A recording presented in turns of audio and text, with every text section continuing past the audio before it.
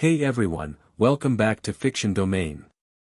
Today we're diving into an amazing story called, What If the Goblins Cleansed Harry's Magic at age 7 and He Sorted Himself Before Even Arriving at Hogwarts? If you love these stories, please hit that like button and subscribe.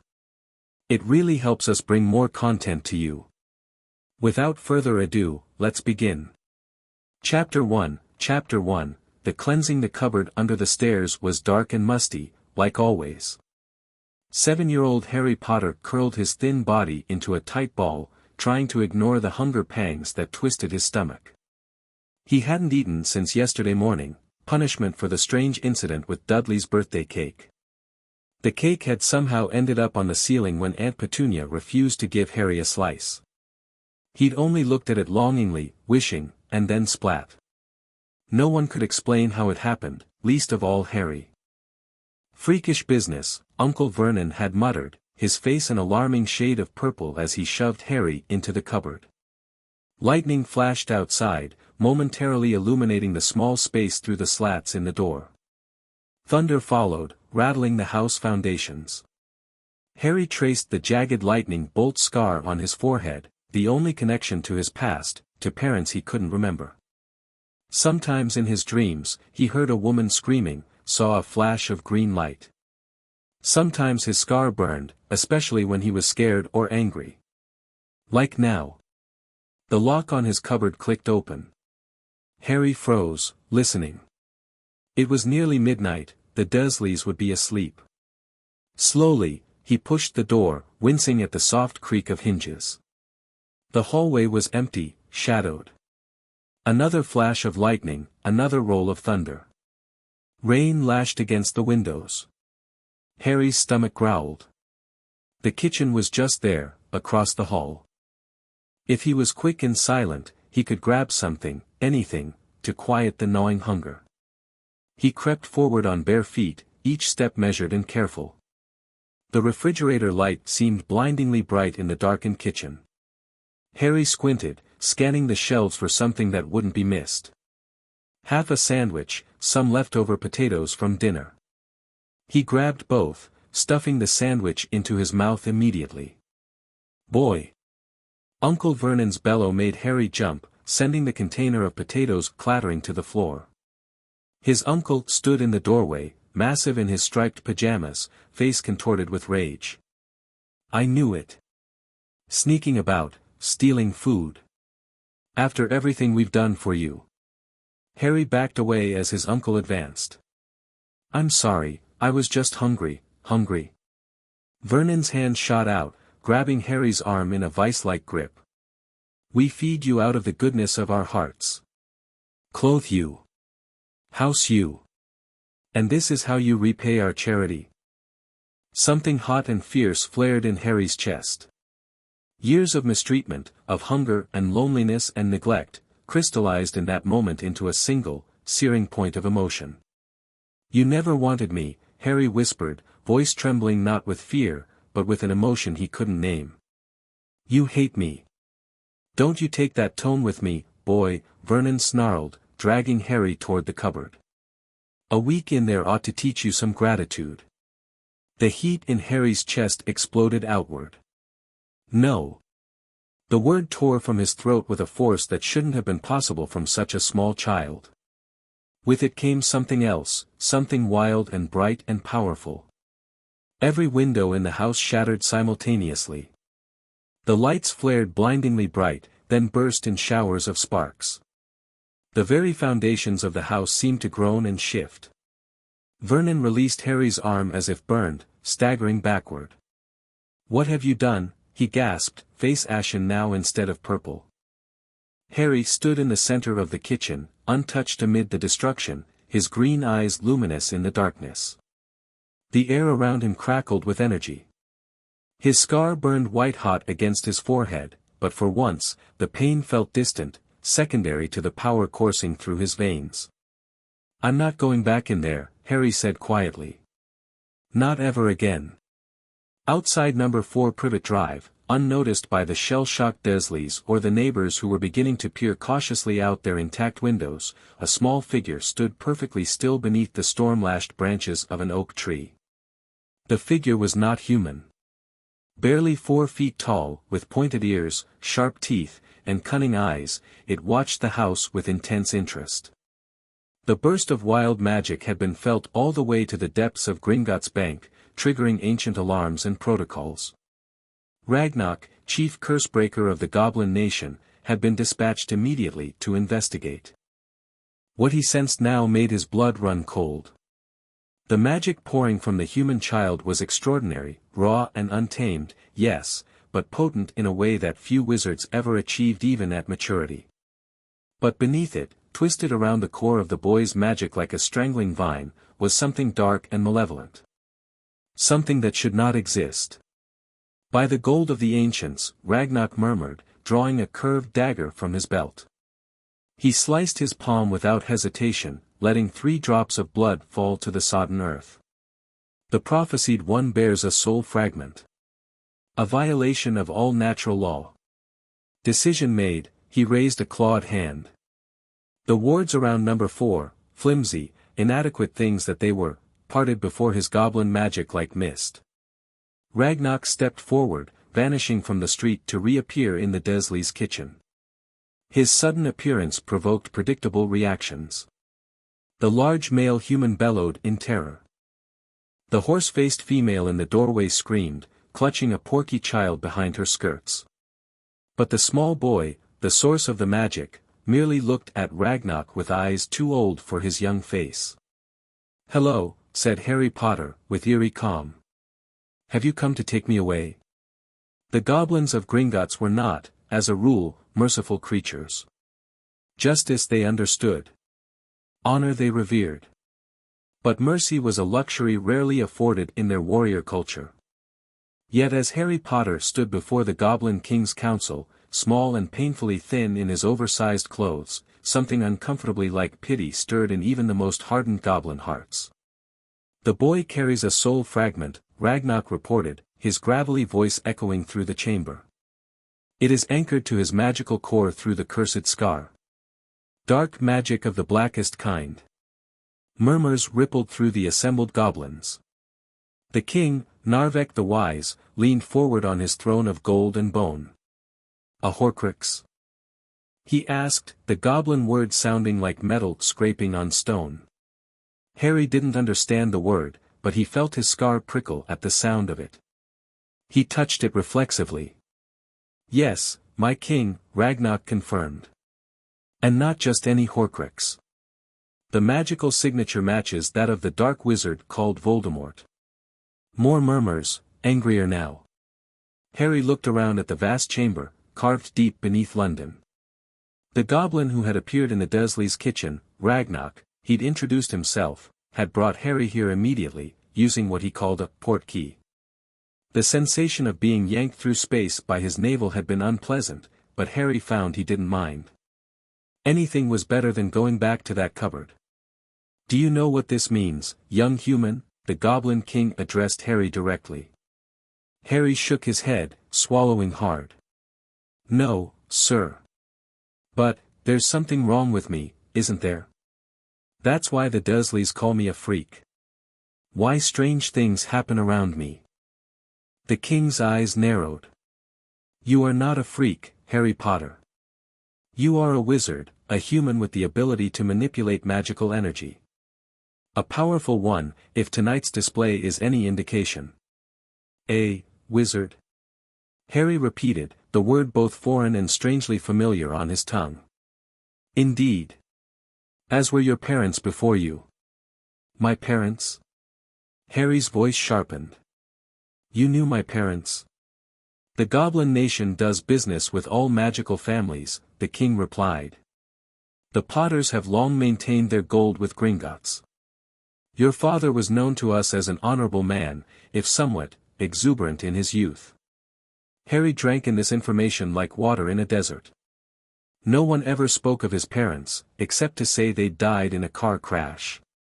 To hear they had been magical like him, that they'd had connections and a history, it made something tight in his chest loosen just a fraction. "However," the king continued, "we face a more pressing concern.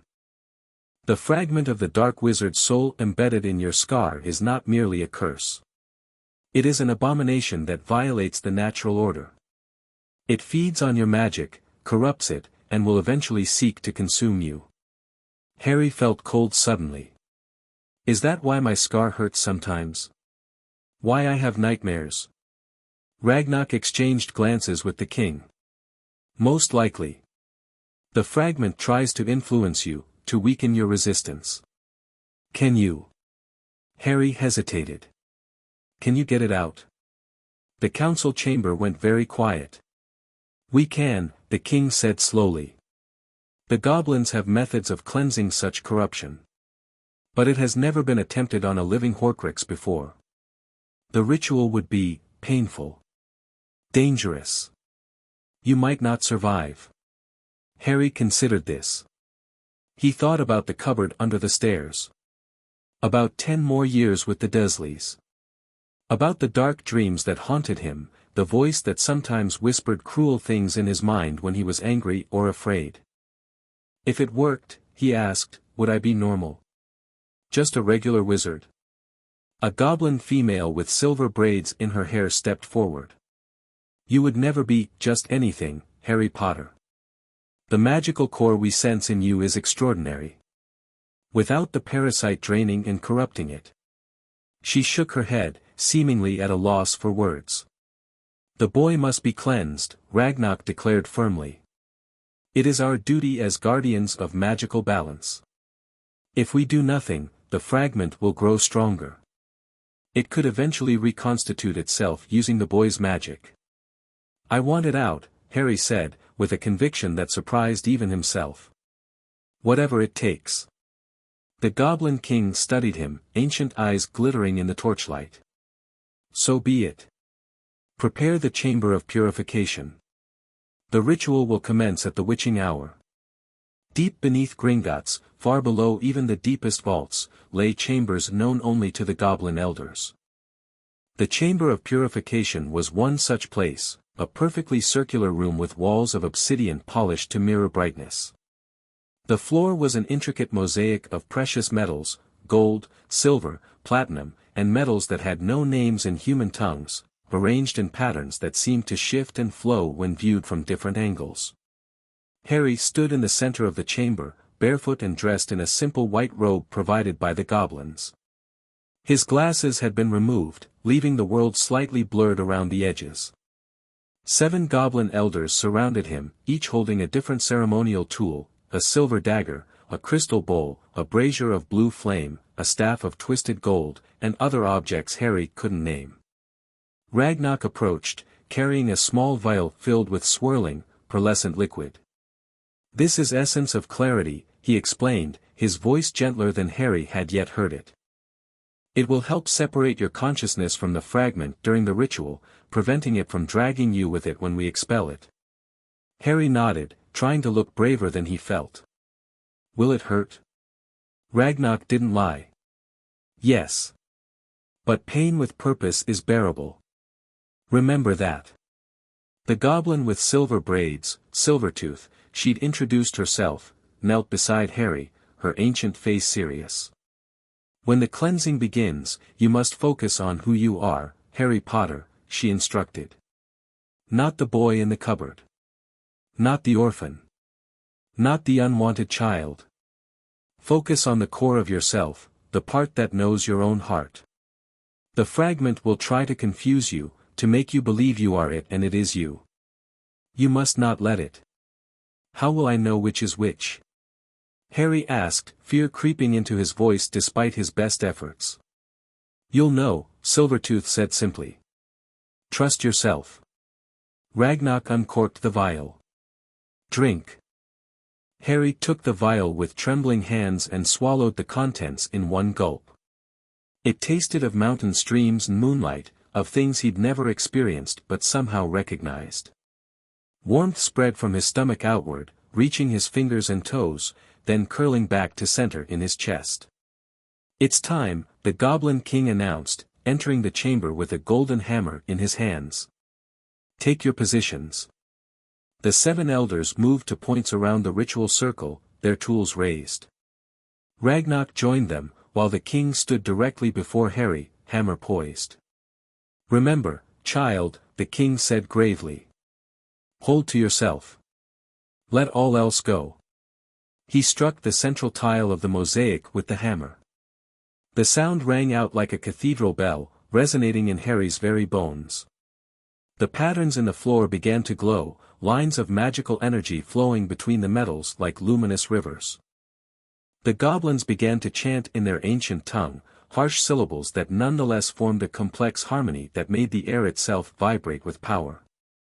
The blue flames from the brazier rose higher, changing to green, then purple, then a white so bright Harry had to close his eyes. And then the pain began.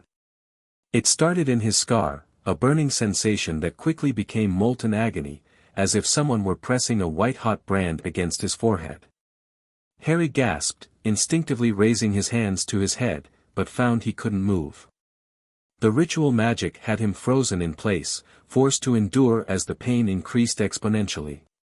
Behind his closed eyelids, images flashed, a high, cold laugh, a woman's scream, green light, a tall, thin man with red eyes raising a wand, a nursery in flames. No. Mine. Mine. A voice hissed in his mind, full of fury and desperation. Harry tried to remember Silvertooth's instructions. Focus on who he was. But who was he? A freak? A burden? A wizard? You are nothing without me, the voice insisted. I made you special. I marked you. You belong to Lord Voldemort. The pain reached impossible heights. Harry would have screamed if he could have drawn breath. He felt as if he were being torn apart cell by cell, his very atoms separating from each other. In that moment of ultimate agony, a different voice spoke, not in his ears, but directly into his mind. A woman's voice, warm and fierce and achingly familiar. Harry. My brave, brave boy. Fight him. You have always been loved. You have always been worthy. Fight. Something broke inside Harry then, not his resolve, but the chains he hadn't known were binding his magic. Power rushed through him, pure and untainted, filling every part of him with golden light. He could feel the dark parasite shrieking, its grip on his core weakening as the goblin magic and Harry's own power combined to pry it loose. You are Harry James Potter, he told himself, pushing back against the darkness. Son of Lily and James. Not a freak. Not a burden. Not Voldemort's. Mine. My magic. My life. Mine. With a sound like reality tearing, the fragment was ripped from Harry's scar. Black, oily smoke poured forth, forming a writhing mass above him.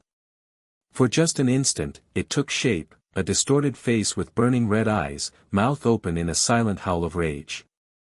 The king brought his hammer down again, and the floor beneath Harry blazed with blinding light. The smoke thing shrieked, caught in a vortex of goblin magic that compressed it, contained it, and then, with a final thunderclap of power, destroyed it utterly. Silence fell. The lights in the floor dimmed to a soft glow. Harry, released from the magical binding, collapsed to his knees, trembling violently. Blood trickled from his scar, but the pain was already fading, replaced by an incredible lightness. He felt hollow, scoured clean, as if some poison he'd never known he carried had been purged from his system. It is done, the king declared, his voice echoing in the chamber. The abomination is destroyed. Harry tried to speak, but couldn't form words. The world around him was suddenly too bright, too sharp, even without his glasses. Colors he'd never seen before shimmered at the edges of his vision. He could feel the magic in the chamber, in the goblins around him, in himself, vibrant and alive, like currents in water. Rest now, young wizard, Silvertooth said, her clawed hand surprisingly gentle on his shoulder. Your magic is reordering itself. It will take time to stabilize. But as Harry's eyes fluttered closed, exhaustion claiming him, he wasn't drifting into ordinary sleep. Instead, he felt himself falling, spinning, traveling somewhere beyond his physical body. The last thing he heard was Ragnar's startled exclamation, "The boy's magic is connecting to something. Something ancient. Something at Hogwarts." Then Harry was gone, his consciousness hurtling across distance and reality itself, drawn irresistibly toward a castle he'd never seen but somehow recognized to the depths of his soul. Harry stood in a vast, circular room with soaring ceilings and stained glass windows that cast jewel-toned light across stone floors. Four massive statues dominated the chamber, a lion, an eagle, a badger, and a snake, each carved from different stone and positioned at cardinal points around a central dais. He knew, without being told, that he was in Hogwarts School of Witchcraft and Wizardry. Not physically, his body was still in the Goblin ritual chamber, but his consciousness, carried by his newly liberated magic, had somehow connected to this place. "Well," said a woman's voice behind him, rich with amusement. "This is unprecedented."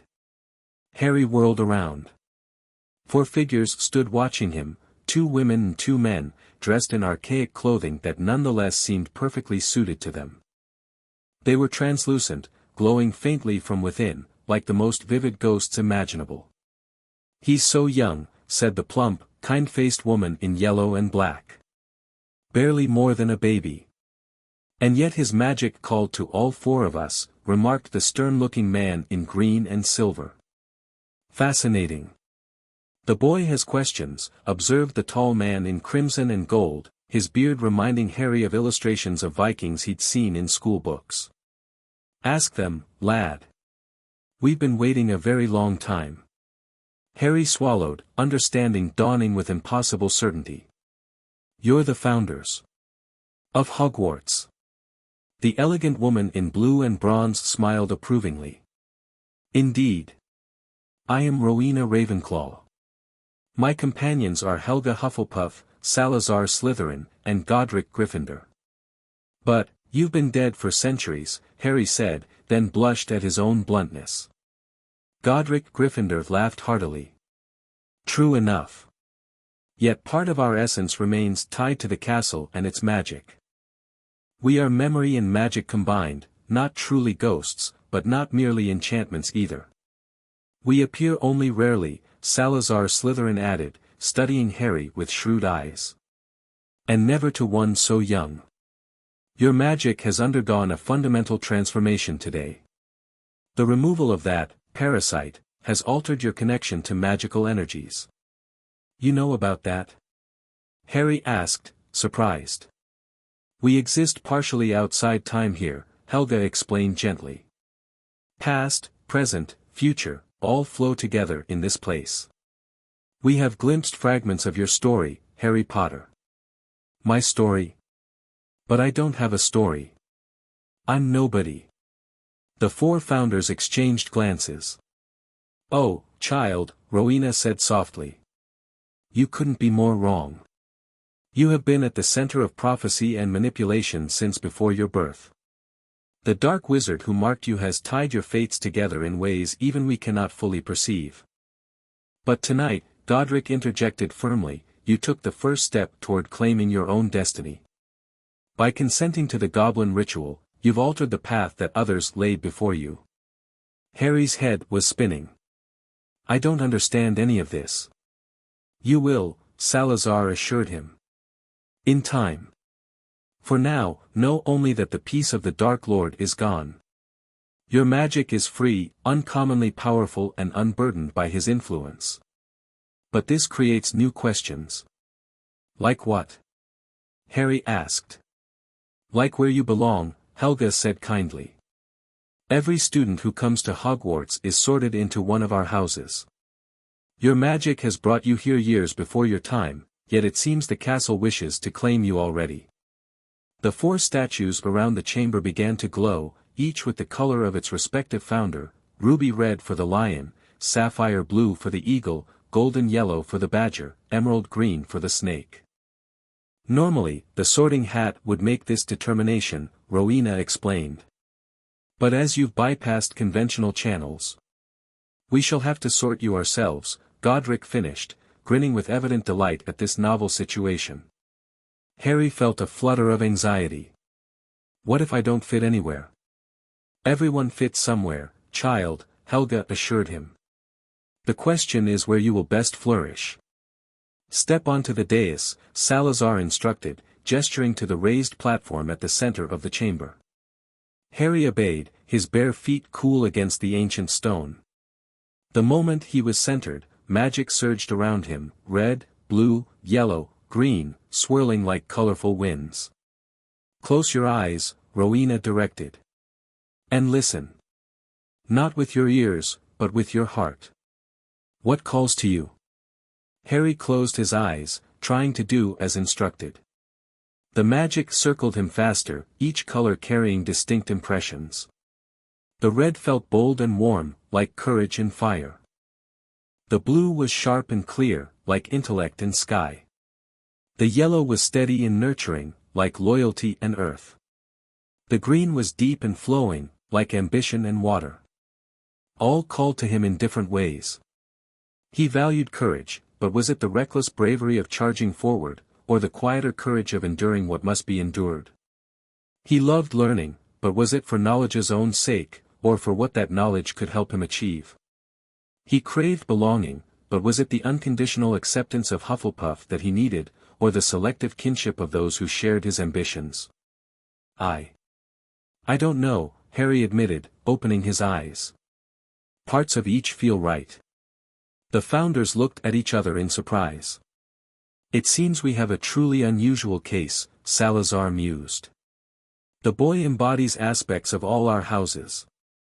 Perhaps, Godric suggested thoughtfully, we should consider where he is most needed, rather than where he most belongs. Or, Rowena countered, where he will have the greatest impact on the future of our school and the magical world. Helga frowned at her colleagues. The child is not a tool or a weapon. His sorting should benefit him, not just our agenda for the future. As they debated, Harry felt the magic responding to his own emotions and thoughts. The colors began to blend and separate in rhythm with his heartbeat. He thought about his life until now, the loneliness, the confusion, the bursts of unexplained power. He thought about the Dursleys and their fear of anything freakish. He thought about the Goblins, who had treated him with more respect in a few hours than his relatives had in 7 years. Most of all, he thought about what he wanted most, not power or glory, but simply to understand who he was and what he could become.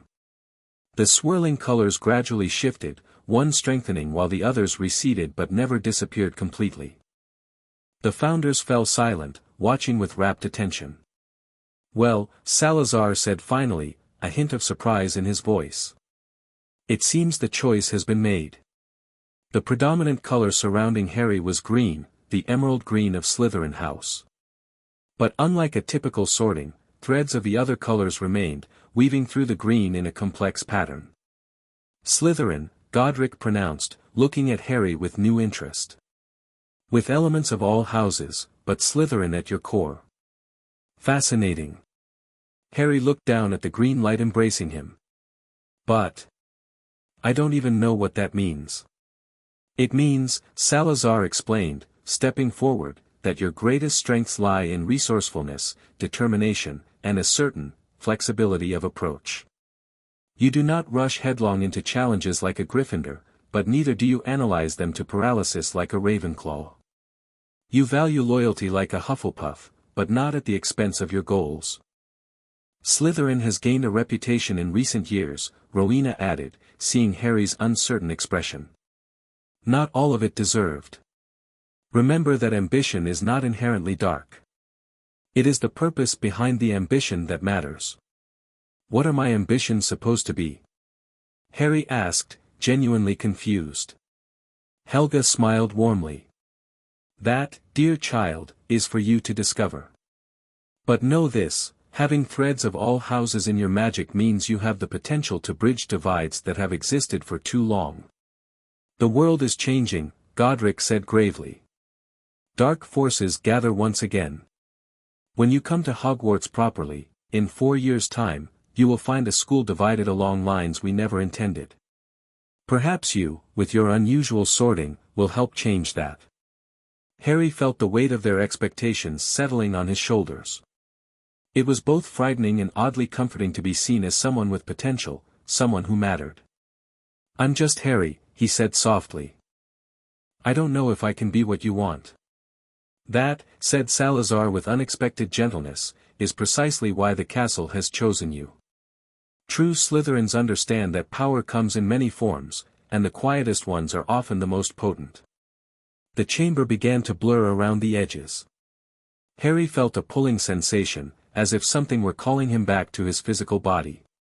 "Our time grows short," Rowena observed. "The connection weakens." "Wait!" Harry called, suddenly desperate for more information. "What do I do now? Where do I go? I can't go back to the Dursleys." "Trust the goblins for now," Helga advised as the founders began to fade. "They have honored ancient pacts by cleansing you. They will guide your next steps. And remember," Godric added, his voice growing distant, "you have been sorted but not publicly. This knowledge is yours alone until you choose to share it. Use that advantage wisely," Salazar's voice echoed as the chamber dissolved into mist. "A true Slytherin plays the long game." The last thing Harry saw before the vision faded completely was the snake statue, its emerald eyes seeming to wink at him in secret understanding. Harry awoke to the sound of urgent goblin voices and the cool press of stone against his back. He was still in the ritual chamber, though the patterns in the floor had gone dark. His whole body ached, but the pain was different from before, more like the soreness after hard exercise than the burning agony of the cleansing. "The boy returns," announced Ragnarok, leaning over him with an expression of intense curiosity. "What did you see, Harry Potter?"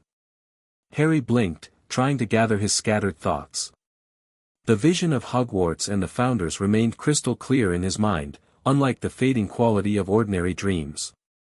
I was at Hogwarts," he said hoarsely, his throat dry. "I met the founders. They sorted me." The chamber erupted in exclamations of surprise and disbelief. The Goblin King himself pushed through to stand beside Harry, his ancient face alight with astonishment. "Such a thing has never occurred," the king declared. "The founders have been dead for a millennium. Yet I sense no deception in your words." "It wasn't like they were really there," Harry tried to explain, accepting the cup of water Silvertooth pressed into his hands. "They said they were memory and magic combined. That the castle wanted to claim me early." "And which house did they place you in?" Ragnarok asked, helping Harry sit up. Harry hesitated, remembering Salazar's last words about playing the long game, about keeping his sorting private until he chose to reveal it. "They said I had qualities of all the houses," he replied carefully. "That I wouldn't be properly sorted until I arrived at school in 4 years. It wasn't exactly a lie. They had noted he had qualities of all houses, even if Slytherin had ultimately predominated. Something instinctive told Harry that this information might be better kept private for now. The king studied him thoughtfully, as if suspecting Harry wasn't sharing everything, but he didn't press the issue. "The cleansing was successful," he announced instead. "The soul fragment is destroyed. Your magic is your own, Harry Potter, purer and stronger than we anticipated." "What happens now?" Harry asked, the question he tried to ask the founders still pressing on his mind. "I can't go back to the Dursleys." "No," agreed Ragnarok firmly. "You cannot. The wards there were already failing. Blood protections require at minimum basic care and acceptance from blood relatives. Your aunt's neglect and your uncle's cruelty have rendered them nearly useless." Harry felt a rush of relief so intense it made him lightheaded. Never going back to Privet Drive, it seemed too good to be true. "There is also the matter of your inheritance," the king added. "As the last Potter, you are heir to considerable wealth and property. While you cannot claim full lordship until you reach magical maturity, certain provisions can be activated for an orphaned minor." "I have money?" Harry asked, bewildered by this new information. Silvertooth snorted. "The Potters are one of Britain's oldest wizarding families. You have considerably more than money, young one. We will need to conduct an inheritance ritual to determine exactly what you can access at your current age, Ragnarok explained. But first, rest. The cleansing has exhausted your magical core. Even with your extraordinary reserves, you need time to recover. Harry nodded, suddenly aware of the bone-deep fatigue weighing him down. Despite his questions and concerns about the future, his eyes were already closing again. "Where will I stay?" he mumbled, fighting to stay awake.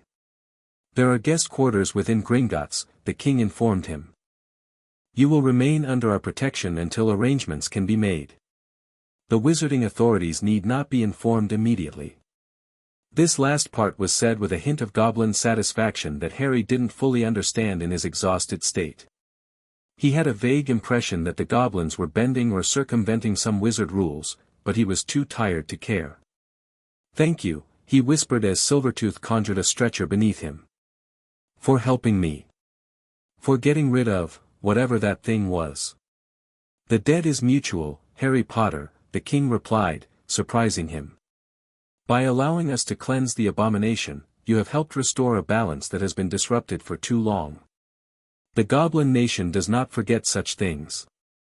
As Harry drifted off to sleep, being carried through the torchlit tunnels of Gringotts, he felt something he'd rarely experienced in his short life: safety. His magic hummed contentedly within him, free and untainted for the first time since that fateful Halloween night 6 years ago. And somewhere in the back of his mind, he could have sworn he heard Salazar Slytherin's voice, whispering, "The first move has been made. The game begins." Albus Dumbledore, headmaster of Hogwarts School of Witchcraft and Wizardry, supreme mugwump of the International Confederation of Wizards, and chief warlock of the Wizengamot, was not a man accustomed to being caught off guard. Yet as he sat in his circular office surrounded by silver instruments, he found himself in the unusual position of complete bewilderment. At precisely 3:17 that morning, every magical monitoring device tied to Harry Potter had simultaneously gone haywire. The silver spindle that tracked the blood wards at Privet Drive had collapsed in on itself, melting into a puddle of liquid silver. The delicate instrument that monitored the boy's general health and well-being was spinning so rapidly it had become a blur. Most alarmingly, the device keyed specifically to the Horcrux in Harry's scar had simply stopped. Not broken, not transformed, just stopped, as if the magic it was designed to track no longer existed. "Impossible," Dumbledore murmured, poking the device with his wand. It remained stubbornly inert. Fawkes, his phoenix companion, trilled a questioning note from his perch. "I don't know, old friend," Dumbledore responded, stroking his long white beard. "Something has happened to young Harry. Something I did not foresee." Rising swiftly for a man of his advanced years, Dumbledore strode to the fireplace and tossed in a handful of Floo powder. "Number 4, Privet Drive," he called, thrusting his head into the green flames. The connection failed. The Floo network couldn't locate the address, which meant either the house no longer existed, or someone had erected anti-Floo wards of exceptional power. Increasingly concerned, Dumbledore withdrew from the fireplace and moved to the center of his office. With a graceful twirl of his wand, he disapparated. Only to reappear in the exact same spot a second later. This was beyond troubling. Something or someone had interfered with his ability to apparate to Privet Drive, a location he had visited many times before and should have had no difficulty reaching. "Fawkes," he said urgently, "I need you to take me to Harry Potter." The phoenix ruffled his feathers, looking distinctly uncomfortable. After a moment's hesitation, he launched into flight, circled Dumbledore once, and then, landed back on his perch with a mournful trill. "You cannot find him either?" Dumbledore asked, alarm now fully engaged. Fawkes shook his magnificent head. Dumbledore sank into his chair, mind racing through possibilities. If Harry had been taken by Death Eaters, there would be signs of dark magic, and the monitoring devices would show the boy in mortal danger. If he had merely run away, the blood trackers would still function, merely indicating a different location. This complete disruption of all magical connections to the boy suggested something far more sophisticated and fundamental had occurred, something that affected the very magical signatures his instruments were designed to detect. "Severus," he murmured, making a decision. He cast his Patronus, a magnificent silver phoenix, and sent it with a message to Severus Snape, his spy and potions master. While waiting for Snape's arrival, Dumbledore pulled out the Elder Wand and performed a series of complex diagnostic spells on the melted and malfunctioning instruments. The results only deepened his concern. The door to his office opened, admitting Severus Snape, his sallow face set in its customary scowl, though there was a hint of tension around his eyes that suggested he recognized the unusual hour indicated urgency. "What has happened?" Snape asked without preamble, his black robes billowing as he strode into the room. "Harry Potter has vanished," Dumbledore replied gravely. "And more concerning, the magical connection I established to monitor the Horcrux has been severed completely." Snape's eyebrows rose fractionally, the equivalent of open-mouthed shock from anyone else. "That should not be possible without the boy's death." "Indeed. Yet I do not believe Harry is dead. The instrument monitoring his life force is still functioning, merely chaotic." Dumbledore gestured to the wildly spinning silver device. "I need you to go to Privet Drive and ascertain what has happened." Snape's lip curled. "And if Potter has merely thrown a tantrum and run away? Children do, you know." "Then we must find him immediately," Dumbledore insisted. "Without the Blood Ward's protection, he is vulnerable to those who would harm him. And if someone has found a way to affect the Horcrux." He left the sentence unfinished, the implications too grave to voice aloud. With a resigned sigh, Snape nodded. "I shall depart at once. Though I suggest having backup ready. If I cannot apparate directly to the location, take this," Dumbledore interrupted, handing Snape an old-fashioned pocket watch. "It's a portkey to a location a few streets away from Privet Drive. I created it years ago as a precaution." Snape took the watch and slipped it into his pocket. "I will report back within the hour, regardless of what I find." As Snape left the office, Dumbledore turned to gaze out the window at the pre-dawn sky. Stars still shone brightly, but the first hints of light were appearing on the eastern horizon. "Where are you, Harry?" he whispered. "And what has happened to the fragment of Tom's soul you carried?" For the first time in many years, Albus Dumbledore felt the cold grip of uncertainty. The carefully constructed plans he had developed since that fateful Halloween night, plans that extended years into the future, culminating in the ultimate defeat of Voldemort, suddenly seemed as insubstantial as mist before the morning sun. Something had changed. Something fundamental. And he had no idea what it meant for the future of the wizarding world. Vernon and Petunia Dursley had experienced the worst night of their lives. First had been the boys' inexplicable outburst of freakishness, shattering every window and light bulb in the house. Then the appearance of that creature in their kitchen, with its sharp teeth and clawed hands and obvious connection to the abnormal world they tried so desperately to avoid. The creature, Goblin, it had called itself, had taken the boy. Good riddance, Vernon had thought initially. But then it had turned its unsettling gaze on him and Petunia. "You have failed in your duty to this child," it had growled. "The magical compact has been broken. Expect consequences." Before either Dursley could respond, the goblin had vanished, taking Harry with it. They'd spent the rest of the night in a state of panic, alternating between attempts to clean up the destruction and whispered arguments about what to do. "We should call the police," Vernon had insisted. "And tell them what?" Petunia had hissed. "That a magical creature took our nephew? They'll think we're insane. Or worse, they'll think we did something to the boy." By dawn, exhausted and terrified, they'd managed to sweep up the worst of the glass and cover the broken windows with plastic sheeting. Dudley, remarkably, had slept through the entire ordeal, waking only when the first curious neighbors came knocking to inquire about the noise and broken windows. "Gas explosion," Vernon explained through a forced smile. "Small one. All under control now." The neighbors seemed skeptical but didn't press the issue. As the last of them left, Promising to send her husband over later with some spare window panes, Vernon closed the door and leaned against it, mopping his sweaty brow with a handkerchief. "What now, Petunia?" he asked, his bluster deflated by fear and exhaustion. Petunia was about to answer when a sharp crack split the air. Both Dursleys jumped, Vernon letting out an undignified yelp of surprise. A man stood in their living room, tall, thin, with shoulder-length black hair, a hooked nose, and the sourest expression either Dursley had ever seen. He was dressed entirely in black, and there was no question he was one of them. One of the freaks. "Mr. and Mrs. Dursley," he said, his voice cold and silky. "We need to discuss your nephew." Vernon, finding a spark of his usual indignation, puffed up his chest. "Now see here. We've had quite enough of your kind for one day. That goblin thing took the boy hours ago." Severus Snape went very still.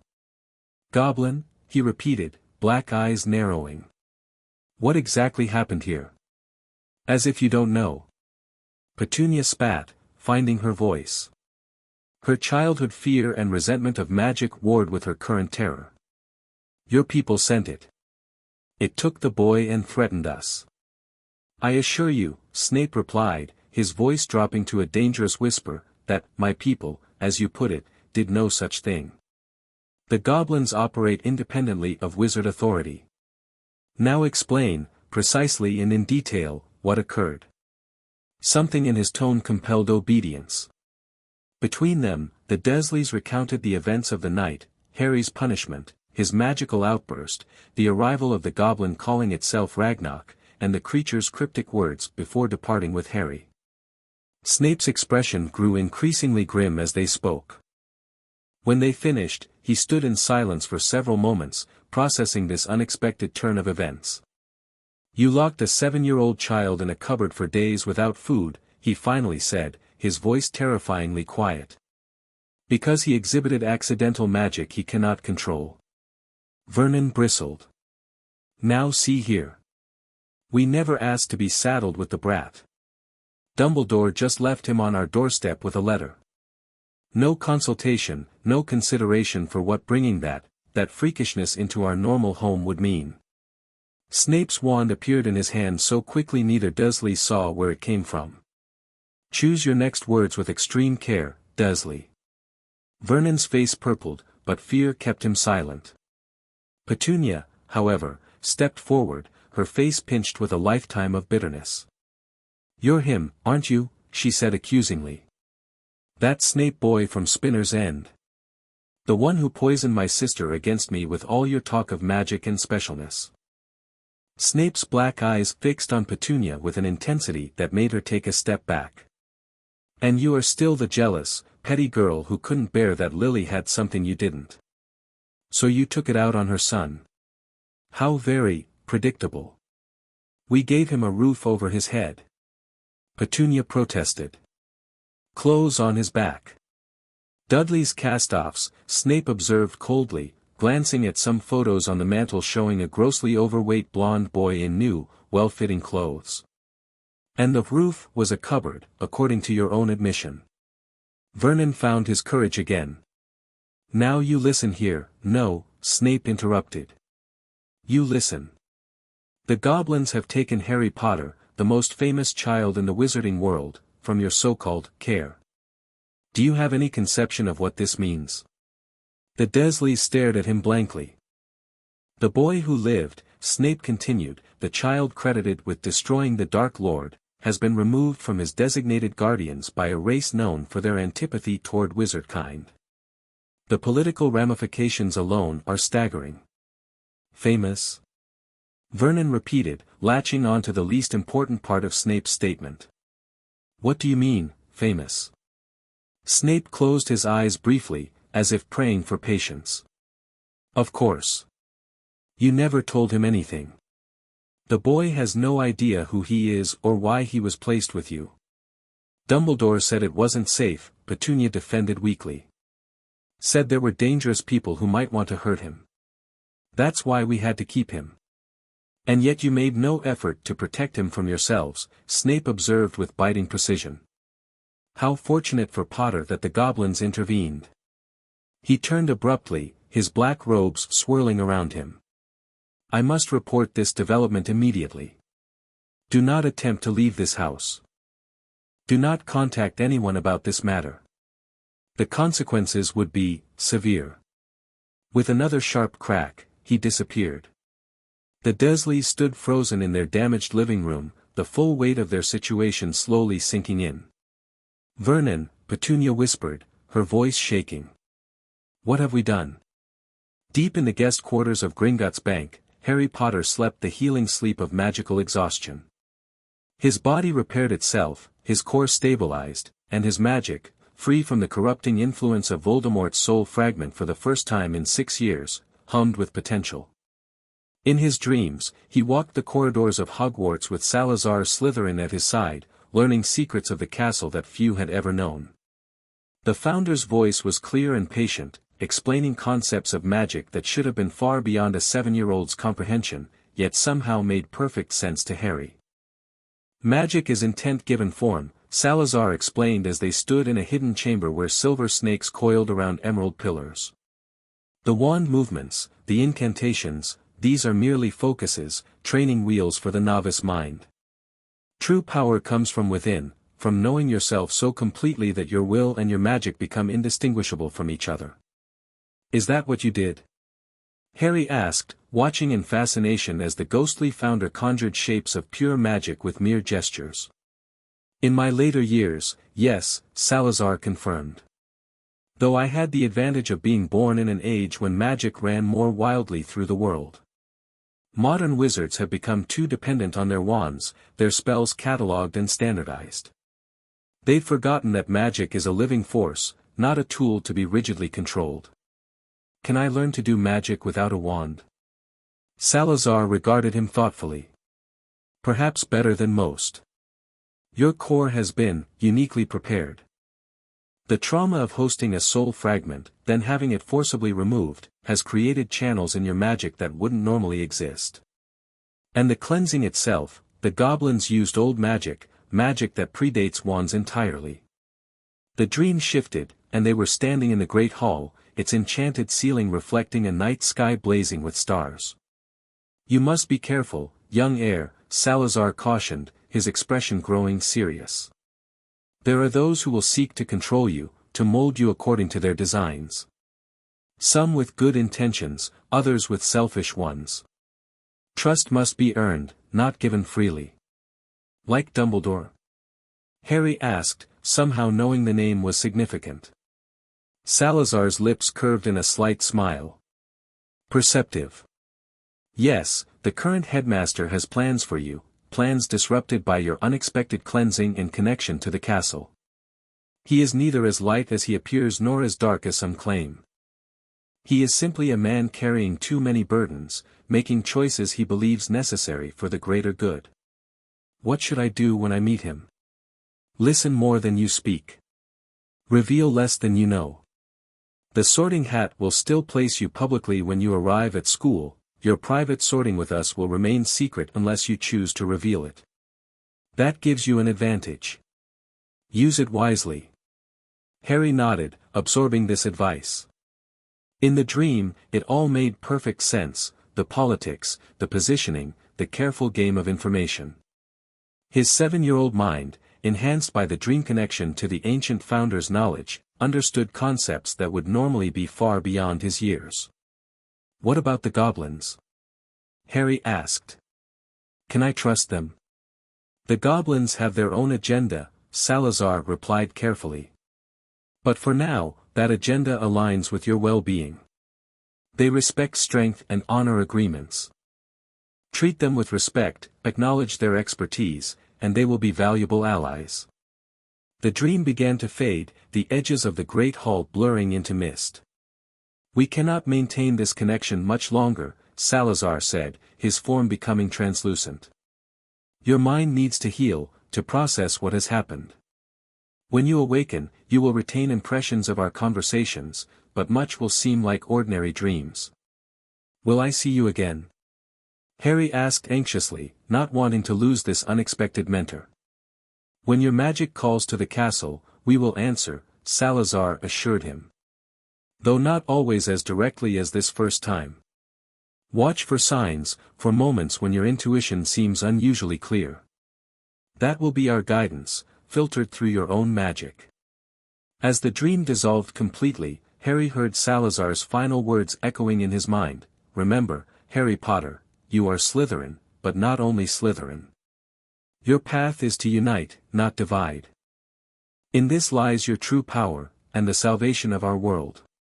When Harry finally awoke, sunlight was streaming through an enchanted window that somehow showed the outside world despite being hundreds of feet underground. For a disorienting moment, he couldn't remember where he was or how he'd gotten there. Then it all came flooding back, the confrontation with Uncle Vernon, the Goblin Ragnarok's appearance, the cleansing ritual, the vision of Hogwarts and the Founders. He sat up slowly, surprised to find he felt better than he had in, well, possibly ever. His body still ached slightly from the ritual, but his head was clear, his scar didn't hurt at all, and he felt a strange sense of lightness, as if he'd been carrying a heavy backpack for years and had only just taken it off. The room he was in was simple but comfortable, a four-poster bed with emerald green hangings, stone walls carved with intricate geometric patterns, a desk and chair, and a door that presumably led to a bathroom. The furniture was sized for humans rather than goblins, suggesting these quarters were designed for wizard guests. Harry was examining the carved patterns on the wall, which seemed to shift slightly when he wasn't looking directly at them, when a knock came at the door. "Come in," he called, suddenly aware he was still wearing the white robe from the ritual. The door opened to admit Silvertooth, the female goblin with silver braids. She carried a bundle of clothing and a tray of food. "You have slept for 2 days, young Potter," she informed him, setting the tray down on the desk. "Your magic required significant recovery time." 2 days. Harry repeated, shocked. He hadn't thought he was that exhausted. "The cleansing was more extensive than we initially calculated," Silvertooth explained, laying out the clothing on the foot of the bed.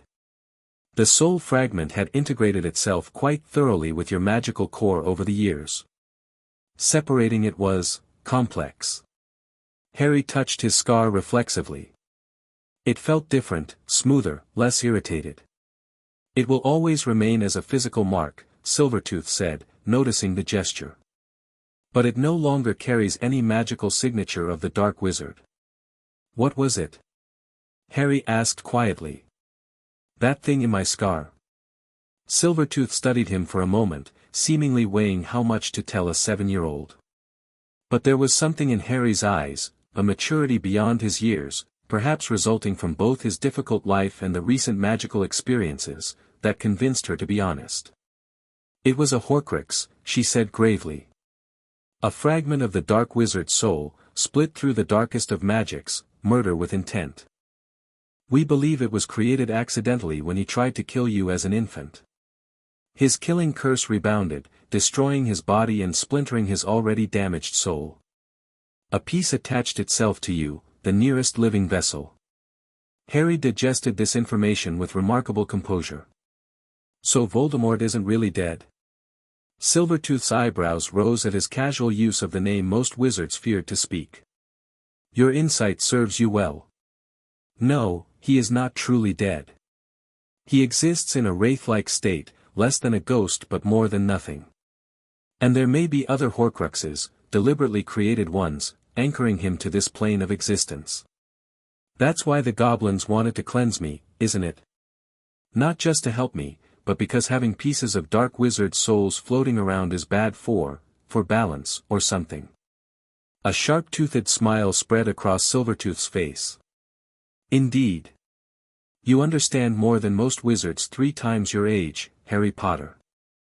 The Goblin Nation serves as guardians of certain fundamental magical balances. Soul magic of this nature creates dangerous ripples in the fabric of reality itself." She gestured to the clothing and food. "But enough of such heavy topics for now. Eat, bathe, dress. When you are ready, Ragnarok wishes to see you regarding your inheritance and future arrangements." Harry nodded, suddenly aware of his hunger.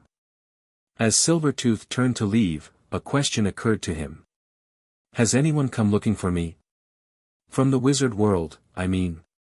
Silvertooth paused at the door, her expression unreadable. Albus Dumbledore has made inquiries. The Ministry has been notified of a magical incident at your relative's home. The standard procedures for underage magic are being followed, or would be, if our wards weren't confounding their tracking spells. Dumbledore, Harry repeated, the name stirring echoes of his dream conversations with Salazar. He's the headmaster of Hogwarts. And much more, Silvertooth replied. Supreme Mugwump of the International Confederation of Wizards. Chief Warlock of the Wizengamot. A wizard of considerable political power and influence, who has taken a particular interest in your life. Why? Harry asked bluntly. That, said Silvertooth with another toothy smile, is the question, isn't it?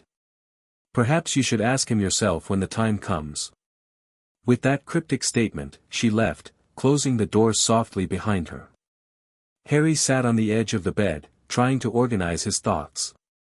In just a few days, his entire understanding of himself and the world had been upended.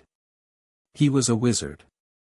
He had been carrying a piece of an evil wizard's soul in his head for 6 years. The goblins had removed it. He had somehow connected with the 4 founders of Hogwarts and been sorted into Slytherin House 4 years early. And now he was about to discuss his inheritance, something he hadn't even known existed until yesterday. It was overwhelming.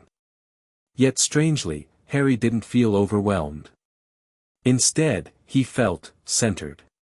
As if for the first time in his life, things were happening as they should. The path ahead was unclear, full of unknowns and potential dangers, but at least it was his path. Not the Dursleys, not Dumbledore's, not even Voldemort's. For the first time in his 7 years of life, Harry Potter had a say in his own destiny. And he intended to make the most of it. Digging into the hearty breakfast Silvertooth had brought, eggs, sausages, toast, and some unfamiliar but delicious mushroom dish that must be goblin fare, Harry began to plan his next steps. The goblins were allies for now. He needed to understand his inheritance, his legal status in the wizarding world, and his options going forward. Most importantly, he needed to learn. About magic, about his parents, about the world he'd been kept from all these years. Knowledge was power, that much he'd gleaned from Salazar's dream lessons. And if people were going to try to control and use him, as both Salazar and Silvertooth had implied, then Harry needed all the power he could get. Not for vengeance or dominance, concepts that felt foreign to his naturally compassionate nature, but for freedom. The freedom to make his own choices. The freedom to be just Harry, not a pawn in someone else's game. As he finished his breakfast and headed to the bathroom to clean up, Harry caught a glimpse of himself in a mirror. His green eyes seemed brighter somehow, more alive. His scar, though still visible, looked less angry, a simple lightning bolt shape rather than the inflamed mark it had been. Just Harry, he murmured to his reflection, testing the concept. But the boy who looked back at him, back straight, eyes clear and determined, didn't seem like just anything. He looked like someone on the cusp of becoming something more. Chapter 2, The Awakening. The inheritance ritual chamber was smaller than the one used for the cleansing, but no less impressive. Concentric circles of runes had been carved into the polished obsidian floor, each glowing with a subtle golden light. 7 brass braziers encircled the room, their flames burning in different colors, red, blue, green, yellow, purple, white, and black. Harry stood at the center of the runic circles, dressed in formal robes provided by the goblins, deep emerald green with subtle silver embroidery along the hems. They were sized perfectly for him, the first clothing he'd ever worn that wasn't Dudley's oversized cast-offs. The fabric felt strange against his skin, not uncomfortable, just unfamiliar in its proper fit. Ragnarok circled him slowly, checking the positioning one final time. Remember, the goblin instructed, the inheritance ritual is both magical and blood-based. It will identify all properties, vaults, and hereditary magics to which you have claim. Some may be accessible to you now, others will require you reach certain ages or fulfill specific conditions. What do I need to do? Harry asked, trying to keep his nervousness from showing. When the ritual begins, 3 drops of your blood must fall into this basin. Ragnarok indicated a shallow golden bowl at Harry's feet. The magic will do the rest. You may experience visions or sensations connected to your family legacy. These are normal and not harmful. Harry nodded, squaring his small shoulders. After the Horcrux cleansing and his spiritual sorting at Hogwarts, a mere inheritance ritual seemed almost mundane. The Goblin King himself presided over this ritual, seated on an elevated throne at the northern point of the chamber. 5 other high-ranking goblins, the Inheritance Council, Harry had been told, flanked him. "Let us begin," the king declared. Heir Potter has been cleansed of foreign magics and may now claim his birthright. Ragnarok handed Harry a small, ceremonial silver dagger. The handle was carved with lions, the Potter family symbol, apparently. Harry took it, careful of the gleaming blade. 3 drops, Ragnarok reminded him softly. No more, no less. Taking a deep breath, Harry pricked his finger and held it over the golden basin. 1 drop, 2 drops, 3 drops of bright red blood fell into the bowl. The moment the 3rd drop touched the gold, the blood expanded impossibly, filling the basin with a swirling crimson liquid that began to glow with an inner light. The runic circles around Harry activated in sequence, from the innermost to the outer edge, each lighting up with increasing intensity. The air thickened with magic, pressing against Harry's skin like an invisible weight. The blood in the basin rose, defying gravity, forming a floating sphere that began to rotate slowly. As it spun, images formed within it, crests, properties, faces, flashing too quickly for Harry to fully comprehend. Then the sphere expanded suddenly, enveloping Harry completely. He gasped as the warm liquid touched him, but it didn't wet his clothes or skin. Instead, it seemed to pass through him, carrying knowledge directly into his mind and magic. Names and places flashed in his consciousness: Potter Manor, the ancestral home, hidden under Fidelia since the war. Godric's Hollow Cottage, site of the attack, now a memorial. Potter Family Vault, 687, accessible upon magical majority. Harry's Trust Vault, 688, established by James and Lily Potter for their son's education and upbringing. The Potter Grimoire, ancient family magic, stored in the family vault. Potter Seats, Wisengamot hereditary positions, currently held in proxy by. The information came faster, overwhelming in its scope. Properties in Wales and Scotland. Investments in both magical and Muggle businesses. Heirlooms, artifacts, family treasures accumulated over centuries. Then came the faces, generations of Potters looking at Harry with expressions ranging from curiosity to pride.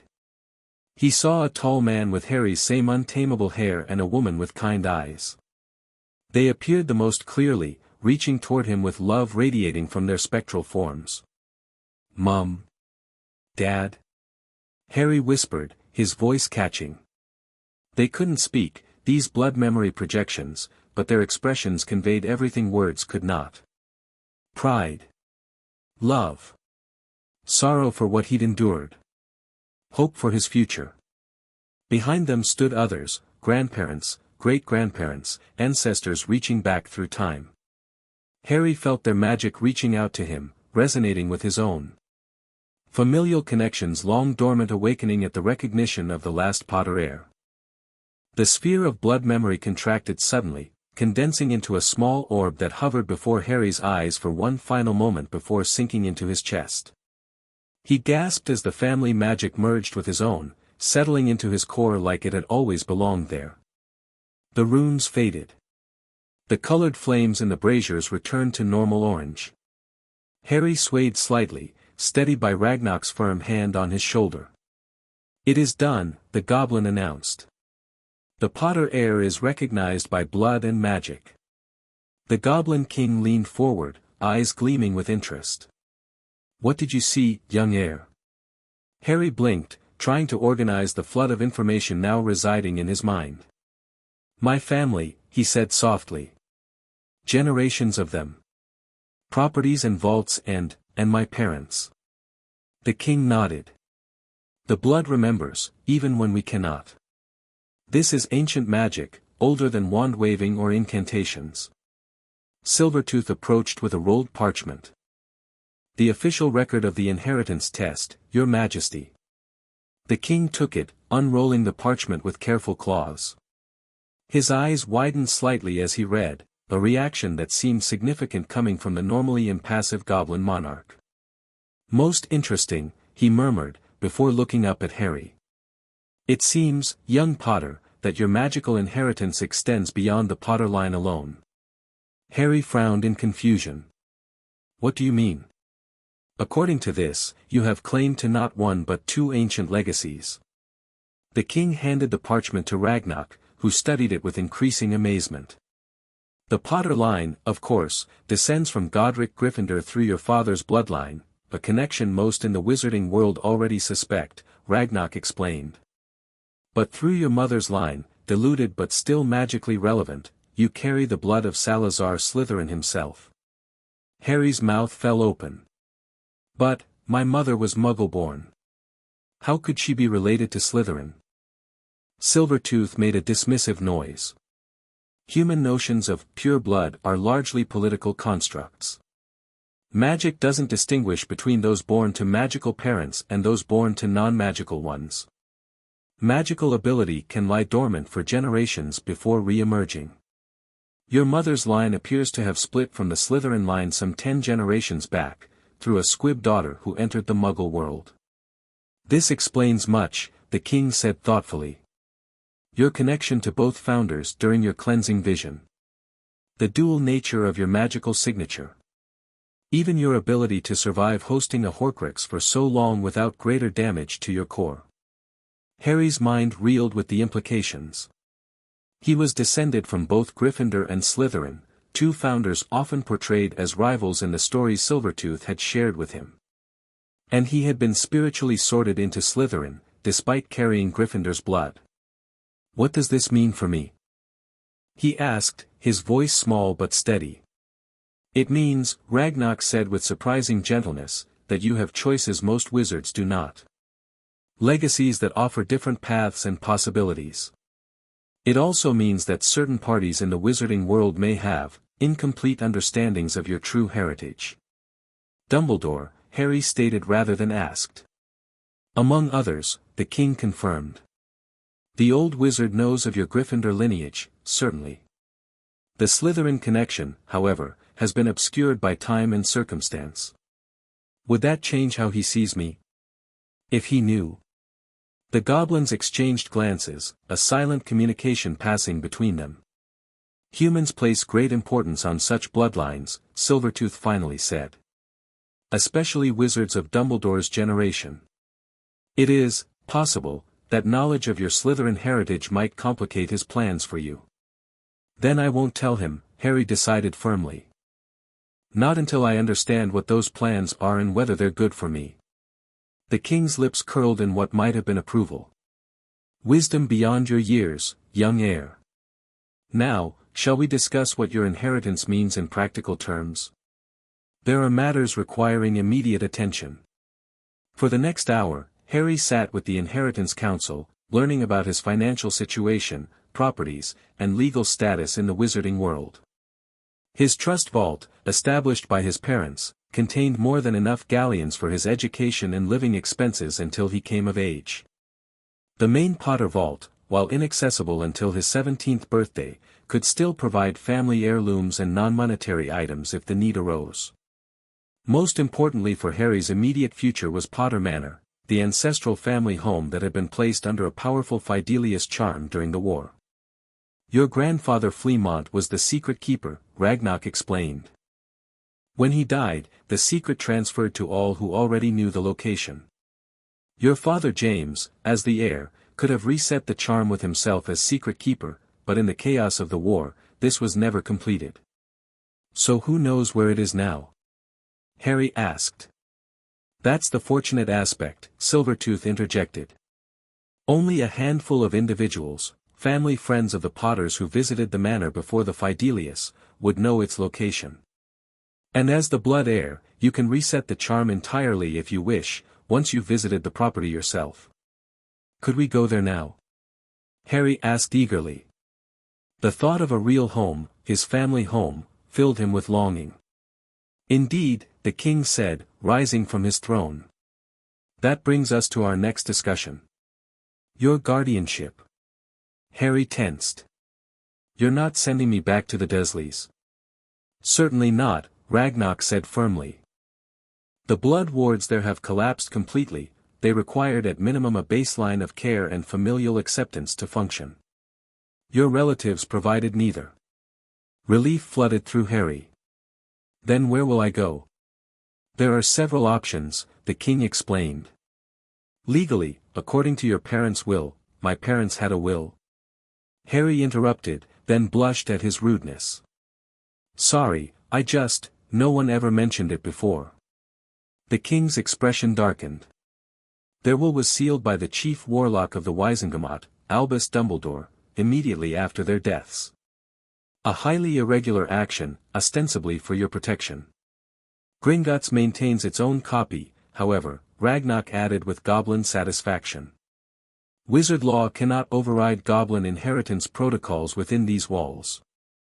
According to the will, Silvertooth continued, your designated guardians were, in order, Sirius Black, your godfather, Alice and Frank Longbottom, friends of your parents, or failing those options, placement with a suitable magical family, explicitly excluding Lily Potter's sister Petunia Dursley. Harry frowned.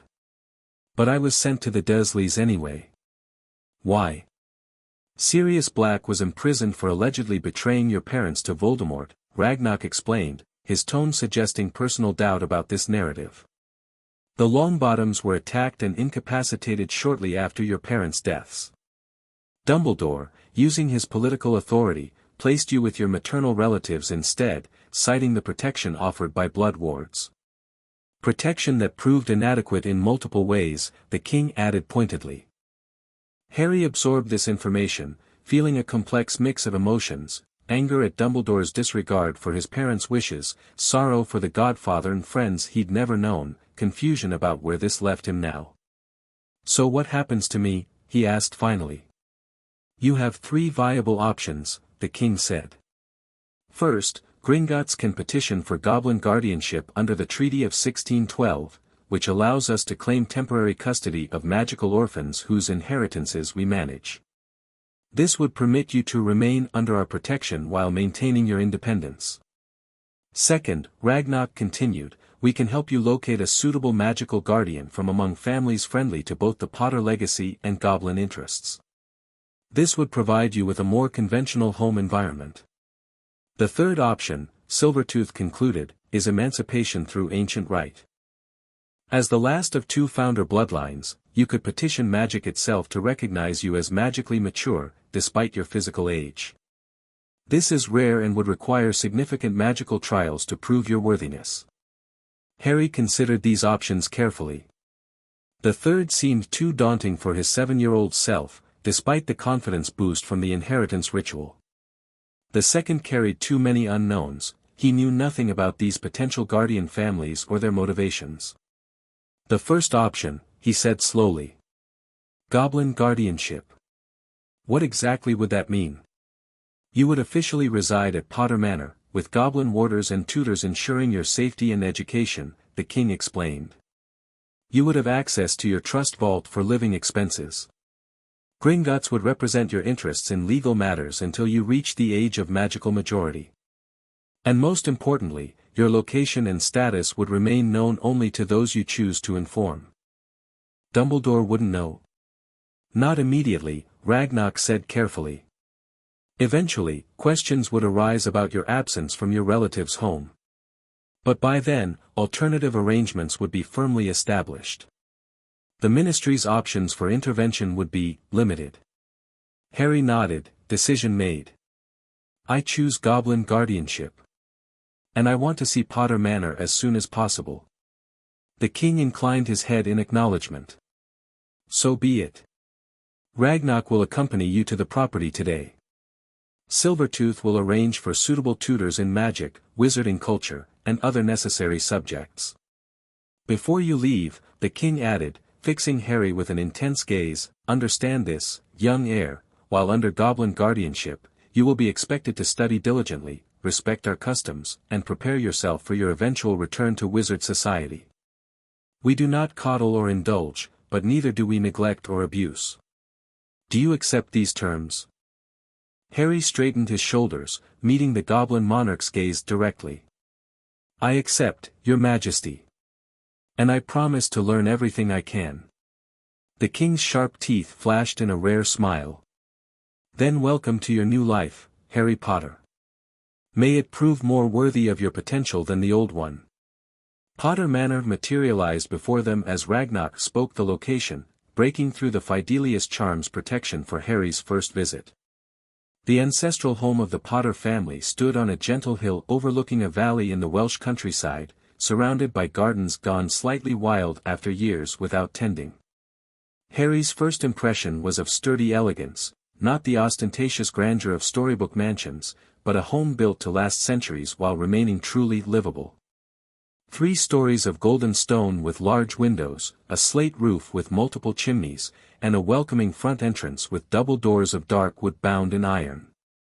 It's beautiful, Harry whispered, feeling a strange combination of awe and homecoming. The Potters were never the wealthiest or most politically aggressive of the old families, Ragnarok observed as they walked up the stone path to the entrance. But they were respected for their consistency, innovation, and fairness. This home reflects those values, substantial without being showy. As they approached the doors, Harry felt a tingling sensation wash over him. The manor's wards, recognizing the blood of the returning heir. Place your hand on the door crest, Ragnarok instructed. Harry reached up to touch the metal emblem set into the wood, a shield bearing a griffin rampant. The moment his fingers made contact, the crest glowed gold, and the doors swung inward silently. Welcome home, Master Potter, came a creaky voice from inside. Harry jumped, startled by the sudden appearance of a small creature with bat-like ears and enormous eyes, dressed in a neat uniform bearing the Potter crest. This is Mimsy, Ragnarok explained. The Potter family's head house elf. She and the other elves have maintained the property in your family's absence. House elf? Harry repeated, studying the creature with curiosity rather than fear. Mimsy bobbed in an enthusiastic curtsy. Yes, young master. We as the Potter house elves, bound to serve the noble house of Potter for centuries. Mimsy and Tibby and Puck have been keeping the manor ready for the day the Potter heir would return. Harry crouched down to be at eye level with the small being, instinctively feeling this was more polite than looking down at her. Thank you for taking care of my family's home, Mimsy. I didn't know I had a house, or elves. Mimsy's enormous eyes filled with tears. Young master is too kind. Speaking to Mimsy like an equal.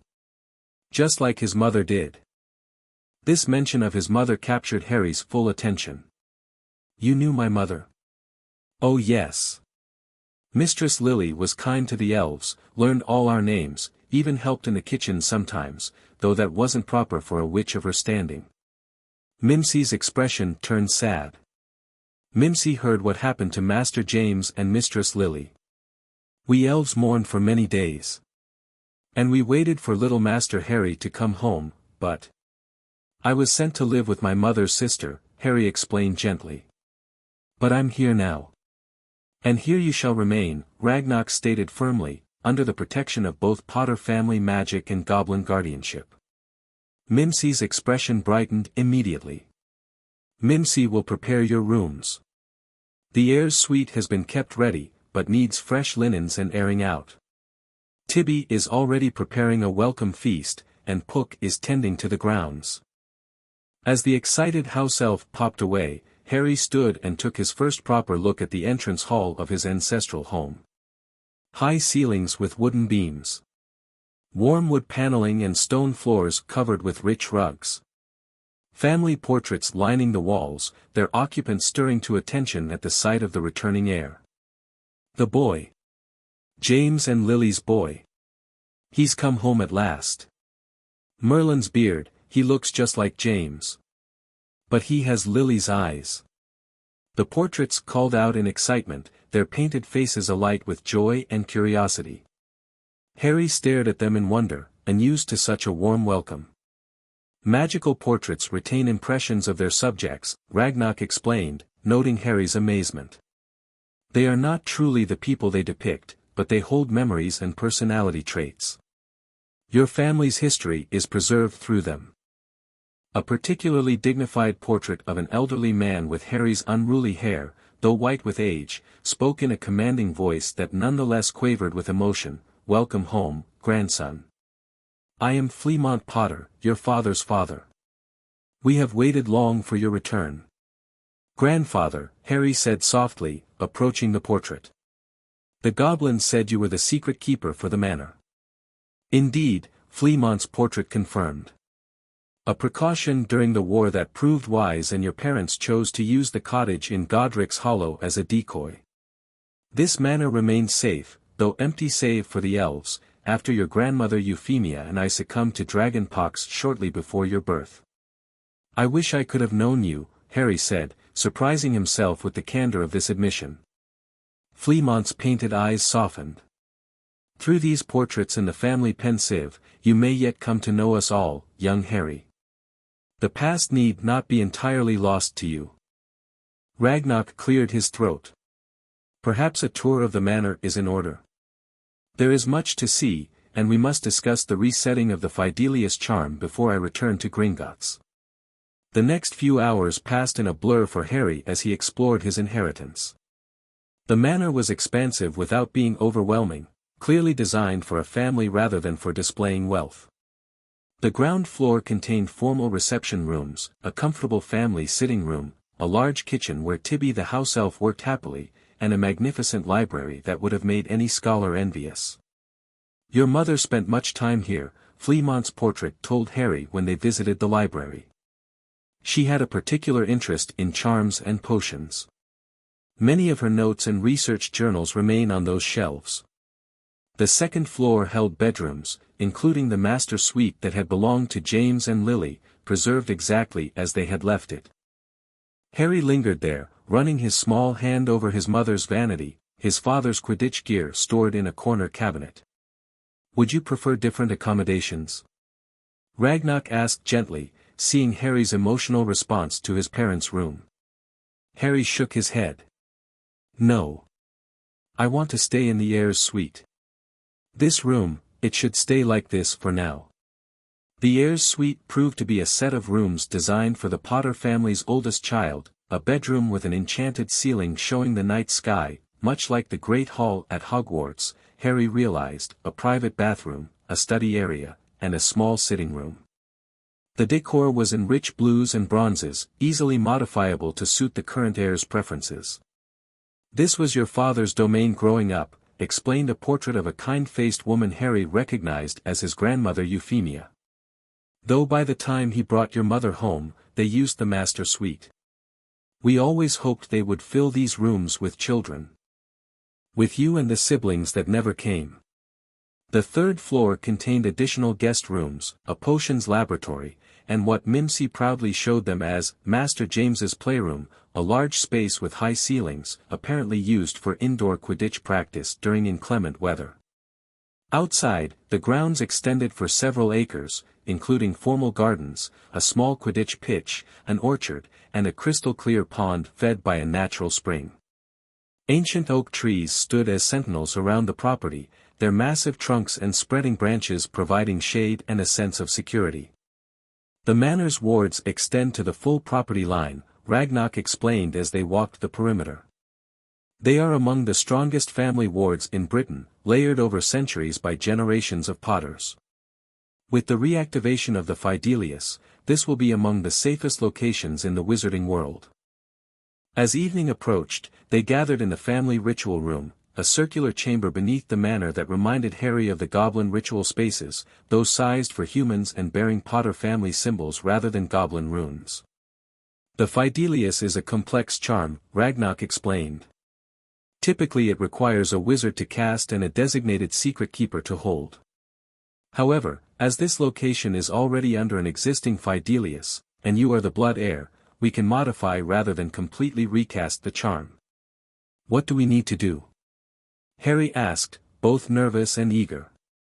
You will serve as the focal point, Ragnarok said, removing several crystal vials and a silver bowl from a case he'd brought. I will guide the ritual, using goblin magic to interface with the existing charm. When complete, you must decide who shall be secret keeper. Can I be my own secret keeper? Harry asked thoughtfully. Ragnarok's eyebrows rose in surprise. Unusual, but possible for the property owner. It would mean only you could reveal the location to others. A wise precaution, though potentially limiting if you ever need assistance and cannot communicate. Harry considered this. Then I choose you as secret keeper, Ragnarok. If that's allowed. The goblin looked genuinely startled. A goblin as secret keeper for a wizard dwelling? It has not been done in centuries. Is it forbidden? No, Ragnarok admitted. Simply, unexpected. The level of trust implied is significant. Harry met the goblin's eyes steadily. You removed Voldemort's soul from my head and didn't try to control me afterward. You've told me the truth when everyone else kept secrets. I trust you more than I trust any wizard right now. A strange expression crossed Ragnarok's face, something almost like honor. He inclined his head formally. I accept this responsibility, Harry Potter. Now, let us begin. The ritual itself was less dramatic than the cleansing or inheritance ceremonies, but Harry could feel the powerful magic settling around the property as Ragnarok worked. The existing Fidelius was carefully unwound and rewoven, with Harry's blood and magic at its core and Ragnarok designated as the holder of the secret. When it was complete, a sense of profound security enveloped the manor, as if the entire property had been wrapped in an invisible, protective embrace. It is done, Ragnarok announced. Potter Manor now exists only for those to whom I explicitly reveal its location. Not even those who knew it before will remember until I tell them again. Harry smiled, feeling truly safe for the first time in his memory. Thank you, Ragnarok. For everything. The goblin's usual stern expression softened marginally. Your education begins tomorrow, young heir. A schedule has been prepared, and tutors will arrive via controlled port key. Rest tonight. The real work starts at dawn. As Ragnarok departed, Harry sat down to his first dinner in his family home. The house elves had outdone themselves, preparing a feast that could have fed 20 people rather than one small boy. Harry ate what he could, still unused to regular, abundant meals after years of near starvation at the Dursleys. Later, lying in his new bed in the heir's suite, Harry stared up at the enchanted ceiling, watching stars whirl slowly overhead. The events of the past few days felt dreamlike in their intensity and significance. He had gone from an unwanted burden in a cupboard to the recognized heir of an ancient family, living in a magical manor with house elves and portraits and a whole new world opening before him. And tomorrow, he would begin learning magic. Real magic, taught by goblin tutors and specialists hired by Gringotts. Not the haphazard, accidental bursts of power that had punctuated his life at the Dursleys, but controlled, purposeful magic. As sleep claimed him, Harry's last conscious thought was a simple but profound realization: for the first time in his life, he was looking forward to tomorrow. Albus Dumbledore paced his office, hands clasped behind his back, brow furrowed in consternation. It had been nearly a week since Harry Potter's disappearance from Privet Drive, and despite his considerable resources and connections, he was no closer to locating the boy. Severus Snape sat in a chair before the headmaster's desk, watching the older wizard's agitation with guarded eyes. You are certain the goblins were involved? Dumbledore asked for what must have been the 5th time. As I have repeatedly stated, Snape replied with thinly veiled impatience, the Dursleys' description was quite clear. A goblin identifying himself as Ragnarok appeared in their kitchen following the boy's magical outburst and took Potter with him. Given that Ragnarok is the name of Gringotts' chief cursebreaker, I consider the identification reliable. But why? Dumbledore stopped his pacing to look out the window toward the Forbidden Forest. Why would the Goblin Nation involve themselves with Harry Potter? They have historically maintained strict neutrality in wizard affairs. Perhaps they no longer consider it a purely wizard affair, Snape suggested. You yourself have suspected the Dark Lord left more than a curse scar on the boy. If the goblins detected something unnatural about Potter's magic, they might intervene on principle. Dumbledore turned sharply. You think they found the Horcrux? It wasn't a question, but Snape nodded anyway. It would explain why that particular monitoring device ceased functioning. If they performed some kind of cleansing ritual. Impossible, Dumbledore said flatly. I spent years researching methods to remove a Horcrux without killing its vessel. The magic required is beyond even goblin capabilities.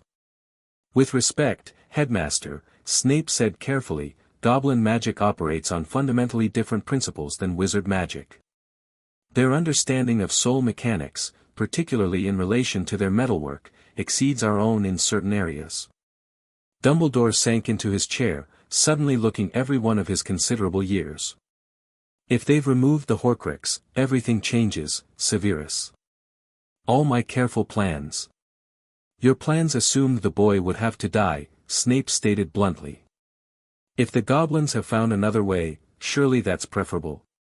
A flicker of something, guilt. Resignation. Frustration. Crossed Dumbledore's face before his features settled into their customary benign expression. Of course it would be preferable, he said mildly. But timing is crucial. Voldemort will return, the prophecy ensures it. Harry must be properly prepared to face him when that time comes. Prepared to die. Snape's voice held an edge rarely directed at the headmaster. Prepared to make necessary sacrifices, Dumbledore corrected gently. As we all must. Before Snape could respond, a silver lynx Patronus leapt through the office wall, speaking in Kingsley Shacklebolt's deep voice. Gringotts has filed for magical guardianship of Harry Potter under the Treaty of 1612. Emergency Wizengamot session called. Your presence required immediately, Chief Warlock. The Patronus dissolved, leaving stunned silence in its wake. Magical guardianship? Snape finally said. The goblins are invoking inheritance treaties now. Dumbledore was already on his feet, summoning his formal Wizengamot robes with a flick of his wand. This is unprecedented. The Treaty of 1612 has never been applied to a wizard of Harry's prominence. What will you do? Contest it, of course, Dumbledore replied, his voice hardening slightly. Harry belongs in the wizarding world, under proper protection. Whatever the goblins' intentions, they cannot provide what the boy truly needs. And what is that, precisely? Snape asked, his dark eyes unreadable. Dumbledore paused at the door. A normal childhood, Severus. Friends his own age. The chance to grow up away from his fame until he's ready to shoulder the burden of being the boy who lived. A childhood like the one he was enjoying with Petunia. Snape's voice dripped with sarcasm. The headmaster's blue eyes lost their twinkle. The blood protection was necessary, as you well know. Sacrifices must sometimes be made for the greater good.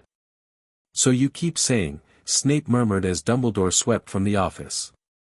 But greater good for whom, I wonder? Alone in the headmaster's office, Severus Snape considered his position.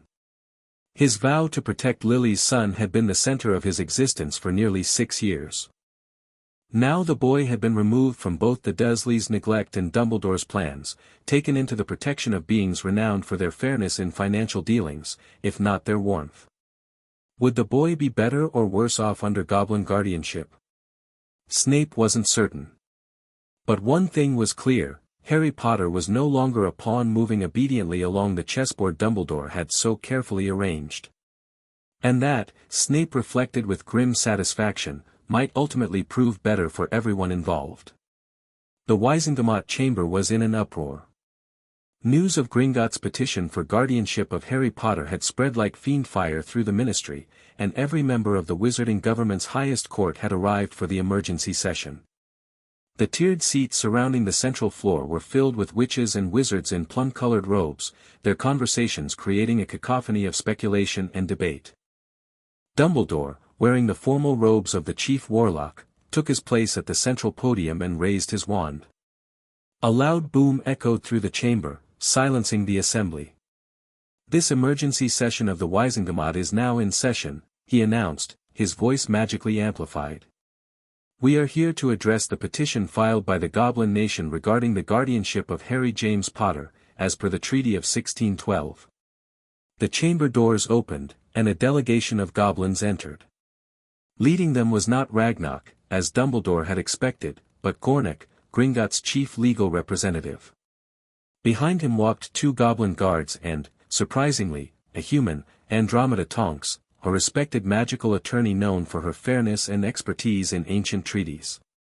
The Goblin Nation recognizes Andromeda Tonks as their legal representative in this matter, Gornik announced in clear, precise English.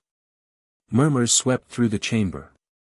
Having a witch represent goblin interests was unusual, a clever move that would make it harder for the Wizengamot to dismiss the petition as a non-human issue. "Mrs. Tonks," Dumbledore acknowledged with a polite nod. "You may present your case." Andromeda moved to the center of the floor, her bearing confident and professional. "Honored members of the Wizengamot, I appear before you today representing Gringotts Bank in their petition for temporary magical guardianship of Harry James Potter, last scion of the noble house of Potter." She paused, letting the formal language establish the proper tone. "On the night of April 17, 1987, a magical disturbance was detected at the residence of Vernon and Petunia Desley, Mr. Potter's maternal relatives and previous guardians. Investigation by Gringotts security personnel revealed that Mr. Potter was suffering from a previously undetected magical ailment, a parasitic dark magic attached to his curse scar." Gasps and mutters erupted across the chamber. This dark magic, Andromeda continued once the noise subsided, was consuming Mr. Potter's magical core and causing him physical distress. Given the immediate danger to both the child and the stability of his considerable magical inheritance, Gringotts invoked their right under Section 4 of the Treaty of 1612 to take protective custody of an endangered magical heir whose assets they manage. "The boy was in no danger," interrupted Dolores Umbridge, the senior undersecretary to the minister. "He was placed with his Muggle relatives for his own protection by Chief Warlock Dumbledore himself." Andromeda turned a cool gaze to the toad-like woman. "With respect, Madam Undersecretary, the evidence suggests otherwise. Mr. Potter was found malnourished, improperly clothed, and locked in a cupboard under the stairs, his apparent permanent sleeping quarters. Furthermore, the blood ward supposedly protecting the residence had deteriorated to near non-functionality due to the lack of familial affection required to maintain such protections." More gasps, louder this time. Dumbledore's expression remained impassive, but his eyes had lost their customary twinkle. "These are serious allegations," Minister Fudge blustered from his seat. "What evidence supports these claims?" "Gringotts has prepared a sealed memory vial documenting the condition in which Mr. Potter was found," Andromeda replied, nodding to Gornik, who stepped forward with a crystal vial containing swirling silver memories. "We also have certified healer reports detailing the child's physical condition upon his rescue." "Rescue?" Dumbledore interjected mildly. "A strong word, Mrs. Tonks." "An accurate one, Chief Warlock," Andromeda responded firmly. The Treaty of 1612, Section 4, Paragraph 9 specifically authorizes Gringotts to intervene when a magical heir under the age of maturity is found in conditions that endanger either their person or their inheritance. Both criteria were met in this case. "And where is Mr. Potter now?" asked Augusta Longbottom, her vulture-topped hat quivering as she leaned forward intently. "He is in a secure location under Goblin protection," Andromeda answered. "His specific whereabouts are being kept confidential for his safety, given his high-profile status and the continued threat from those who served He Who Must Not Be Named." Dumbledore stroked his beard thoughtfully. While the treaty does indeed provide for temporary intervention, permanent guardianship of a wizard child by the Goblin nation is unprecedented. Surely a more suitable arrangement can be found within the wizarding community. The Goblins are not seeking permanent guardianship, Andromeda clarified. They propose a limited guardianship until Mr. Potter reaches age 11 and begins his education at Hogwarts, at which point his magical guardian would shift to the Hogwarts headmaster during school terms, as is customary. During holidays, Mr. Potter would return to Goblin protection until he reaches magical majority or until this body determines a suitable magical family for permanent placement. This compromise was clearly calculated to appeal to the Wizengamot sense of tradition while allowing the Goblins to maintain custody during Harry's formative pre-Hogwarts years. Several members nodded approvingly at the reasonable approach. "And what of the boy's wishes?" asked Amelia Bones, head of the Department of Magical Law Enforcement. "Has Mr. Potter expressed a preference?" "He has," Andromeda confirmed. "Mr. Potter has formally requested Goblin guardianship over return to his Muggle relatives or placement with an unknown wizarding family. Given his age and the trauma he has experienced, his preference should carry significant weight." Dumbledore sighed, recognizing that the tide of opinion was shifting away from his position. "Perhaps a compromise is in order. I propose that while the Goblins maintain physical custody of Mr. Potter, a wizarding representative be appointed to oversee his magical education and integration into our society. As Chief Warlock and the boy's former magical guardian, I volunteer for this role." A shrewd counteroffer, one that would allow Dumbledore to maintain some influence over Harry's development while appearing to respect the Goblin petition. Andromeda was prepared for this. The Goblins anticipated such a proposal and have included provisions for Mr. Potter's magical education in their guardianship plan.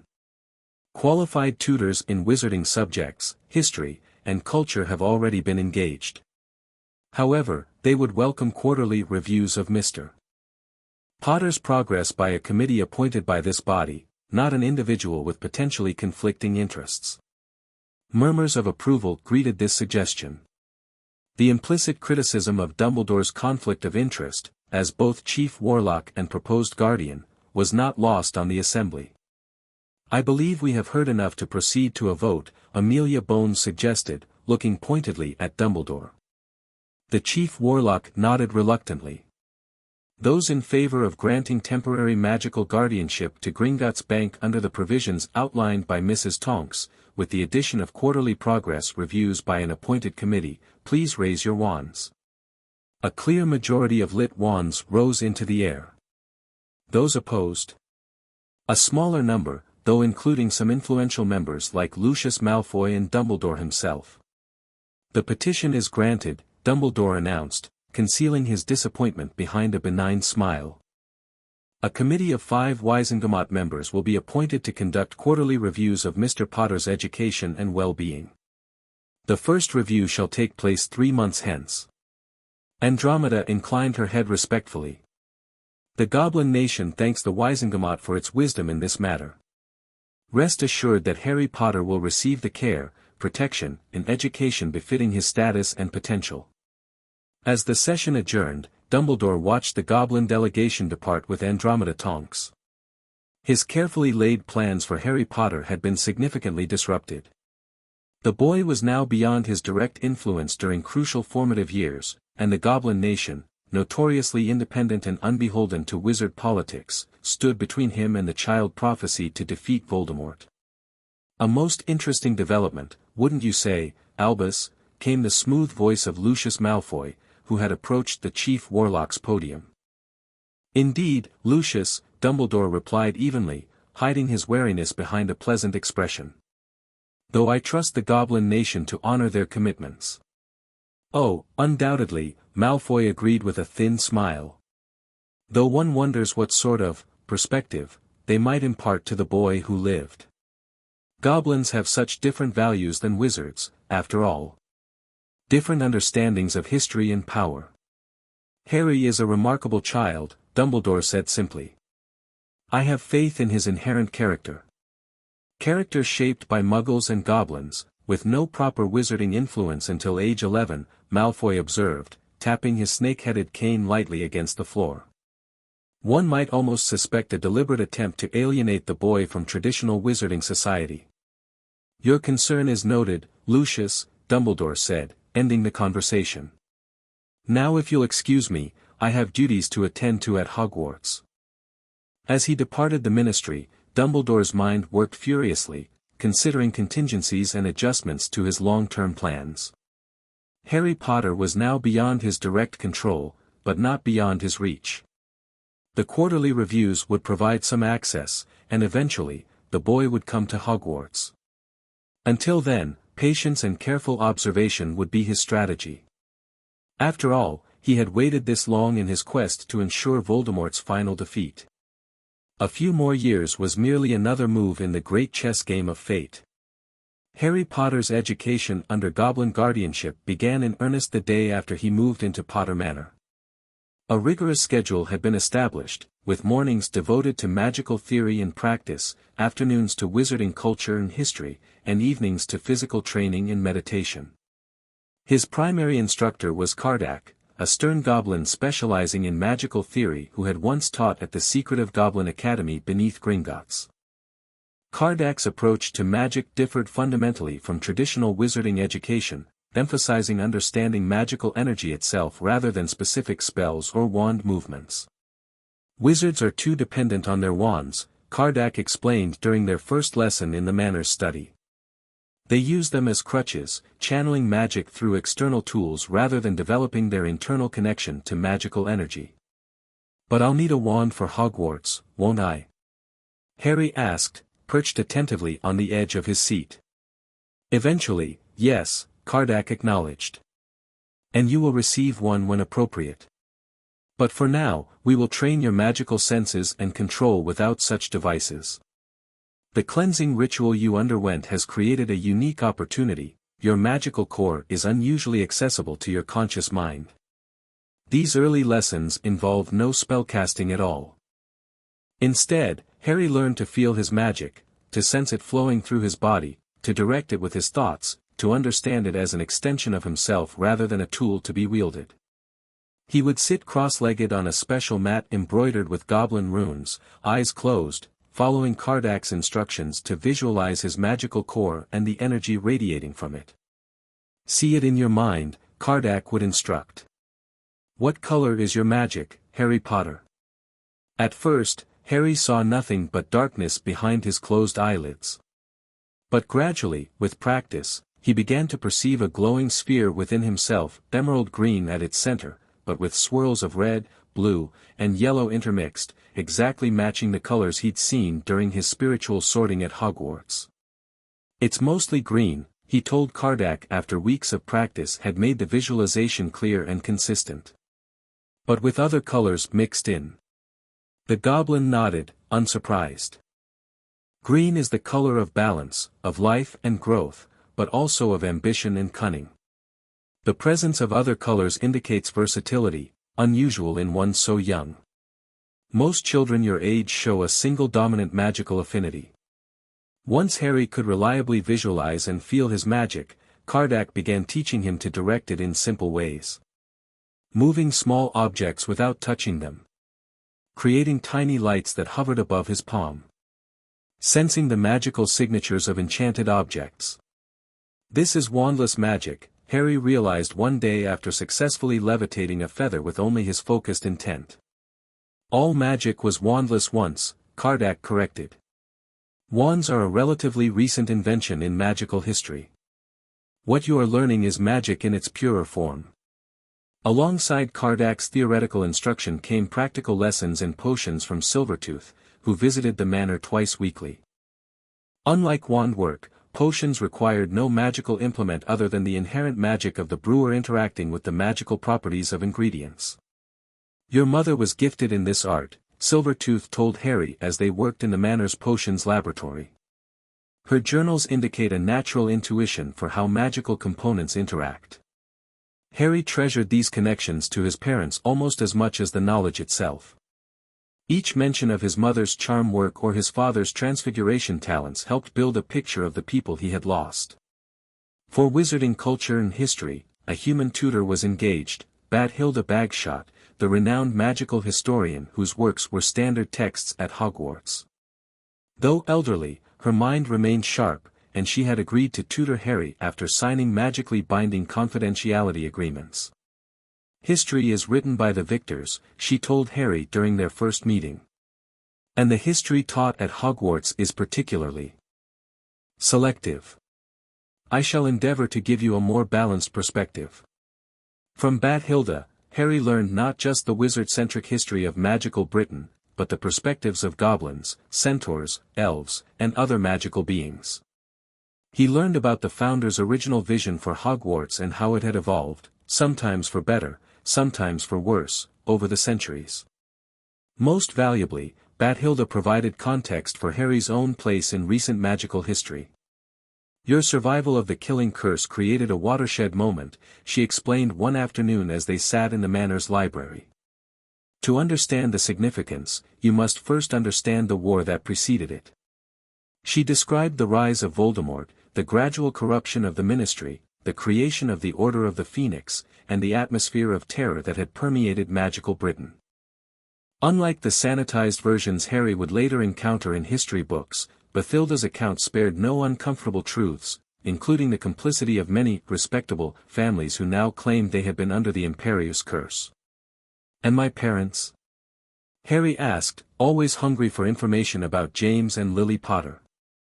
They defied him directly 3 times, Bathilda said with quiet pride. Few can claim such courage.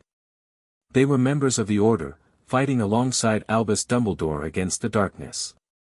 Is that why Voldemort targeted them specifically? A shadow crossed Bathilda's face. There were rumors of a prophecy. Nothing confirmed, you understand, but whispers that a child born as July ended would have the power to vanquish the Dark Lord. Harry absorbed this information silently, filing it away with everything else he was learning about his past and the world he would eventually rejoin.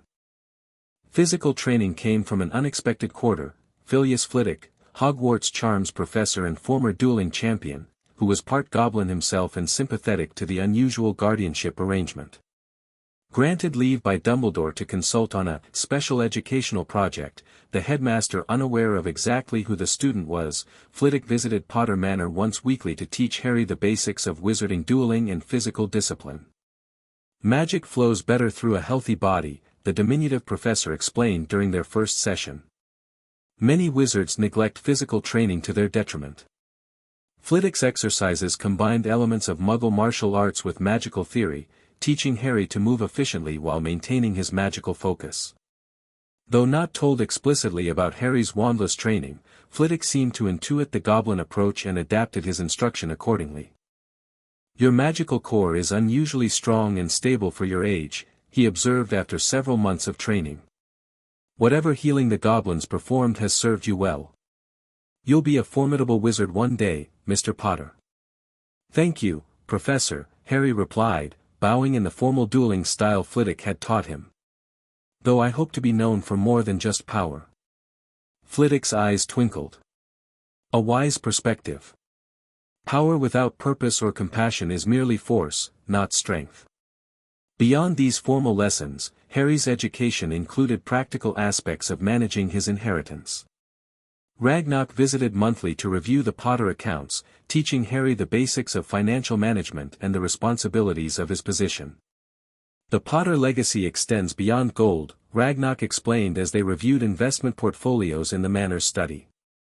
Your family has historically stood for certain principles in wizarding society: innovation, fairness, protection of the vulnerable. Understanding this legacy is as important as managing its material aspects. Through these various teachers, Harry's worldview expanded dramatically. The fearful, ignorant child from the cupboard under the stairs was gradually replaced by a thoughtful, increasingly confident young wizard with a growing understanding of his place in the magical world. The quarterly reviews mandated by the Wisingamot could have been tense affairs, but the Goblin Nation handled them with characteristic strategic precision. The committee, composed of Amelia Bones, Augusta Longbottom, Tiberius Ogden, Elphias Doge, and somewhat controversially, Lucius Malfoy, was received at Gringotts rather than at Potter Manor, maintaining the secrecy of Harry's actual residence. For these reviews, Harry was carefully prepared, dressed in formal robes bearing the Potter crest, briefed on appropriate responses, and coached to be respectful but not subservient. The first review, 3 months after the Wisengamot decision, set the tone for those that followed. The committee members sat at one side of a long table in one of Gringotts' formal conference rooms, with Harry, Ragnarok, and Andromeda Tonks, continuing as legal representative, on the opposite side. "Mr. Potter," Amelia Bones began, her monocle gleaming in the light of the chandeliers, "how would you describe your current living conditions?" Harry met her gaze steadily. "Excellent, Madam Bones. I have a comfortable home, nutritious meals, and a structured educational program that challenges me appropriately." "And your magical education?" Lucius Malfoy interjected, studying Harry with calculating eyes. "Are you making progress without the benefit of a traditional wizarding environment?" There was a subtle emphasis on traditional that Harry, even at 8 years old, recognized as loaded. "My education covers magical theory, potions, history, and culture," Harry replied carefully. "I'm learning from both goblin and wizard instructors, including some who teach at Hogwarts." This last detail, deliberately included in his preparation, caused raised eyebrows among the committee members. "Hogwarts professors are teaching you?" Elphias Doge asked, surprise evident in his voice. "Professor Flitwick provides instruction in magical movement and discipline," Harry confirmed. "And Madame Bagshot teaches magical history and culture. I believe both have excellent reputations in the wizarding world." Augusta Longbottom nodded approvingly. "Indeed they do. Most appropriate selections. We have progress reports from all of Mr. Potter's instructors," Andromeda added smoothly, distributing parchments to each committee member. "As you'll see, his development is proceeding exceptionally well across all areas of study."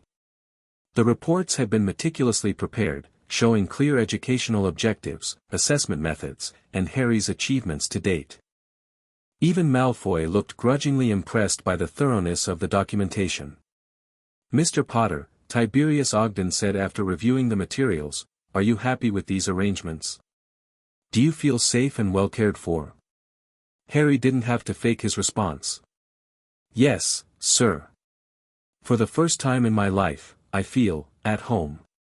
The simple sincerity of this statement seemed to touch even the more skeptical committee members. Subsequent reviews followed a similar pattern, with Harry demonstrating steady progress in all areas of his education and the committee finding little to criticize in the Goblin guardianship. After each review, Ragnarok would escort Harry back to Potter Manor via secure port key, and they would discuss the committee's reactions and any adjustments needed to their approach. "Malfoy remains suspicious," Ragnarok observed after the third review. "He searches for weaknesses in your education or signs that you're being turned against traditional wizarding values." "What does he actually want?" Harry asked, having noticed the blonde wizard's calculating assessment. "Influence," Ragnarok replied bluntly. "Control.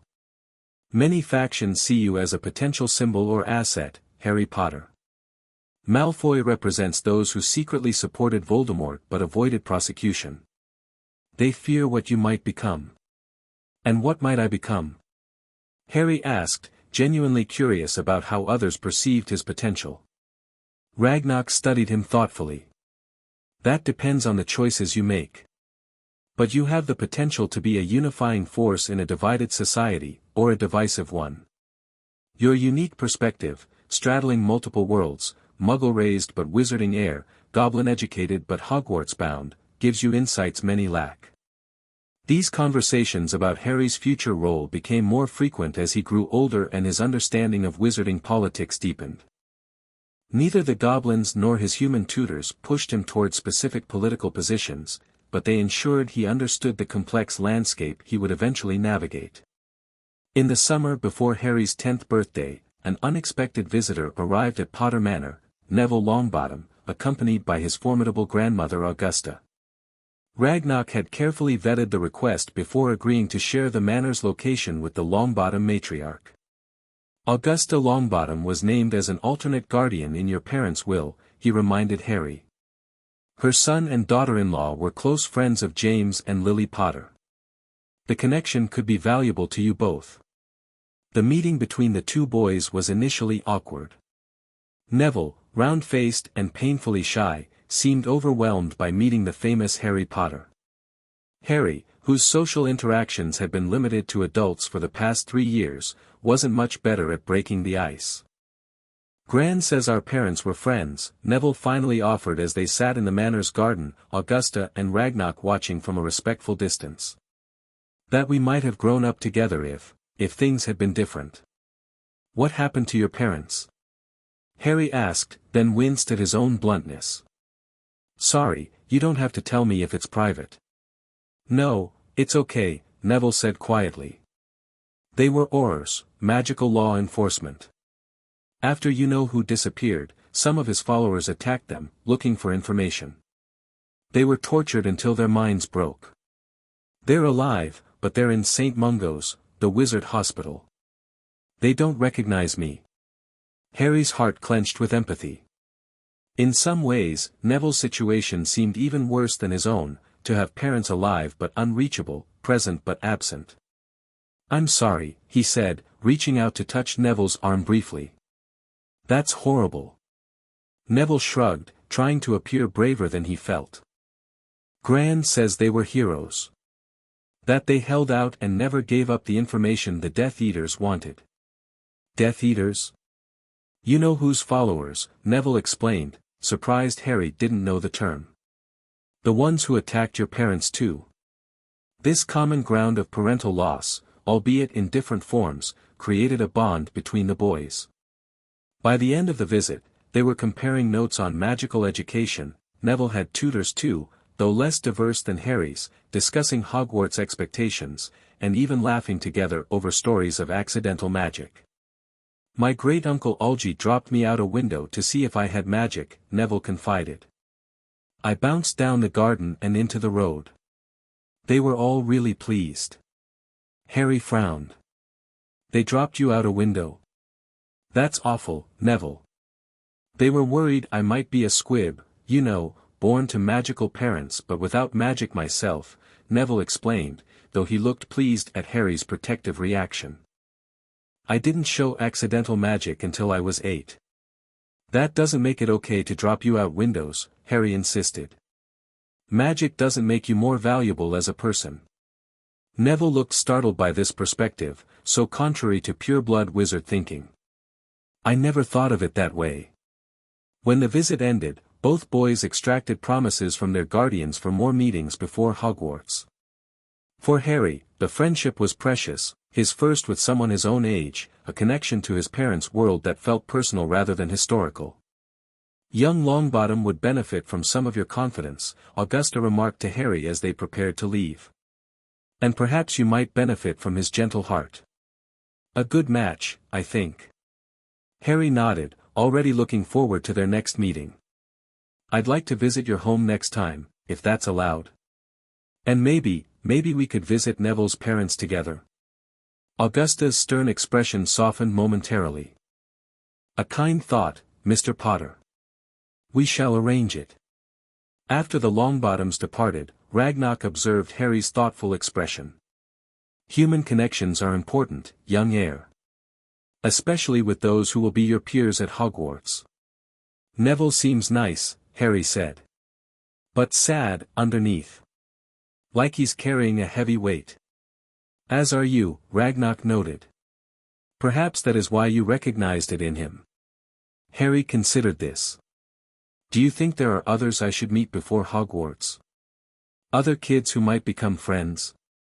Ragnar stroked his pointed beard contemplatively. "Perhaps.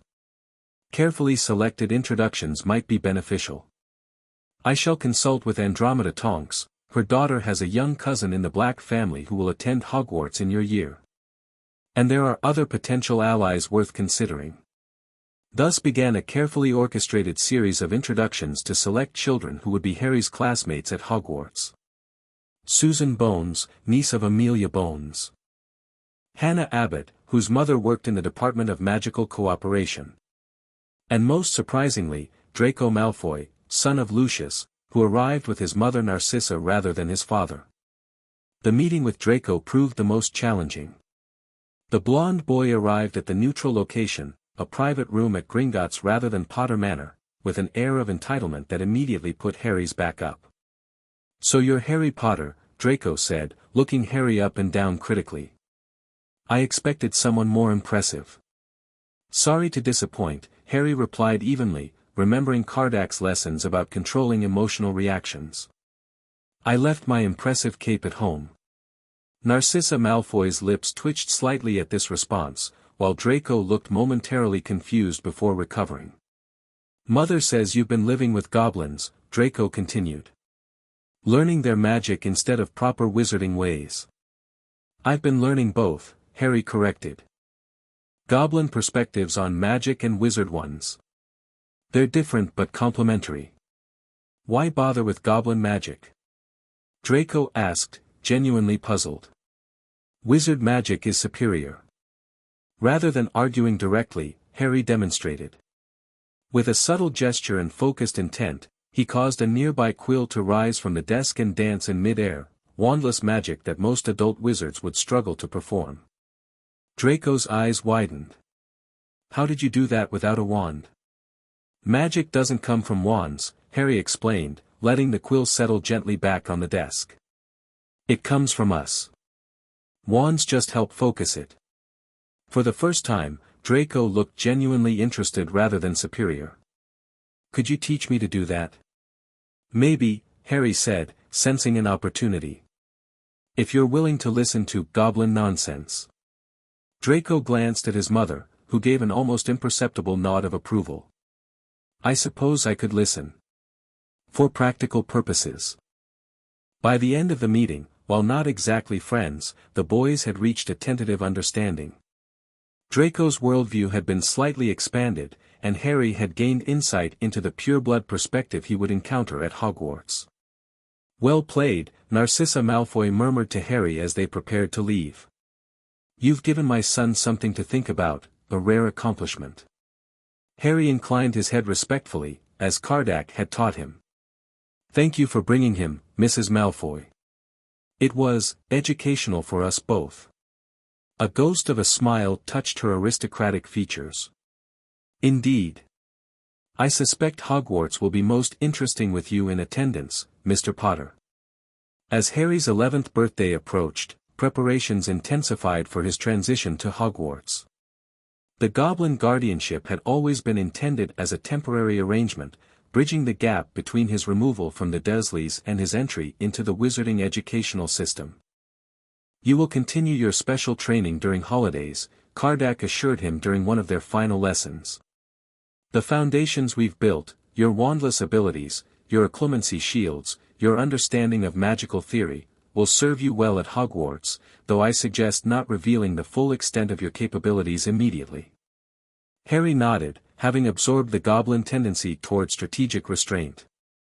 "Keep my cards close, show what's necessary but not everything." "Precisely," Kardak approved. "You will find Hogwarts education different from what you've experienced here.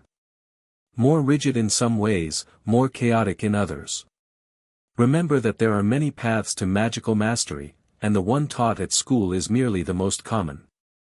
Silvertooth, during their final potions lesson, was more blunt. "The potions master at Hogwarts is brilliant but deeply flawed. He knew your parents and holds complex grudges. Prepare for potential hostility, but do not allow it to deter you from excellence in the subject." These warnings and preparations continued across all aspects of Harry's education. Bathilda Bagshot provided insights into the school's social dynamics and house traditions. Flitwick, who would soon be Harry's professor officially, focused on helping him moderate his now considerable wandless abilities to appear more normal in class. "A certain amount of prodigy is expected from the boy who lived," the diminutive charms master advised. "But too much too soon will isolate you from peers and attract unwanted attention from those who might feel threatened." Ragnarok handled the practical aspects of Harry's transition, including the critical matter of his Hogwarts letter. "Dumbledore believes you remain unaware of your wizarding heritage," he explained as they sat in the manor's study. The standard letter for Muggle-raised children includes a personal visit from a Hogwarts professor. We must decide whether to maintain this pretense or acknowledge your awareness. Harry considered this carefully. What would happen if we let them think I don't know anything? Who would they send?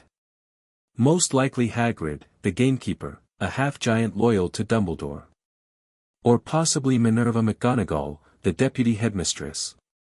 And if we tell them I already know about magic? Then you would simply receive the standard letter and equipment list, with the expectation that your magical guardian, still officially Gringotts, would handle your preparation. After weighing the options, Harry decided, let's tell the truth. I've spent nearly 4 years in the wizarding world now. Pretending I know nothing seems pointless and might create complications later. Ragnarok nodded approvingly. A wise choice. I shall inform Hogwarts that you are aware of your heritage and will be responding to your letter conventionally. When Harry's Hogwarts letter arrived on his 11th birthday, it was therefore a straightforward document, addressed precisely to Mr. H. Potter, the Heirs Suite, Potter Manor, Wales, the specificity indicating that the Hogwarts quill could penetrate even the Fidelius charm when addressing prospective students. The shopping trip to Diagon Alley was carefully orchestrated. Though Harry had visited Gringotts many times for his quarterly reviews, he had never openly walked the wizarding shopping district as himself. Disguising charms would have interfered with wand selection, so instead, a subtle glamour altered his most recognizable feature, his scar, while leaving the rest of his appearance unchanged. Accompanied by Ragnarok, in glamours that made him appear human, and Andromeda Tonks, Harry experienced the bustling magical marketplace from a new perspective. Previously, his visits had been conducted through goblin passages and private entrances. Now, he moved among wizards and witches as one of them, absorbing the atmosphere he would soon be part of full-time. The most significant stop was Ollivander's, where despite the disguised scar, the wand-maker recognized him immediately. "I've been wondering when you would come, Mr. Potter," Ollivander said softly, his silvery eyes seeming to look through all pretenses. "Though I expected you sooner, most young wizards are eager for their first wand." "I've been learning magic doesn't always require a wand," Harry replied carefully. Ollivander's eyebrows rose. "Indeed? How fascinating. Goblin teachings, I presume?" He glanced knowingly at the disguised Ragnarok, clearly undeceived by the glamour. The wand selection process was lengthy, with dozens of wands rejected before a holly and phoenix feather wand chose Harry with a dramatic shower of gold and silver sparks. "Curious," Ollivander murmured. "Most curious." "What's curious?" Harry asked, though he suspected he knew the answer. "I remember every wand I've ever sold, Mr. Potter. The phoenix whose tail feather resides in your wand gave only one other feather, just one. It is curious that you should be destined for this wand when its brother gave you that scar." Harry nodded, unsurprised. "Voldemort's wand." Ollivander flinched at the name but confirmed it with a nod. "He did great things with that wand, terrible, yes, but great." As they left the shop, Ragnarok observed Harry's thoughtful expression. "The connection troubles you?" "Not really," Harry replied honestly. "After everything we've learned about magical connections and resonances, it makes sense. Voldemort and I have been linked since that night, first through the Horcrux, now through our wands. I'd rather understand the connection than pretend it doesn't exist." Ragnarok nodded approvingly. "Wisdom beyond your years, young heir. Now, shall we complete your shopping? I believe magical pets are next on the list." The rest of the expedition proceeded without incident, ending with Harry selecting a snowy owl he named Hedwig from Aesop's Owl Emporium. The magnificent bird seemed to choose him as much as he chose her, flying directly to his shoulder when he entered the shop and refusing to budge. "A familiar bond," Ragnarok observed with interest. "Rare with postal owls. She will be more than a messenger for you." As Harry's final weeks at Potter Manor dwindled, a sense of both excitement and nostalgia permeated his daily routine. The goblins had become family to him in ways he'd never expected. Kardak's stern lessons, Silvertooth's dry humor, Ragnar's steadfast guidance, all had shaped him into someone very different from the frightened boy in the cupboard under the stairs. On his last night before departing for King's Cross Station, Harry found Ragnar waiting for him in the manor's study after dinner. "A final conversation before you enter the next chapter of your journey," the goblin said, gesturing for Harry to sit. "I want to thank you," Harry began earnestly. "All of you. For everything you've done for me." Ragnar raised a hand. "No thanks are necessary." What began as an intervention to remove a magical abomination became something more, a partnership beneficial to both goblin and wizard. "You have learned our ways, respected our culture, and in return, we have helped you claim your birthright. Still," Harry insisted, "you gave me a home when I had none. Knowledge when I had ignorance. Purpose when I had only confusion. And you have given the goblin nation something equally valuable," Ragnar countered. "A genuine ally in the wizarding world. One who understands us as few wizards ever have." He reached into his pocket and withdrew a small, velvet box. "This is for you. A token to remind you of your time with us, and a tool that may prove useful in your years at Hogwarts." Harry opened the box to find a pendant, a small, intricately carved piece of goblin silver in the shape of a key, suspended on a fine silver chain. "It carries multiple enchantments," Ragnar explained. "It will warm against your skin if you encounter harmful potions or enchanted objects. It provides basic mental shielding to supplement your occlumency. And most importantly, it serves as an emergency port key to Gringotts if you speak the activation phrase, Sanctuary, in gobbledygook." Harry slipped the chain over his head, feeling the cool metal settle against his skin, where it quickly warmed to his body temperature. "Thank you, Ragnar. I'll treasure it. Remember," Ragnar said seriously, "your time at Hogwarts will be filled with challenges beyond academics. You will face expectations based on your history and name. People will try to shape you to fit their preconceptions of the boy who lived." "I know," Harry replied quietly. "But I'm not just the boy who lived anymore. I'm Harry Potter, heir to the Potter and partial heir to the Slytherin legacy. Student of goblin and wizard magic. I won't let others define me." "Good," Ragnar approved. "Now, there is one final matter to discuss, your house placement." Harry tensed slightly. He had kept the secret of his spiritual sorting for nearly 4 years, sharing it with no one, not even Ragnar. "The Sorting Hat will know of your previous experience with the Founders," Ragnar continued, surprising Harry with his knowledge. "Yes, we suspected something of the kind occurred during your cleansing. Your magical signature has carried the imprint of Hogwarts since that night." I was sorted into Slytherin," Harry admitted finally. "But with threads of all houses." Ragnar nodded, unsurprised. "A fitting placement, given your heritage and temperament. The question now is whether you will allow the Sorting Hat to place you there publicly." "You think I shouldn't?" "I think," Ragnar said carefully, "that you must weigh strategic advantage against personal authenticity. Slytherin House carries certain associations in the current wizarding climate. As the boy who lived, your placement there would cause significant reaction. This could limit your effectiveness in some spheres while enhancing it in others." Harry considered this seriously. "If I asked the hat to place me elsewhere, would that be dishonest?" "Not necessarily. The spiritual sorting revealed your core nature, but you possess qualities valued by all houses. Requesting a different public placement would be a strategic choice, not a denial of self." "I'll need to think about it," Harry decided. "I have until the sorting ceremony to decide." "Indeed," Ragnar agreed, rising from his chair. "Whatever you choose, remember that houses are meant to nurture strengths, not define limitations. A true Slytherin can flourish anywhere, perhaps even more effectively from unexpected positions." As Ragnar prepared to leave, Harry impulsively stepped forward and embraced the goblin, a breach of formal protocol that nevertheless felt right in the moment. After a startled pause, Ragnar returned the gesture briefly. "You have grown in more than magic these past years, Harry Potter," the goblin said gruffly. Remember that Gringotts remains your sanctuary should you need it.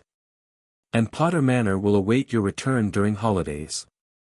Thank you, Harry said simply. For everything. After Ragnarok departed, Harry wandered through the manor, saying private goodbyes to the rooms that had become home, the portraits of ancestors who had become family, the house elves who had cared for him with unfailing devotion. Tomorrow he would board the Hogwarts Express, beginning a new chapter in his life.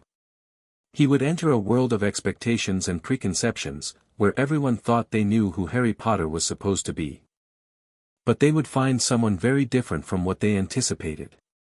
Not a naive boy raised in ignorance of his heritage. Not a malleable hero to be shaped by others' agendas. Not a pawn in the political games of light and dark.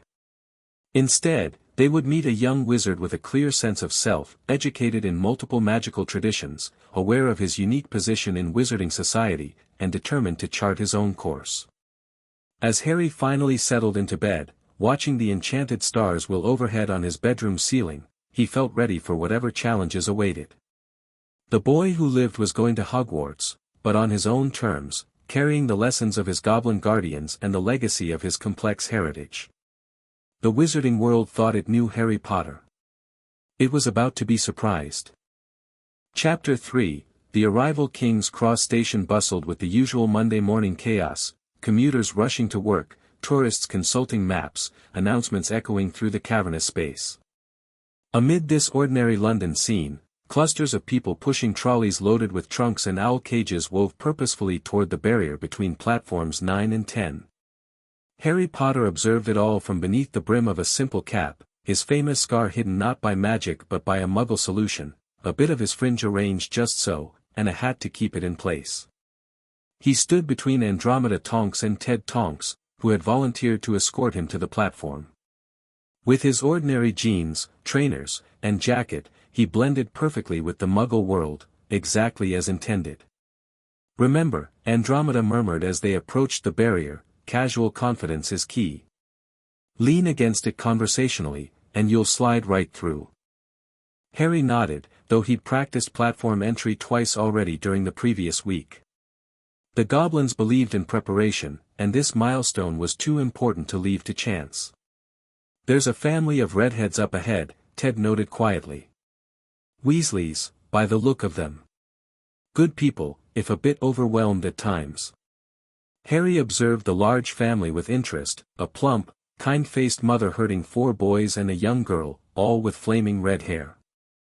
They moved with the practiced efficiency of people who did this every year, disappearing through the barrier one by one. Shall we? Andromeda suggested after the last Weasley vanished. With practiced nonchalance, Harry leaned against the barrier, feeling the momentary resistance before sliding through onto platform 9 3/4.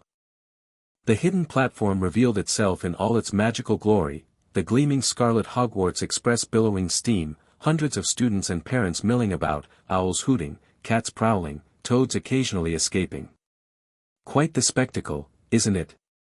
Ted grinned, stepping through behind Harry. Still remember my first time seeing it. Nothing quite like the Hogwarts Express. Harry drank in the scene, experiencing a complex mix of emotions. He'd spent 4 years learning about the wizarding world, but always from a carefully maintained distance. Now he was about to become an active participant rather than a protected observer. Let's find you a compartment before they're all taken, Andromeda suggested, guiding him toward the train. Remember our agreement about owls? At least once a week, Harry confirmed. And immediately if anything unusual happens.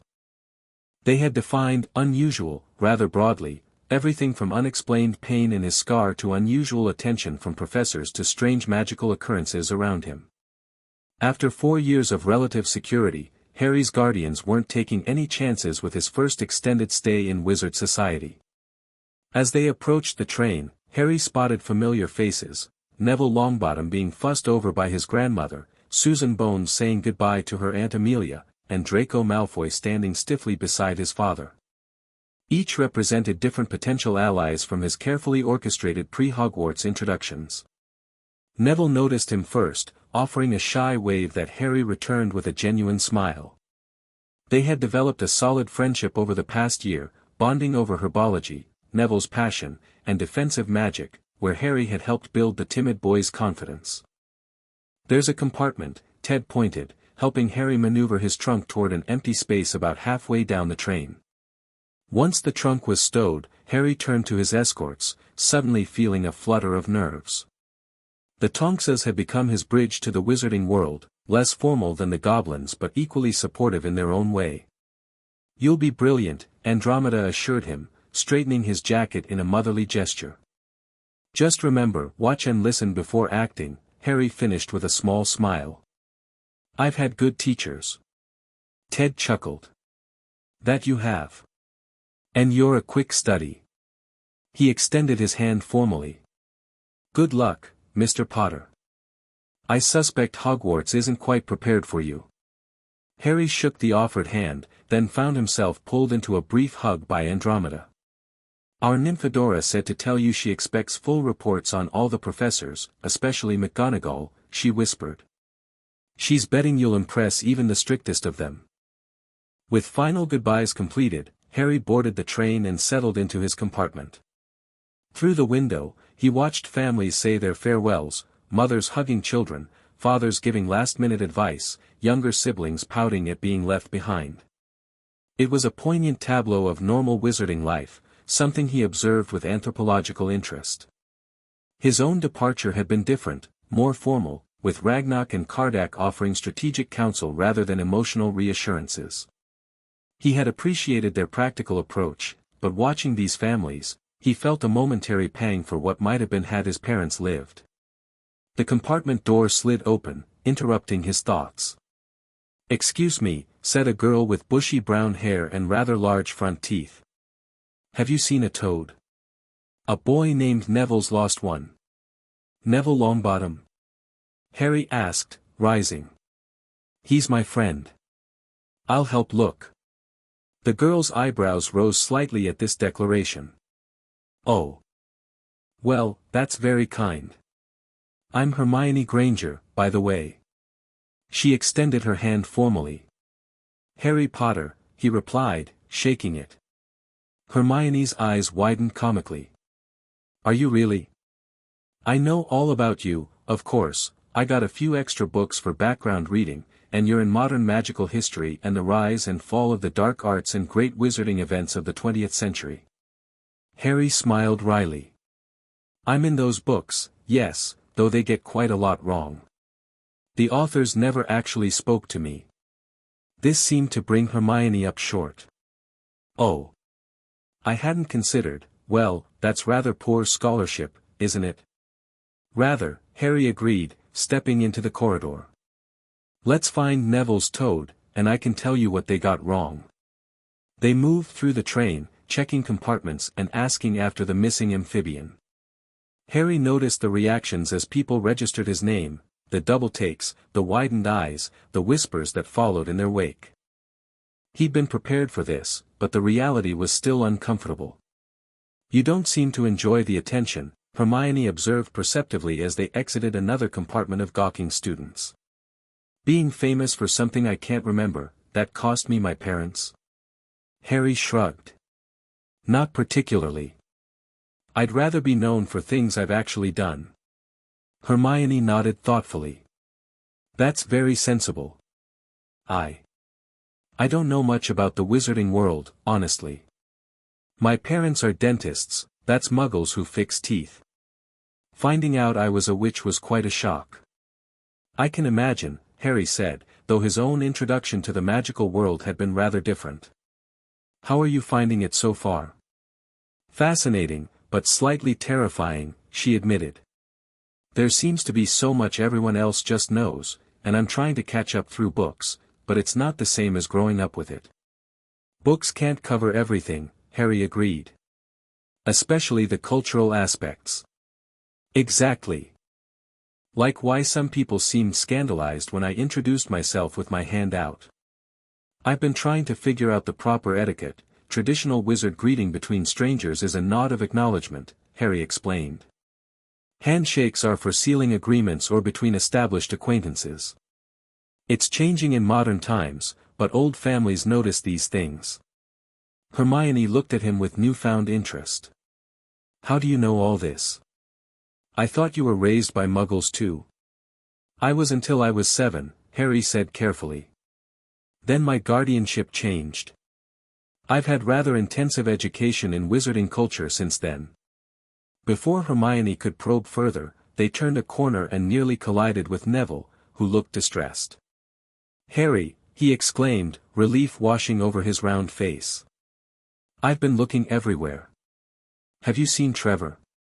He keeps escaping. Not yet, Harry replied. But we'll find him. Have you tried asking one of the prefects to use a summoning charm? Neville blinked. I didn't think of that. Let's find one, Harry suggested. This is Hermione Granger, by the way. She's been helping look for Trevor too. As they made their way toward the prefect carriage, Harry spotted a familiar platinum blonde head in a compartment flanked by 2 larger boys. Hello, Draco, he greeted, pausing at the door. Draco Malfoy looked up, his expression carefully neutral. Their pre-Hogwarts meeting had established a cautious mutual respect, but both boys understood they moved in different social circles. Potter, Draco acknowledged with a slight nod. I see you found Longbottom. And lost his toad, Harry replied with a small smile. Have you seen it? Thankfully, no, Draco drawled, though without real malice. Crabbe, Goyle, have either of you stepped on a toad recently? The 2 large boys shook their heads mutely. Well, keep an eye out, Harry said. We're going to ask a prefect to help. As they walked away, Hermione gave Harry a curious look. You know Draco Malfoy? We've met, Harry said simply. Our guardians arranged it.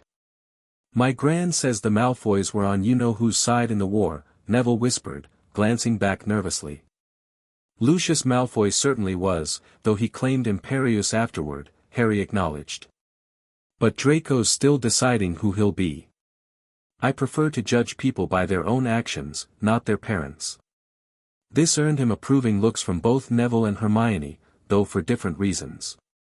They eventually located a prefect, a tall Hufflepuff boy who was happy to help.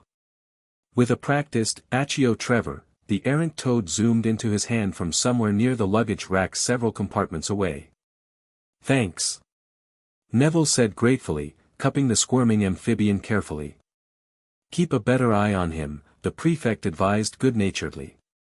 And you lot should change into your robes soon. We'll be arriving in about an hour. The 3 first-years made their way back toward Harry's compartment, which was still empty. You can share with me if you like, Harry offered. Plenty of room. They settled in, and conversation flowed surprisingly easily. Hermione was full of questions about the wizarding world, which Harry and Neville took turns answering. Neville grew more animated discussing magical plants, his area of greatest confidence. Harry was careful not to display too much unusual knowledge, mindful of Ragnarok's advice to reveal his capabilities gradually. So which house do you think you'll be in? Hermione asked eventually. I've been asking around, and I hope I'm in Gryffindor. It sounds by far the best. I hear Dumbledore himself was in it, but I suppose Ravenclaw wouldn't be too bad. Harry exchanged glances with Neville. Houses all have their strengths, he said diplomatically. Ravenclaw values intelligence and creativity. Hufflepuff values loyalty and hard work. Slytherin values ambition and resourcefulness. Gryffindor values courage and daring. You sound like you've memorized Hogwarts, a history, Hermione observed, looking impressed. My tutor was very thorough, Harry replied with a smile. Personally, I think I could fit in several houses. Gran expects me to be in Gryffindor like my parents, Neville said softly, looking down at Trevor. But I'm not brave enough. That's not true, Harry countered firmly. Courage isn't about not being afraid, Neville. It's about doing what's right despite being afraid. And you've got plenty of that. Neville flushed with pleasure at this vote of confidence. As the countryside outside grew wilder and the light began to fade, they changed into their school robes. Harry felt a strange sense of formality donning the black robes with the Hogwarts crest, soon to be replaced with his house colors, whatever those might be. The train began to slow, and a voice echoed through the compartments, "We will be reaching Hogwarts in 5 minutes' time. Please leave your luggage on the train, it will be taken to the school separately." Harry felt a flutter of anticipation in his stomach. After years of preparation, of learning about Hogwarts from books and tutors and portraits, he was finally arriving. The spiritual connection he'd experienced during his cleansing ritual had given him a mystical first impression of the castle, but now he would experience it physically. "You look different," Neville commented as they prepared to disembark. "More intense." Harry realized he'd straightened his posture unconsciously, falling into the formal bearing Cardack had drilled into him. "Just excited," he said, relaxing slightly. "And nervous too." "You?" Hermione looked surprised. "You seem so prepared for everything." "Doesn't stop the nerves," Harry admitted with a small smile. "This is a big moment for all of us." The train came to a complete stop, and students began pouring into the corridor. Harry, Neville, and Hermione joined the throng, emerging onto a tiny, dark platform. The cool night air carried the scent of pine trees and lake water. "Furs years. Furs years over here," called a booming voice. A lantern bobbed above the sea of students, illuminating a giant of a man with a wild beard. "Come on, follow me, any more furs years. Mind your step, now."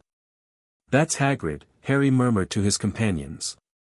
"Keeper of keys and grounds at Hogwarts." They followed the enormous man down a steep, narrow path that seemed to wind through dense trees. The darkness was nearly complete except for Hagrid's lamp at the front of their procession. "Y'all get your furs sight Hogwarts in a sec," Hagrid called over his shoulder. "Just round this bend here." The narrow path opened suddenly onto the edge of a great black lake. Perched atop a high mountain on the other side, its windows sparkling in the starry sky, was a vast castle with many turrets and towers. "No more and 4 to a boat," Hagrid called, pointing to a fleet of little boats sitting in the water by the shore. Harry, Neville, and Hermione climbed into one boat, joined by Susan Bones, who gave Harry a friendly nod of recognition. "Everyone in," shouted Hagrid, who had a boat to himself. Right then, forward. The fleet of boats moved off all at once, gliding across the lake, which was as smooth as glass. Everyone was silent, staring up at the great castle overhead as it towered over them. Harry felt a curious sensation as they approached, a warm recognition, as if the castle itself was welcoming him. The connection he'd felt during his spiritual sorting seemed to reactivate, humming quietly at the edges of his awareness. "Heads down," called Hagrid as the first boats reached the cliff. They all bent their heads as the boats carried them through a curtain of ivy that hid a wide opening in the cliff face.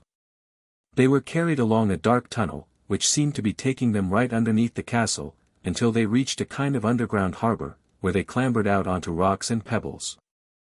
"Oi, you there! Is this your Toad?" said Hagrid, who was checking the boats as people climbed out. "Trevor," cried Neville blissfully, holding out his hands. With Trevor safely recovered, again, they clambered up a passageway in the rock after Hagrid's lamp, coming out at last onto smooth, damp grass right in the shadow of the castle. They walked up a flight of stone steps and crowded around the huge oak front door. "Everyone here." Hagrid raised a gigantic fist and knocked 3 times on the castle door. The door swung open immediately. A tall, black-haired witch in emerald green robes stood there, her stern face immediately commanding respect. "The Furs years, Professor McGonagall," said Hagrid. "Thank you, Hagrid. I will take them from here." She pulled the door wide, revealing an entrance hall so large it could have fit the entire Dursley house inside it. Stone walls were lit with flaming torches, the ceiling was too high to make out clearly, and a magnificent marble staircase facing them led to the upper floors. They followed Professor McGonagall across the flagged stone floor. Harry could hear the drone of hundreds of voices from a doorway to the right, the rest of the school must already be here, but Professor McGonagall led the first years into a small, empty chamber off the hall. "Welcome to Hogwarts," said Professor McGonagall. "The start of term banquet will begin shortly, but before you take your seats in the Great Hall, you will be sorted into your houses." As she continued explaining about the houses, Harry found himself analyzing her rather than listening to the familiar information.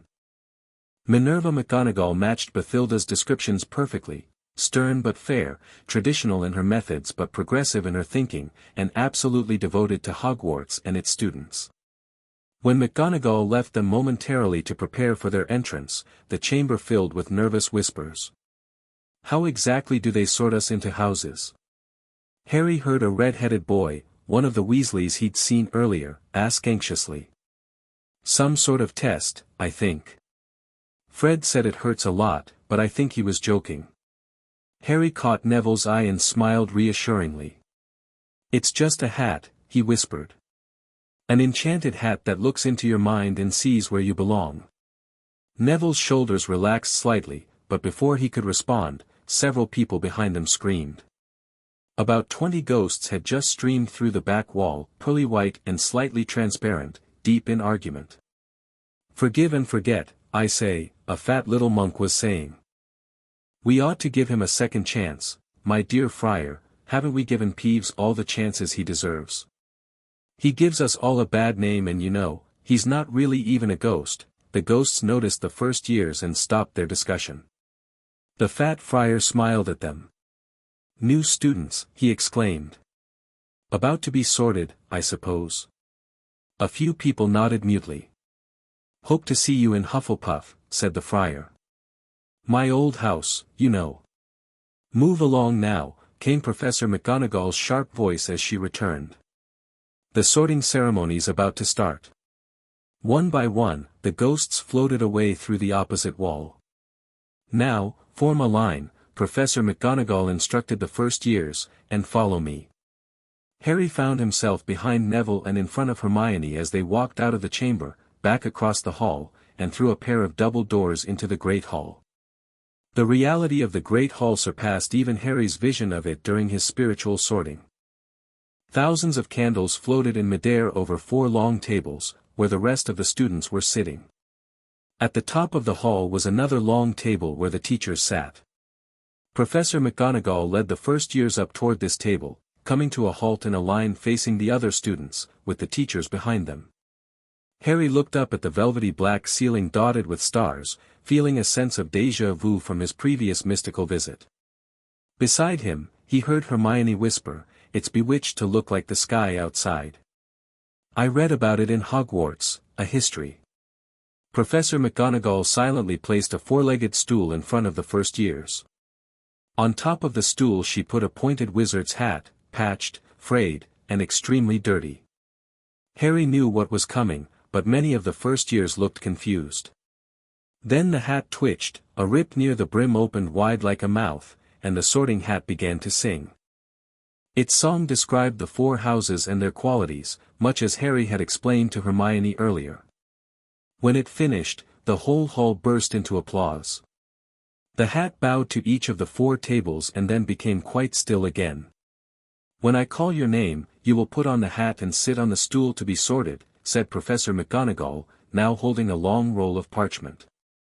"Abbott, Hannah."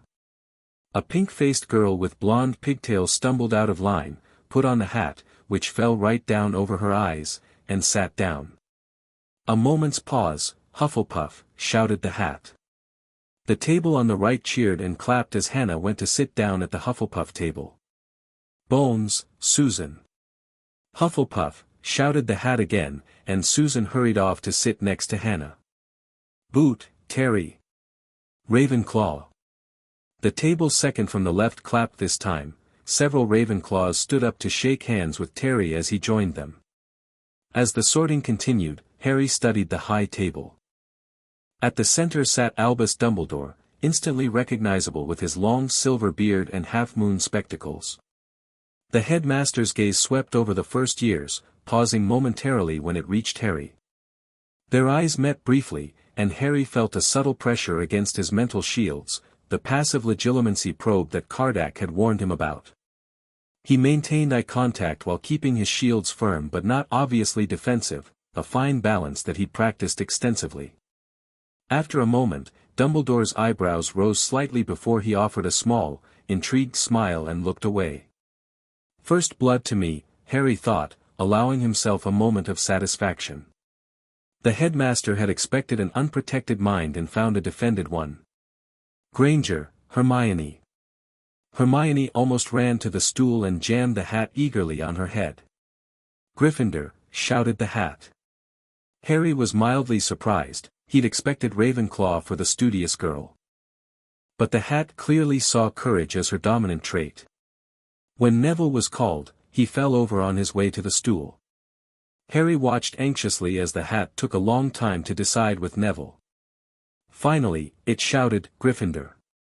Neville looked stunned but pleased, shooting Harry a quick, wondering glance as he hurried off to join the cheering Gryffindors. Draco Malfoy swaggered forward when his name was called. The hat had barely touched his head when it screamed, Slytherin. Draco went to join his friends Crabbe and Goyle at the Slytherin table, looking pleased with himself. As the sorting continued, Harry's mind returned to the question he'd been pondering since his conversation with Ragnarok.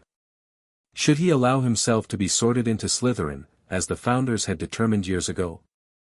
Or should he request an alternative placement for strategic reasons? The arguments for Slytherin were compelling. It matched his core magical signature, honored his partial Slytherin heritage, and would allow him to influence a house often steered toward darker paths.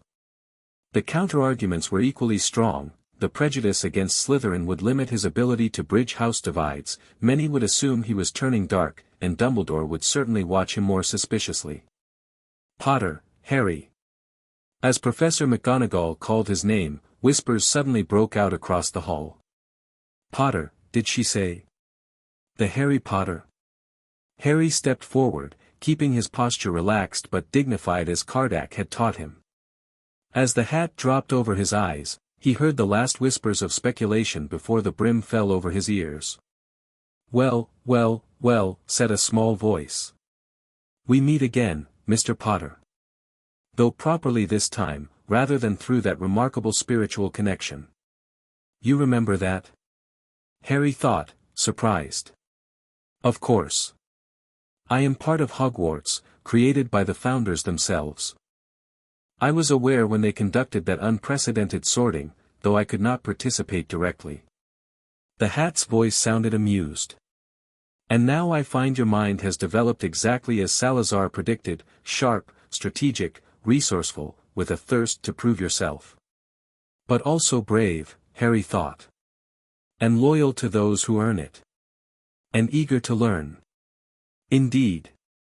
The threads of all houses remain, just as they appeared in your spiritual sorting. Slytherin predominates, but not by the margin it once did.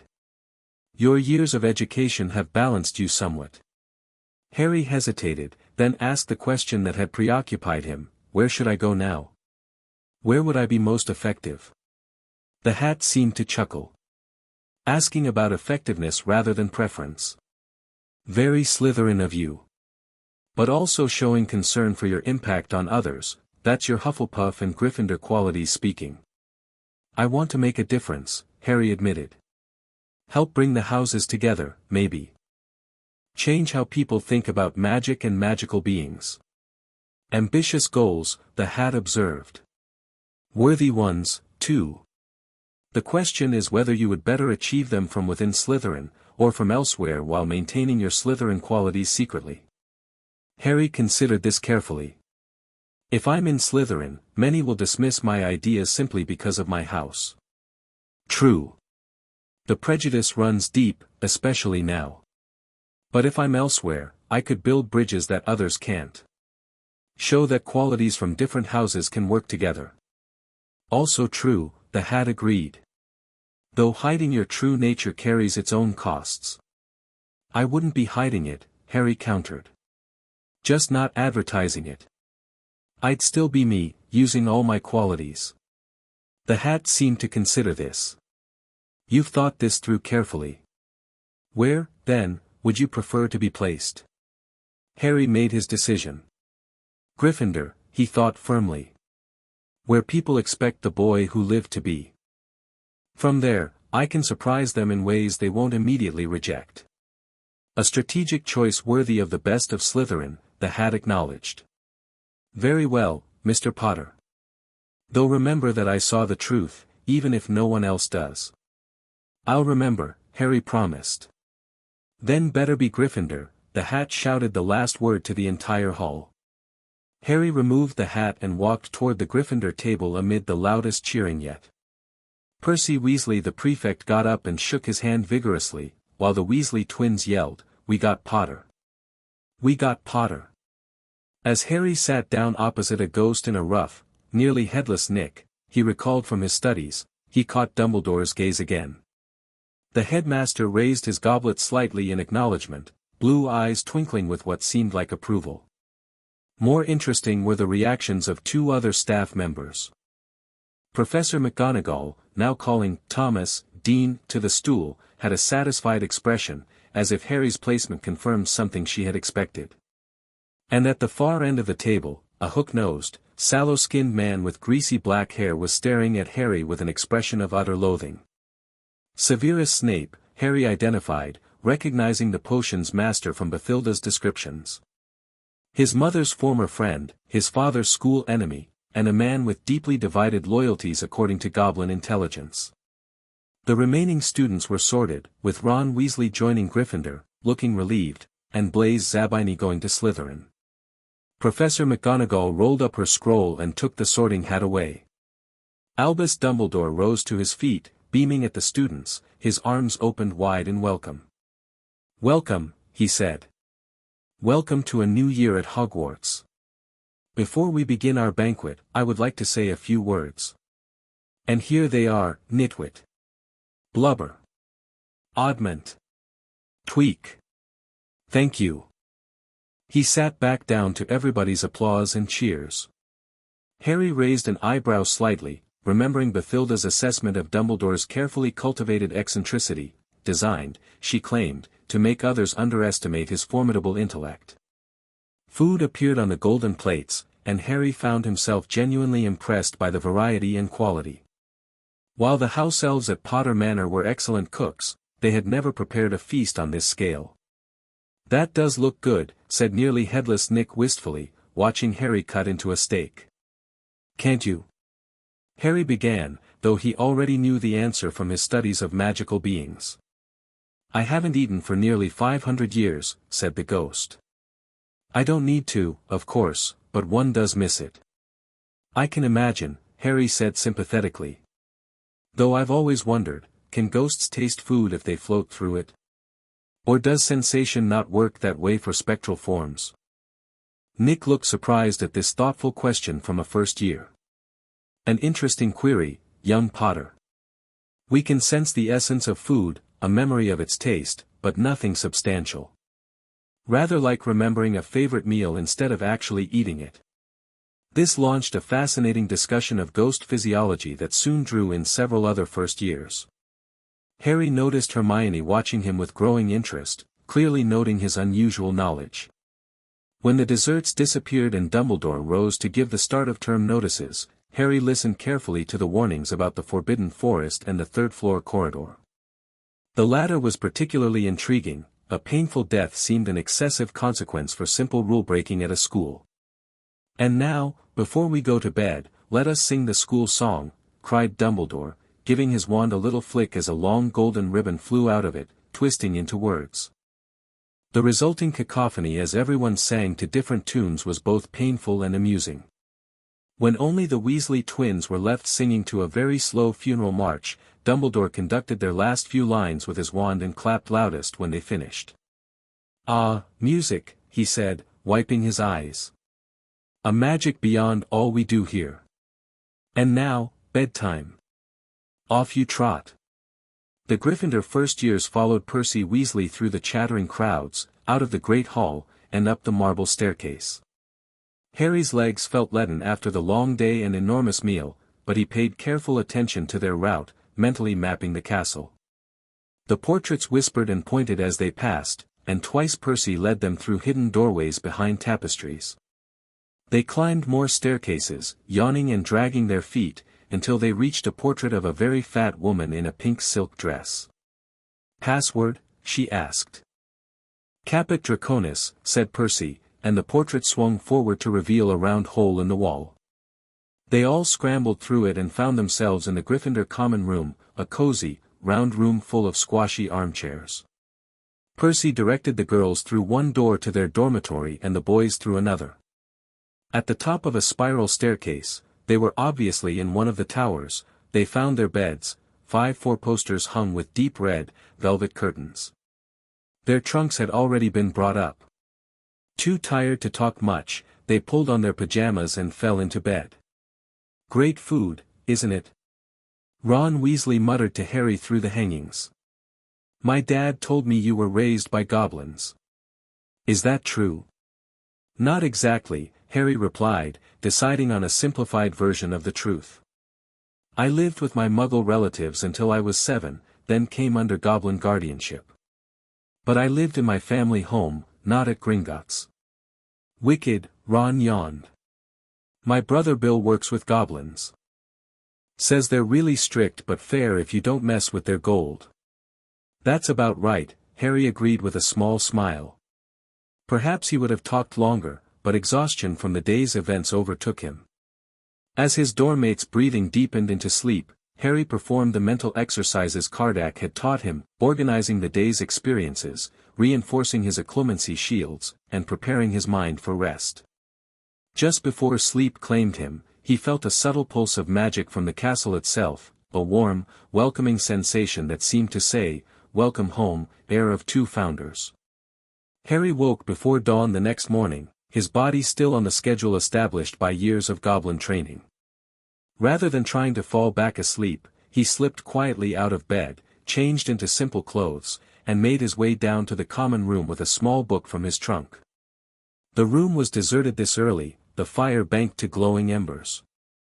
Harry settled into a comfortable armchair and opened his book, not a Hogwarts text, but a slim volume on magical meditation written in gobbledygook. He spent the next hour going through his morning mental exercises, reinforcing the magical control techniques Kardak had drilled into him. "You're up early," came a voice, startling him from his focused state. Hermione Granger stood at the bottom of the girls' staircase, already dressed in her school robes, her bushy hair somewhat tamed into a ponytail. "Force of habit," Harry replied, closing his book. "My tutors started lessons at dawn." "What's that you're reading?" she asked, ever curious, moving closer to see the strange angular script.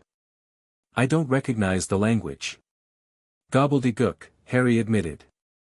"The goblin language. It's a meditation guide."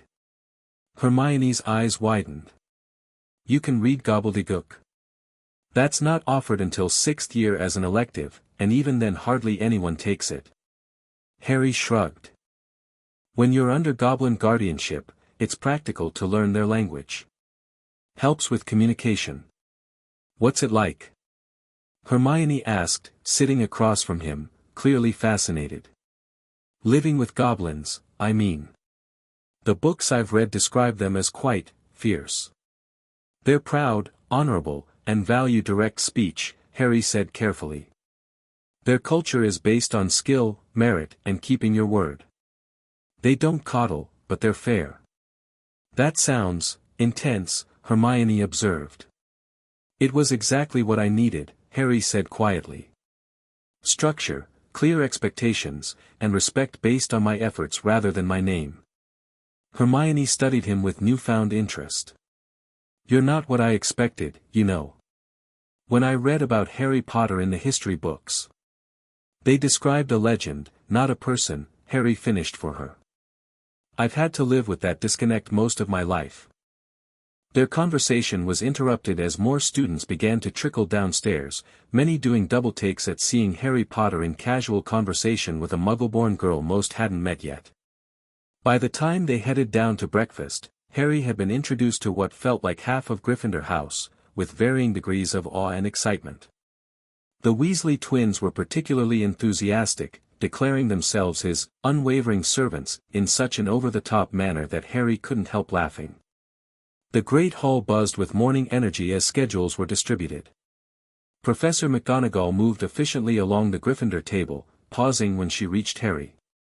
"Mr. Potter," she said, her voice neutral but her eyes sharp with assessment. "I trust you found your accommodations satisfactory." "Very much so, Professor," Harry replied politely. "The tower has an excellent view." "Indeed it does," she agreed, handing him his schedule. "Professor Dumbledore would like a word with you after your classes today. The password to his office is Chocolate Frog." Harry nodded, unsurprised. He had expected Dumbledore would want to assess him personally once he was at Hogwarts. "Thank you, Professor. I'll be there." As McGonagall moved on, Ron leaned over. "Why does Dumbledore want to see you already? We haven't even had any classes to get in trouble yet." "Probably wants to check how I'm settling in," Harry replied with a casual shrug. "Given my unusual background." The morning mail arrived in a flurry of owl wings and falling parcels. Harry spotted Hedwig among the flock, carrying a small package that she delivered with dignified precision. Inside was a brief note from Ragnarok, a reminder of your training during recreational hours. The room on the 7th floor opposite the tapestry of Barnabas the Barmy will provide privacy. Walk past it 3 times thinking of what you need. Beneath the note was a small, carved stone rune, a goblin-focused tool used in their meditation practices. Harry slipped it into his pocket, understanding the message clearly.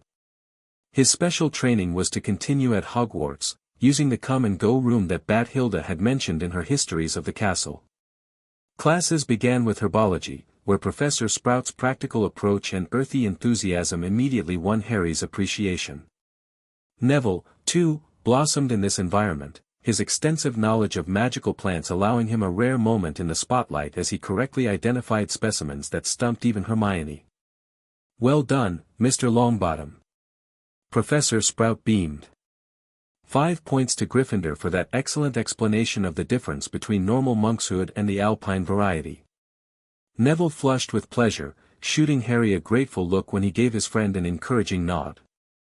History of magic proved as dull as Bathilda had warned, with Professor Binns droning on about goblin rebellions with such inaccuracy that Harry had to bite his tongue repeatedly. When the ghostly professor claimed that the rebellion of 1612 was motivated by typical goblin greed and bloodthirst, Harry couldn't help himself. "Excuse me, Professor," he said, raising his hand.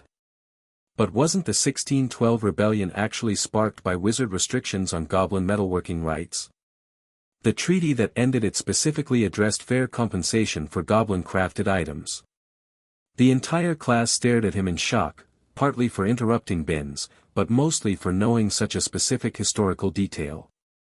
Binns himself looked momentarily disoriented at being questioned. "Well, yes, the treaty did address such matters," he acknowledged reluctantly. "Though goblin interpretations of fair compensation have always been excessive." Harry let the matter drop, but noticed Hermione watching him with something like admiration, while Ron looked bewildered that anyone would know or care about such things. Charms class brought Harry's first significant challenge in moderating his abilities.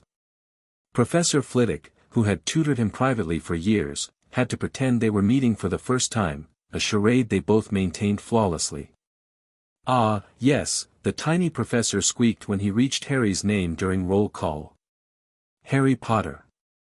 Our new celebrity." The slight pause and choice of words cleverly implied the expected reaction to the boy who lived while actually acknowledging their prior acquaintance. Harry simply nodded respectfully, hiding his amusement. When Flitwick demonstrated the Lumos charm they would be working toward in coming weeks, Harry felt the familiar tug of his magic responding to the spell concept. It would be so easy to cast it wandlessly, as he had done hundreds of times in practice. Instead, he focused on holding back, on channeling his magic through his new wand in the prescribed manner. Remember, Flitwick instructed the class, the wand movement is a precise upward flick, and the pronunciation is LOMOS, not LUMOHS. "We won't expect anyone to produce light today," but practiced the movement and incantation separately. As the class practiced, Flitwick circulated, offering corrections and encouragement. When he reached Harry, he paused, observing Harry's deliberately imperfect wand flick. "A little sharper at the end, Mr. Potter," he suggested loudly enough for others to hear. Then, in a whisper as he leaned closer, "Well restrained. Keep that balance." By lunchtime, Harry had begun to establish a rhythm for navigating his classes, demonstrate good but not extraordinary knowledge, participate enough to earn house points but not dominate discussions, and most importantly, observe how other students and professors interacted. The social dynamics of Hogwarts were as complex as Bathilda had described, with house rivalries, blood status tensions, and academic competitions creating a multi-layered environment. "You know a lot more than you let on, don't you?" Hermione asked directly as they walked to Transfiguration after lunch. Ron had gone ahead with Dean and Seamus, leaving them momentarily alone. Harry considered her perceptive question. "I've had good teachers," he answered carefully. "But knowing facts isn't the same as understanding how to use them. That's what I'm here to learn." "That's not really an answer," Hermione pointed out. "No," Harry agreed with a small smile. "But it's the one I'm giving for now." Rather than being offended, Hermione seemed intrigued by this response. "Fair enough. But I hope someday you'll tell me the real story of Harry Potter. I suspect it's more interesting than the books." "Definitely more complicated," Harry confirmed, holding the classroom door open for her. Transfiguration proved to be as demanding as expected. Professor McGonagall began with a stern warning about the dangers of her subject, then impressed them by transforming her desk into a pig and back again. "Transfiguration is some of the most complex and dangerous magic you will learn at Hogwarts," she informed them. "Anyone messing around in my class will leave and not come back. You have been warned." After taking complex notes, they were each given a match and instructed to turn it into a needle. By the end of the lesson, only Hermione had made any significant progress. Her match had turned silver and pointy, earning a rare smile from McGonagall. Harry, deliberately holding back, had managed a partial transformation that showed good understanding but imperfect execution. "A promising start, Mr. Potter," McGonagall commented as she examined his work. "With practice, your control will improve." Harry nodded, accepting the assessment with appropriate humility. In truth, he could have transformed the match completely. Cardac's training had emphasized transfiguration as one of the purest expressions of magical will, but such a display would have raised too many questions too early. The final class of the day was Defense Against the Dark Arts, which proved disappointing. Professor Quirrell's classroom smelled strongly of garlic, and the man himself was a nervous wreck, stuttering through basic introductions and jumping at small noises. More concerning to Harry was the strange reaction he experienced in Quirrell's presence, a subtle pressure behind his scar, not painful but noticeable. He made a mental note to include this in his first report to Ragnarok. His scar hadn't bothered him since the cleansing ritual, and this new sensation, however mild, warranted investigation. As classes ended for the day, Harry reminded his new friends of his meeting with Dumbledore. "Want us to wait for you?" Ron offered. "No need," Harry assured him. "I'll find my way back to the tower afterward." The gargoyle guarding the headmaster's office leapt aside when Harry spoke the password, revealing a spiral staircase that moved like an escalator. At the top, he found a polished oak door with a brass knocker. Before he could use it, a serene voice called, "Enter, Harry." The circular office beyond was exactly as Bathilda had described, whirring silver instruments on spindly tables, portraits of former headmasters and headmistresses dozing in their frames, and behind an enormous claw-footed desk, Albus Dumbledore himself. "Good afternoon, sir," Harry greeted politely. "Good afternoon, Harry," Dumbledore replied, blue eyes twinkling behind half-moon spectacles. "Please, take a seat. Would you care for a lemon drop?" "No thank you, sir," Harry declined, settling into the indicated chair. "Your first day of classes has concluded successfully, I trust?" Dumbledore inquired, steepling his fingers. "Yes, sir. They've been informative. I imagine much of the material seems basic to you, given your unconventional education these past 4 years. And there it was, the real purpose of this meeting, delivered with characteristic Dumbledore obliqueness. Harry had been prepared for this conversation by both Ragnarok and Andromeda Tonks, who had advised neither hostility nor complete openness. Some of it is familiar, Harry acknowledged. My tutors were thorough. But there's a difference between individual instruction and classroom learning. Each has advantages. Indeed, Dumbledore agreed pleasantly. I must confess, Harry, that when you disappeared from your aunt and uncle's home, I was deeply concerned. Finding you had been taken into goblin custody was unexpected. It was necessary, Harry said simply. There were complications with my magical core that required immediate intervention. So I gathered from the Wisengamot proceedings, Dumbledore said. Though the specific nature of these complications was never fully explained. Harry met the headmaster's eyes steadily, maintaining his occlumency shields without making them obvious. There was dark magic attached to my scar, sir. The goblins identified it and removed it. A flicker of something, surprise? Concern? Crossed Dumbledore's face before his serene expression returned. How remarkable. Goblin healing magic is rarely applied to wizards. You were fortunate. Very fortunate, Harry agreed. Without their intervention, the dark magic would have continued affecting my core, possibly with serious consequences. And your education since then? The quarterly review suggested a comprehensive curriculum. Magical theory, practical applications, wizarding history and culture, some wandless techniques, Harry listed. Plus regular subjects like mathematics and languages. Languages, plural? Dumbledore inquired, raising an eyebrow. Gobbledygook, French, and Latin, Harry confirmed. Useful for understanding spell construction and international magical cooperation. Most impressive, Dumbledore said, sounding genuinely pleased. And now you find yourself at Hogwarts, sorted into Gryffindor like your parents before you. Harry smiled slightly. The hat considered several houses. It said I had qualities of each. Did it indeed?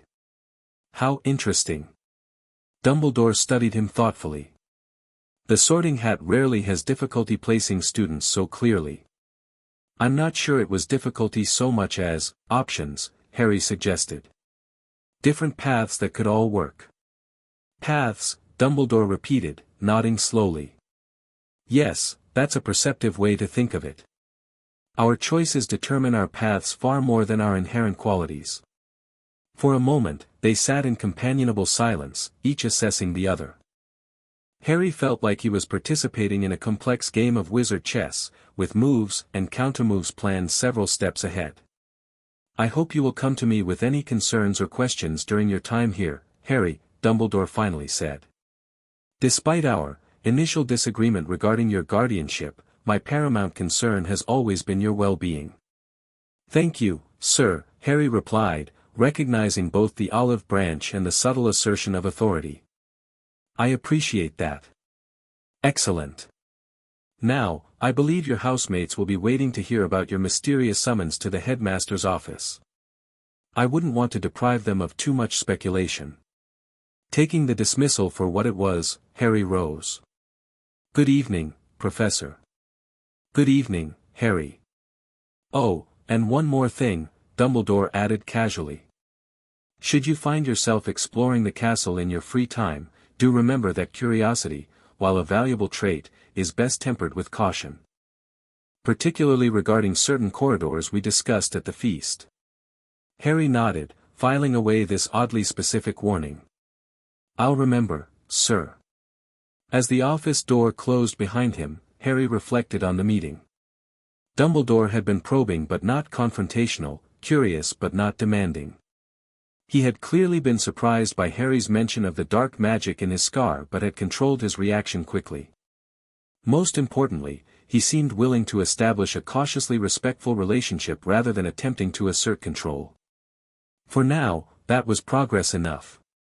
The first week at Hogwarts established patterns that would define Harry's initial months at the school.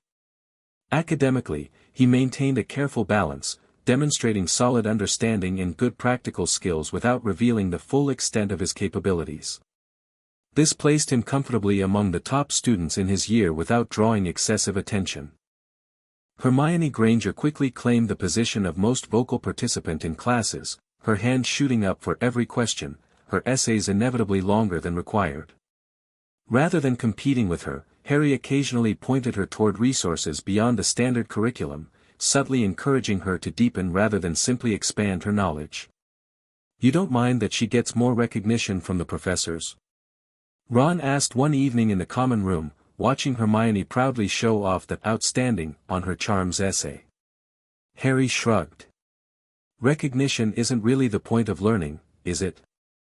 Spoken like someone who doesn't have 5 older brothers to compete with, Ron muttered, though without real bitterness. "Fair point," Harry acknowledged. "But different motivations work for different people. Hermione needs external validation right now. She's finding her place in a new world." Ron gave him an odd look. "Sometimes you talk like you're much older than 11. Harry smiled slightly. "Just repeating things my tutors said, probably." This explanation satisfied Ron, though it wasn't entirely truthful. Harry's perspective on his fellow students was indeed more mature than his years might suggest, a combination of his unusual upbringing, the accelerated educational pace of his goblin tutors, and perhaps some lingering influence from his mystical connection to the Hogwarts founders. Socially, Harry navigated a complex landscape. His fame meant everyone knew him, or thought they did. Some, like the Weasley twins, treated him with good-humored exaggeration. Others, like Draco Malfoy, maintained a careful, assessing distance. Still others, particularly younger girls, watched him with undisguised awe that made him distinctly uncomfortable. His core social group developed organically, Ron and Hermione from his own house, despite their frequent bickering, Neville, whose friendship predated Hogwarts, and gradually, a few students from other houses like Susan Bones and Hannah Abbott from Hufflepuff. "You don't stick just to Gryffindors," Susan observed one afternoon as they partnered in herbology. "Most first years stay with their houses." "House boundaries seem a bit artificial sometimes," Harry replied, carefully repotting a bouncing bulb. "We're all here to learn magic, aren't we? Different approaches can be complementary." This philosophy extended even to Slytherin, though with greater caution. When Blaise Zabini, a reserved, analytical boy, was assigned as Harry's partner in potions, they developed a functional working relationship that gradually evolved into cautious mutual respect. "Potter," Zabini acknowledged one day as they achieved a perfect cure for boils, earning a rare nod of approval from Snape. "You're unexpectedly competent at this." "Thanks," Harry replied dryly. "Potions follows logical principles. Like arithmancy but with actual substances." Zabini's eyebrows rose slightly.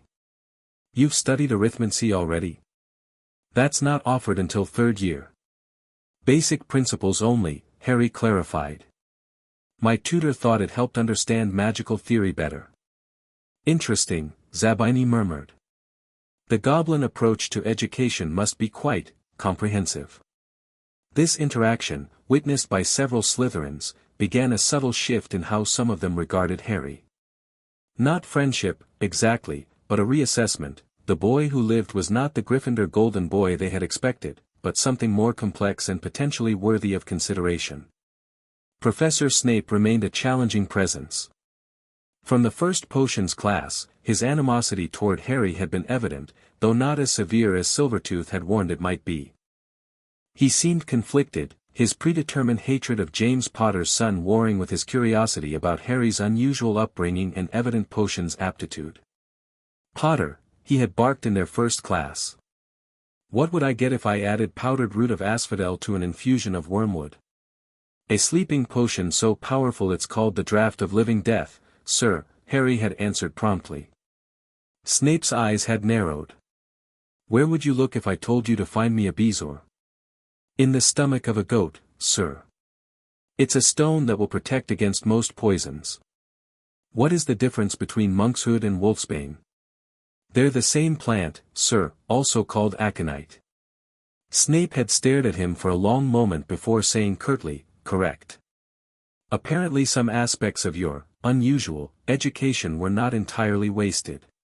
Since then, Snape had largely ignored Harry during classes, reserving his vitriol for more vulnerable targets like Neville. Harry had quietly helped his friend improve his potions work, knowing that Snape's intimidation was the primary source of Neville's difficulties. Beyond classes, Harry maintained his special training in the Room of Requirement, as the Come and Go room was also known. 3 times a week, he would slip away to the 7th floor, pace before the blank wall thinking of his needs, and enter the perfect training space that appeared. There he practiced the advanced wandless magic Kardak had taught him, maintained his occlumency shields, and continued his goblin meditation techniques. He also used this time to compose his weekly reports to Ragnarok, detailed accounts of his observations and experiences that might have seemed excessive for an 11-year-old, but reflected the strategic partnership that had developed between Harry and his goblin guardians. In his 3rd week at Hogwarts, Harry's report included a significant discovery. The 3rd floor corridor Dumbledore warned about contains a massive 3-headed dog standing on a trapdoor. Discovered accidentally while avoiding Filch after astronomy class. Dog appears to be guarding something important. Connected to the break-in attempt at Gringotts reported in the Daily Prophet. Ragnarok's reply came quickly via Hedwig, written in gobbledygook for security, confirmed. Flamel's stone transferred from Gringotts to Hogwarts at Dumbledore's request. Highly irregular arrangement that circumvented normal security protocols. Monitor situation but do not attempt to access whatever lies beyond the trapdoor. This matter extends beyond school security. This exchange marked a turning point in Harry's Hogwarts experience. What had seemed like an ordinary, if magical, school suddenly revealed itself as the center of potentially dangerous machinations. The Philosopher's Stone, creator of the elixir of life and transformer of base metals to gold, hidden in a school behind defenses a trio of first-years had stumbled upon accidentally. It made no strategic sense unless the stone was meant to be found. But by whom? And why? Harry began paying closer attention to the adults around him, particularly Professor Quirrell, whose presence continued to cause that strange pressure behind his scar. The defense professor often appeared near the 3rd floor corridor, muttering to himself. Once, Harry observed him with his ear pressed to the door, unaware he was being watched. Investigating the 3rd floor, Potter, came a silky voice as Harry retreated from this scene. Professor Snape stood in a shadowed alcove, dark eyes unreadable. Just heading back from the library, sir, Harry replied evenly. Is something interesting up there? Nothing that concerns first-year students, Snape said sharply. Regardless of their celebrity status. Of course, sir, Harry agreed, keeping his tone respectful. I was just curious why Professor Quirrell visits that corridor so often. Something flickered in Snape's expression, surprise, perhaps, that Harry had been observing rather than trespassing. Professor Quirrell's activities are not your concern, Potter. Though your observation is noted. With that cryptic comment, Snape swept away, leaving Harry to wonder whether he had accidentally revealed too much or inadvertently provided useful information. As Halloween approached, Harry found himself increasingly integrated into Hogwarts life while maintaining his distinct perspective. The other Gryffindor first-years had accepted his occasional disappearances for extra study, without much question, Ron assuming he was being boring like Hermione, Hermione assuming he was goofing off like Ron, neither realizing he was actually practicing advanced magic that most adult wizards never mastered. On Halloween morning, they awoke to the delicious smell of baking pumpkin wafting through the corridors. In Charms class, Professor Flitwick announced they were ready to attempt levitation, making objects fly, as he demonstrated with Neville's toad Trevor. Now, don't forget that nice wrist movement we've been practicing, squeaked Professor Flitwick. Swish and flick, remember, swish and flick. And saying the magic words properly is very important, too. Harry was partnered with Neville, while Ron worked with Hermione. The feathers they were supposed to levitate sat motionless on the desks before them. Wingardium Leviosa. Neville attempted, waving his wand somewhat wildly. A bit gentler with the movement, Harry suggested quietly. And try breaking the incantation into clearer parts, Wingardium Leviosa. Neville nodded, took a deep breath, and tried again with Harry's pronunciation. Wingardium Leviosa. The feather quivered slightly but remained on the desk. That was better. Harry encouraged. The feather responded. Try visualizing it rising as you cast. Meanwhile, Ron was having no better luck at the next table. Wingardium Leviosa, he shouted, waving his long arms like a windmill. You're saying it wrong, Harry heard Hermione snap. It's Wingardium Leviosa, make the gar nice and long. You do it, then, if you're so clever, Ron snarled. Hermione rolled up the sleeves of her gown, flicked her wand, and said, Wingardium Leviosa. Their feather rose off the desk and hovered about 4 feet above their heads. Oh, well done, cried Professor Flitwick, clapping. Everyone see here, Miss Granger's done it. Harry smiled at Hermione's achievement, then turned back to Neville. Your turn again. Remember, intent matters as much as the words. Neville squared his shoulders and focused intently on the feather. Wingardium Leviosa. This time, the feather rose shakily about a foot before floating back down. You did it. Harry exclaimed genuinely. That was great, Neville. It barely moved compared to Hermione's, Neville said doubtfully. But it moved because you made it move, Harry pointed out. That's magic, Neville. You're magic. Neville's face lit up with this realization, his confidence visibly growing. By the end of class, he had managed to keep the feather aloft for nearly 30 seconds. When it was Harry's turn, he carefully regulated his power, producing a smooth levitation that was impressive for a first year but not suspiciously advanced. Flitwick, who had seen Harry levitate much heavier objects wandlessly during their private lessons, gave him a barely perceptible wink of approval for his restraint. Ron was in a very bad mood by the end of the class. It's no wonder no one can stand her, he said to Harry as they pushed their way into the crowded corridor. She's a nightmare, honestly. Someone knocked into Harry as they hurried past. It was Hermione, and Harry was startled to see tears in her eyes.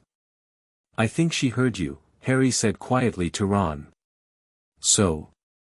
Ron looked uncomfortable but defensive. She must have noticed she's got no friends. That's not fair, Harry countered. She's just intense because she's trying to prove herself. Remember, this is all new to her. She's trying to find her place. Ron's defensiveness faltered. Well, maybe. But she doesn't have to be so bossy about everything. Hermione didn't appear in their next class and wasn't seen all afternoon. On their way down to the Halloween feast, Harry overheard Parvati Patil telling her friend Lavender that Hermione was crying in the girls' bathroom and wanted to be left alone. Ron looked still more awkward at this, but as they entered the Great Hall, the Halloween decorations drove Hermione temporarily from their minds. 1,000 live bats fluttered from the walls and ceiling while 1,000 more swooped over the tables in low black clouds, making the candles in the pumpkins stutter. The feast appeared suddenly on the golden plates, as it had at the start of term banquet. Harry was just helping himself to a baked potato when Professor Quirrell came sprinting into the hall, his turban askew and terror on his face. Everyone stared as he reached Professor Dumbledore's chair, slumped against the table, and gasped, "Troll, in the dungeons, thought you ought to know." He then sank to the floor in a dead faint. The hall erupted in chaos. It took several purple firecrackers exploding from the end of Dumbledore's wand to bring silence. "Prefects," he rumbled, "lead your houses back to the dormitories immediately." As Percy Weasley efficiently organized the Gryffindors, Harry grabbed Ron's arm. "Hermione. She doesn't know about the troll." Ron bit his lip, looking torn between self-preservation and guilt. "Oh, all right," he muttered. "But Percy'd better not see us." Ducking down, they joined the Hufflepuffs going the other way, slipped down a deserted side corridor, and hurried toward the girls' bathroom. They had just turned the corner when they heard quick footsteps behind them. "Percy," hissed Ron, pulling Harry behind a large stone griffin. Peering around it, however, they saw not Percy but Snape. He crossed the corridor and disappeared from view. "What's he doing?" Harry whispered. "Why isn't he down in the dungeons with the rest of the teachers?" "Search me," Ron replied. Quietly as possible, they crept along the next corridor after Snape's fading footsteps. "He's heading for the third floor," Harry realized aloud, connecting this to his earlier observations of both Snape and Quirrell near the forbidden corridor. Before Ron could respond, a foul stench reached their nostrils, a mixture of old socks and the kind of public toilet no one cleans. And then they heard it, a low grunting, and the shuffling footfalls of gigantic feet. Ron pointed. At the end of a passage to the left, a mountain troll was lumbering toward a doorway. They watched as it entered. "The key's in the lock," Harry muttered. "We could lock it in." "Good idea," said Ron nervously. They edged toward the open door, mouths dry, trying not to breathe through their noses. With one swift movement, Harry reached out and slammed the door shut, turning the key. "Yes," they exclaimed together.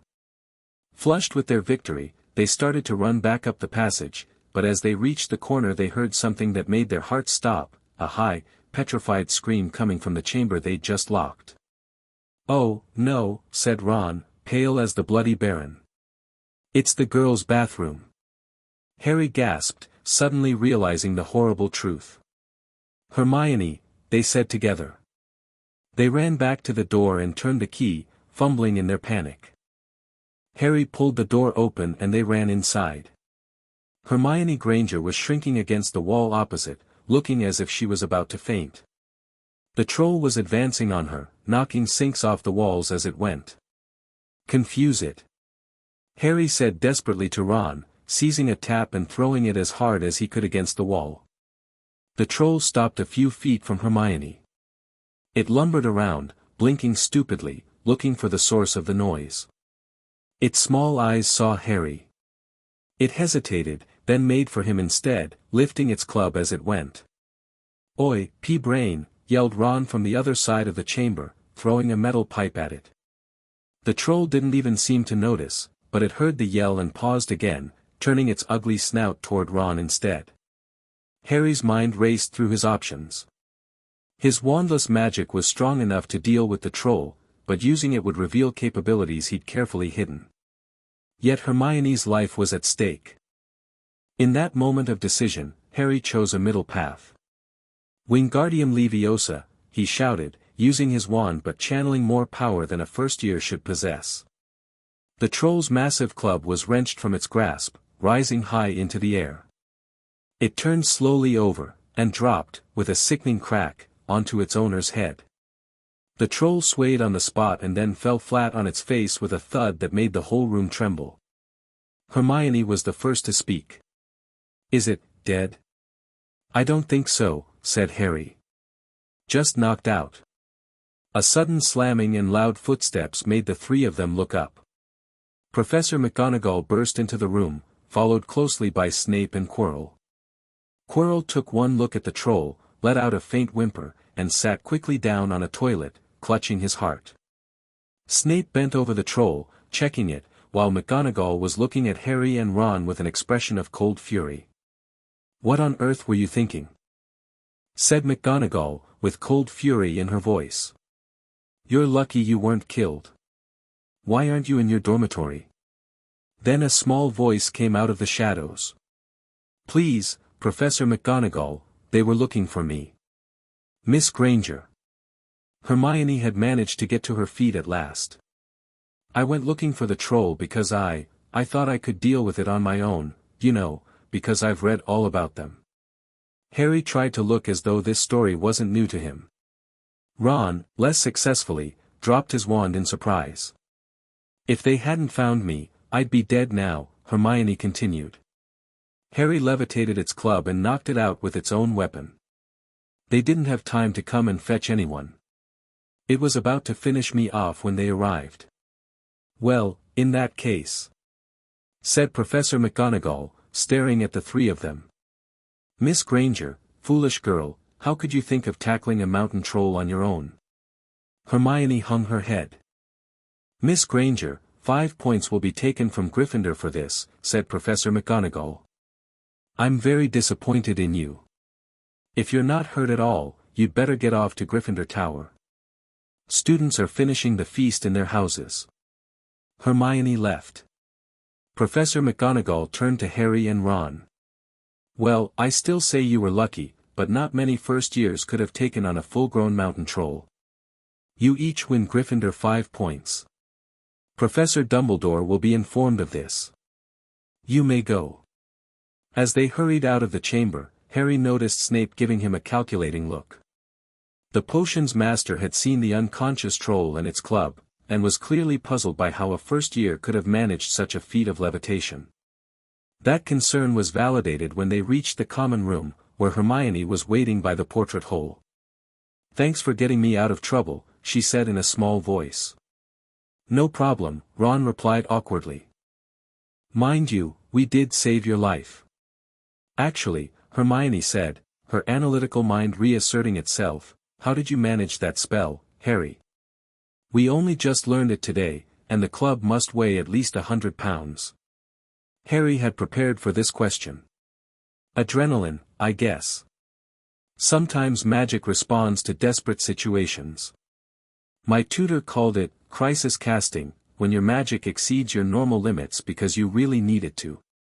Hermione nodded, accepting this reasonable explanation. "Well, thank you both. I'm sorry if I've been difficult." "Bit late for that," Ron muttered, but he was smiling. From that moment on, Hermione Granger became their friend.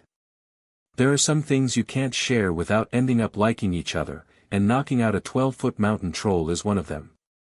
In the weeks following Halloween, Harry's circle of friends solidified around a core group: Ron, Hermione, and Neville from Gryffindor, plus occasional study sessions with Susan Bones and Hannah Abbott from Hufflepuff. Even Blaise Zabini from Slytherin would sometimes join their library gatherings, much to Ron's initial dismay. "Why were you always inviting people from other houses?" he grumbled one afternoon as they claimed a large table in the library. "Especially Slytherins." "Because magical knowledge isn't confined to Gryffindor," Harry replied patiently. "Zabini has excellent insights on potion interactions, Susan knows more about magical law than anyone our age, and Hannah has a gift for herbology that even impresses Neville." "Harry's right," Hermione chimed in, spreading out her color-coded study schedule. "Interhouse cooperation promotes broader learning perspectives." "You just like having more people to boss around," Ron teased, but without real malice. Their friendship had evolved to include good-natured bickering. As November brought increasingly cold weather, the Quidditch season began. Harry attended the first Gryffindor match against Slytherin with interest.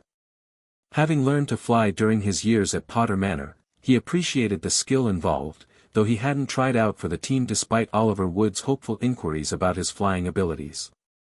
"Your father was an excellent Quidditch player," McGonagall had mentioned during one of their early conversations. "A natural talent on a broom." "So I've been told," Harry had replied. "I enjoy flying, but I'm focusing on academics this year." The truth was more complex. Harry could have easily made the team, his reflexes honed by Flitwick's training and his flying skills developed through years of practice, but Ragnarok had advised against drawing additional attention during his first year. "Establish your academic foundation first," the Goblin had written. "Physical prowess can be demonstrated later, when your position is more secure." It was strange advice by wizarding standards, where Quidditch fame was highly valued, but Harry trusted the Goblin's strategic thinking. So instead of playing, he watched from the stands as Gryffindor narrowly defeated Slytherin, analyzing the game with the same careful attention he applied to his studies. As the Christmas holiday approached, Harry received a formal invitation from Andromeda and Ted Tonks to spend part of the break with them, including a visit to Gringotts to meet with Ragnarok and review his first term's progress. The remainder of the holiday would be spent at Potter Manor, allowing him time to continue his special training and connect with his family home. "You're not staying at Hogwarts?" Ron asked, disappointed, when Harry shared his plans. The Weasleys were remaining at school while their parents visited Charlie in Romania. "Just for a week," Harry explained. "Then I'll be at my home. You could visit for a day if you like. I could ask Ragnar to arrange it." Ron's eyes widened. "Visit Potter Manor? Really?" "Sure," Harry said with a smile. "I'd like you to see it." When he extended similar invitations to Hermione and Neville, their reactions were equally enthusiastic. Hermione was particularly excited about seeing a traditional wizarding home, while Neville, who had visited before, looked forward to showing the others the extensive gardens. On the last day of term, Harry met with Dumbledore again, a meeting requested by the headmaster to discuss his holiday arrangements. "I understand you'll be dividing your time between the Tonks residence and Potter Manor," Dumbledore said, stroking his long beard thoughtfully. "Yes, sir," Harry confirmed. "With a visit to Gringotts for the quarterly review of my guardianship." "A busy schedule," Dumbledore observed. "Might I suggest including a visit to Godric's Hollow? The village where your parents lived, and died. Their graves are there, and the cottage has been preserved as a memorial." Harry had known about Godric's Hollow, of course. Bathilda had been a resident of the village and had described it in detail during his lessons. But he hadn't yet felt ready to visit the site of his parents' murders. "Is it difficult to visit?" he asked, his composure slipping slightly to reveal the 11-year-old beneath the careful facade. Dumbledore's expression softened. "It can be, yes. But also healing. I could arrange to accompany you, if you wish." The offer seemed genuine, and Harry recognized it as a potential bridge between them, a shared experience that acknowledged their connection to his parents. "I'd appreciate that, sir," he said after a moment's consideration. "Perhaps after the new year." "An excellent suggestion," Dumbledore agreed, looking pleased. "Fresh beginnings for a new year. I shall make the arrangements with Mrs. Tonks." As Harry left the office, he reflected on Dumbledore's evolving approach to him. The headmaster seemed to have accepted that Harry was not the malleable, ignorant child he might have expected. Instead of trying to control him, Dumbledore appeared to be building a relationship based on shared interests and gradual trust. It was, Harry thought, a very Slytherin approach from the leader of the Light. The Christmas holiday began with Harry's visit to the Tonks family home, a comfortable house that blended magical and Muggle elements much like its occupants. Andromeda, a pure-blood witch who had married Muggle-born Ted, had created a home that represented the best of both worlds. Their daughter, Nymphadora, who insisted Harry call her Tonks on pain of hexing, was home from Auror training and full of colorful stories about her experiences. A metamorphmagus who could change her appearance at will, she entertained Harry by transforming her features during dinner, much to her mother's exasperation. "So how's Hogwarts treating the famous Harry Potter?" she asked, her hair shifting from pink to blue as she passed him a plate of roast potatoes. "Causing appropriate amounts of trouble, I hope." "Define appropriate," Harry replied with a smile. "I did help knock out a mountain troll." "That's the spirit," Tonks exclaimed, while Andromeda looked alarmed. "A troll? That wasn't in your letters, Harry." Harry explained the Halloween incident, downplaying the danger while emphasizing the friendship that had resulted. "Well, I suppose some good came of it," Andromeda conceded. "But do try to remember that not all friendships need to be forged through life-threatening experiences." The visit to Gringotts took place on the third day of the holiday. Ragnar received Harry in his private office, and for the first time in months, Harry felt he could speak completely freely without measuring his words or moderating his abilities. "You have maintained an effective balance," Ragnar observed after reviewing Harry's detailed reports. "Neither revealing too much nor artificially limiting your progress. Professor Flitwick's reports on your official training sessions have been particularly positive." "It's challenging sometimes," Harry admitted. "Especially in defense against the dark arts. Professor Quirrell is problematic." "Explain," Ragnar prompted, leaning forward with interest.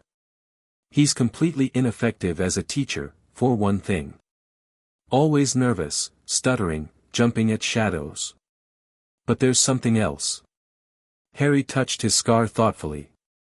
Whenever I'm near him, especially if his back is toward me, I feel a strange pressure here. Not pain exactly, but awareness. Ragnar's expression grew grave. This began with your arrival at Hogwarts? Yes. It doesn't happen with anyone else, and it's strongest when he's near the third-floor corridor. The stone, Ragnar muttered. It may be attracting attention beyond what Dumbledore anticipated. You think Quirrell is after the Philosopher's Stone? Harry asked, connecting the pieces. But he seems so ineffectual. Perhaps that is precisely the point, Ragnar suggested. What better disguise for a thief than apparent incompetence? And your scar's reaction suggests a potential connection to dark magic. To Voldemort? Harry voiced the thought that had been growing in his mind. Ragnar nodded slowly. The fragment we removed from your scar was part of Voldemort's soul. It's possible your scar retains a sensitivity to his magic, even after the cleansing. If Quirrell is somehow connected to Voldemort, I should watch him more closely, Harry concluded. Cautiously, Ragnar emphasized. Observe, record, report. Do not confront or investigate directly. If Quirrell is indeed Voldemort's agent, he is far more dangerous than he appears. The remainder of their meeting covered Harry's academic progress and his continued special training. Before Harry left, Ragnar presented him with a Christmas gift, a set of rare books on wandless magic from the Goblin archives, copied specifically for him. Your dedication to both forms of magic is commendable, the Goblin said. These texts will help you refine your control further. Harry bowed formally in the Goblin manner. Thank you, Ragnar. Your guidance continues to be invaluable. The second half of the holiday was spent at Potter Manor, where Harry welcomed his friends for a day of exploration and relaxation. Ron was awestruck by the ancestral home, while Hermione divided her time between interrogating the portraits about historical events and examining the extensive library. Neville, as expected, spent hours in the gardens with Harry, identifying rare magical plants and discussing their properties. You seem different here, Hermione observed as they gathered for lunch prepared by the enthusiastic house elves. More, yourself somehow. Harry considered this. Hogwarts is wonderful, but there are expectations there, of the boy who lived, of a Gryffindor first year. Here, I'm just Harry. Must be nice, Ron said, uncharacteristically perceptive. Having a place that's just yours. It is, Harry agreed. But Hogwarts is becoming another kind of home too. The visit concluded with an impromptu flying session over the manor grounds, even Hermione joining in despite her usual reluctance. As Harry watched his friends laughing together, Ron performing exaggerated dives, Neville cautiously but determinedly improving his control, Hermione calling out technical corrections from the safety of lower altitudes, he felt a sense of contentment that had nothing to do with his unusual education or destiny. This, he realized, was what the goblins couldn't teach him, the simple joy of friendship and belonging. For all their wisdom and protection, they had always maintained a professional distance. These children, however, accepted him as one of them, not as an heir or a symbol or a strategic asset. The final significant event of the holiday was the promised visit to Godric's Hollow with Dumbledore. They traveled on a clear, cold day between Christmas and New Year, operating directly to the village square where a war memorial stood, transforming, as they approached, into a statue of James and Lily Potter holding an infant Harry. They captured your mother's kindness, Dumbledore observed gently as Harry stared at the stone faces of his parents. Though not, perhaps, your father's mischievous spirit. The graveyard was peaceful under a light dusting of snow. Dumbledore led the way unerringly to the white marble headstone that marked the Potter's final resting place. James Potter Lily Potter born March 27, 1960 born January 30, 1960 died October 31, 1981 died October 31, 1981 The last enemy that shall be destroyed is death. Harry stood silently before the grave, emotions he usually kept carefully controlled rising to the surface. Despite years of education about his parents, despite conversations with portraits of ancestors who had known them, despite reviewing pensive memories Bathilda had shared, this physical connection to their existence struck him with unexpected force. "I come here sometimes," Dumbledore said quietly, standing respectfully beside him. "To remember. Your parents exemplified the best qualities of Gryffindor House, courage, certainly, but also deep loyalty and unwavering principles. You knew them well?" Harry asked, realizing there were aspects of his parents' lives that his goblin-arranged education couldn't have covered. "I did," Dumbledore confirmed. "Your father was irrepressible, full of life and creativity, though not always channeled constructively in his younger years." His eyes twinkled momentarily. "Your mother was brilliantly perceptive. She saw through facades to the truth beneath, sometimes uncomfortably so." "Like when she befriended Professor Snape?" Harry asked, watching Dumbledore's reaction carefully. The headmaster's eyebrows rose slightly. "You know about that connection?" "My history tutor was thorough," Harry said simply. "And portraits are valuable sources of family history." "Indeed they are," Dumbledore acknowledged. Yes, Lily's friendship with Severus was an example of her ability to see potential where others saw only difference. Until, sadly, their paths diverged too greatly. They stood in companionable silence for a few more minutes before Dumbledore asked, "Would you like to see the cottage? It has been preserved as it was that night, under magical conservation spells." Harry considered this, then shook his head. "Not today. Seeing their graves is enough for now. The cottage, perhaps when I'm older." Dumbledore nodded, seeming to approve of this mature decision. "Whenever you're ready. It will remain." As they prepared to leave the graveyard, Harry noticed another gravestone that caught his attention, the symbol carved at its top matching one he'd seen Dumbledore using occasionally.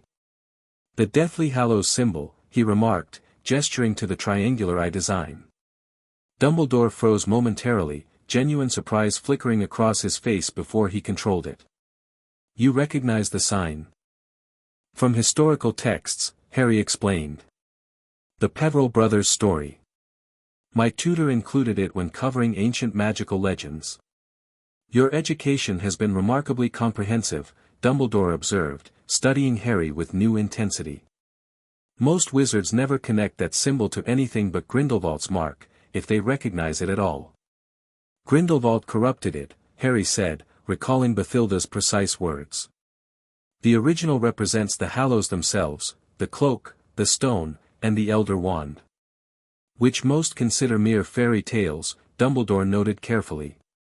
"But you don't," Harry replied, making it a statement rather than a question. "You've studied them." For a long moment, Dumbledore seemed to debate how to respond to this unexpected demonstration of knowledge. Finally, he sighed slightly. "Once again, Harry, you demonstrate wisdom beyond your years." "Yes, I have studied the Hallows extensively. In my youth, I was obsessed with them. It was not my finest period." With Grindelwald, Harry added, connecting historical accounts Bathilda had shared. "You were friends before he turned dark." Dumbledore's eyes widened fractionally. "Bathilda Bagshot was your history tutor," he concluded. "Few others would know that connection, and fewer still would share it with you." Harry nodded, not seeing any point in denying it. "She wanted me to understand magical history as it was, not just as it's officially recorded." "A worthy goal," Dumbledore acknowledged, if sometimes a painful one. He gestured toward the exit. "Shall we return? I believe we've had quite enough history for one afternoon." As they departed Godric's Hollow, Harry sensed a shift in Dumbledore's assessment of him. The conversation about the Hallows had revealed knowledge the headmaster hadn't expected him to possess, knowledge that connected to Dumbledore's personal history in ways most wizards would never understand. The visit had been intended to build a connection between them through Harry's parents, but it had instead established a different kind of understanding, one based on shared recognition of magical truths beyond the ordinary. Harry's return to Hogwarts after the holiday brought new challenges and developments. His friend group had solidified, his academic position was well established, and his careful balance of revealed and concealed abilities had created a sustainable persona, Harry Potter the talented but not extraordinary student, friendly across house lines, quietly confident but not arrogant. Yet beneath this carefully maintained surface, Harry's concerns about Professor Quirrell and the Philosopher's Stone continued to grow. Regular sessions in the Room of Requirement allowed him to maintain his advanced magical training while providing a private space to analyze his observations and compose reports for Ragnarok. By late February, a pattern had emerged that confirmed his suspicions. Quirrell made regular visits to the third-floor corridor, always when he believed himself unobserved. Snape, meanwhile, seemed to be watching Quirrell, often appearing shortly after the defense professor in the same areas. "I think Snape suspects Quirrell too," Harry told Hermione and Ron after observing a particularly tense interaction between the two professors. "He's always watching him, questioning him." "But Snape's, well, Snape," Ron protested. "If anyone seems like they'd want to steal a valuable magical artifact, it's him." "Don't judge by appearances," Harry cautioned. "Snape's unpleasant, but that doesn't make him a thief. And Quirrell's nervousness could be an act." Hermione looked thoughtful. "There's something odd about his stutter. It's not consistent, sometimes he forgets it when he's angry or surprised." This observation aligned with Harry's own.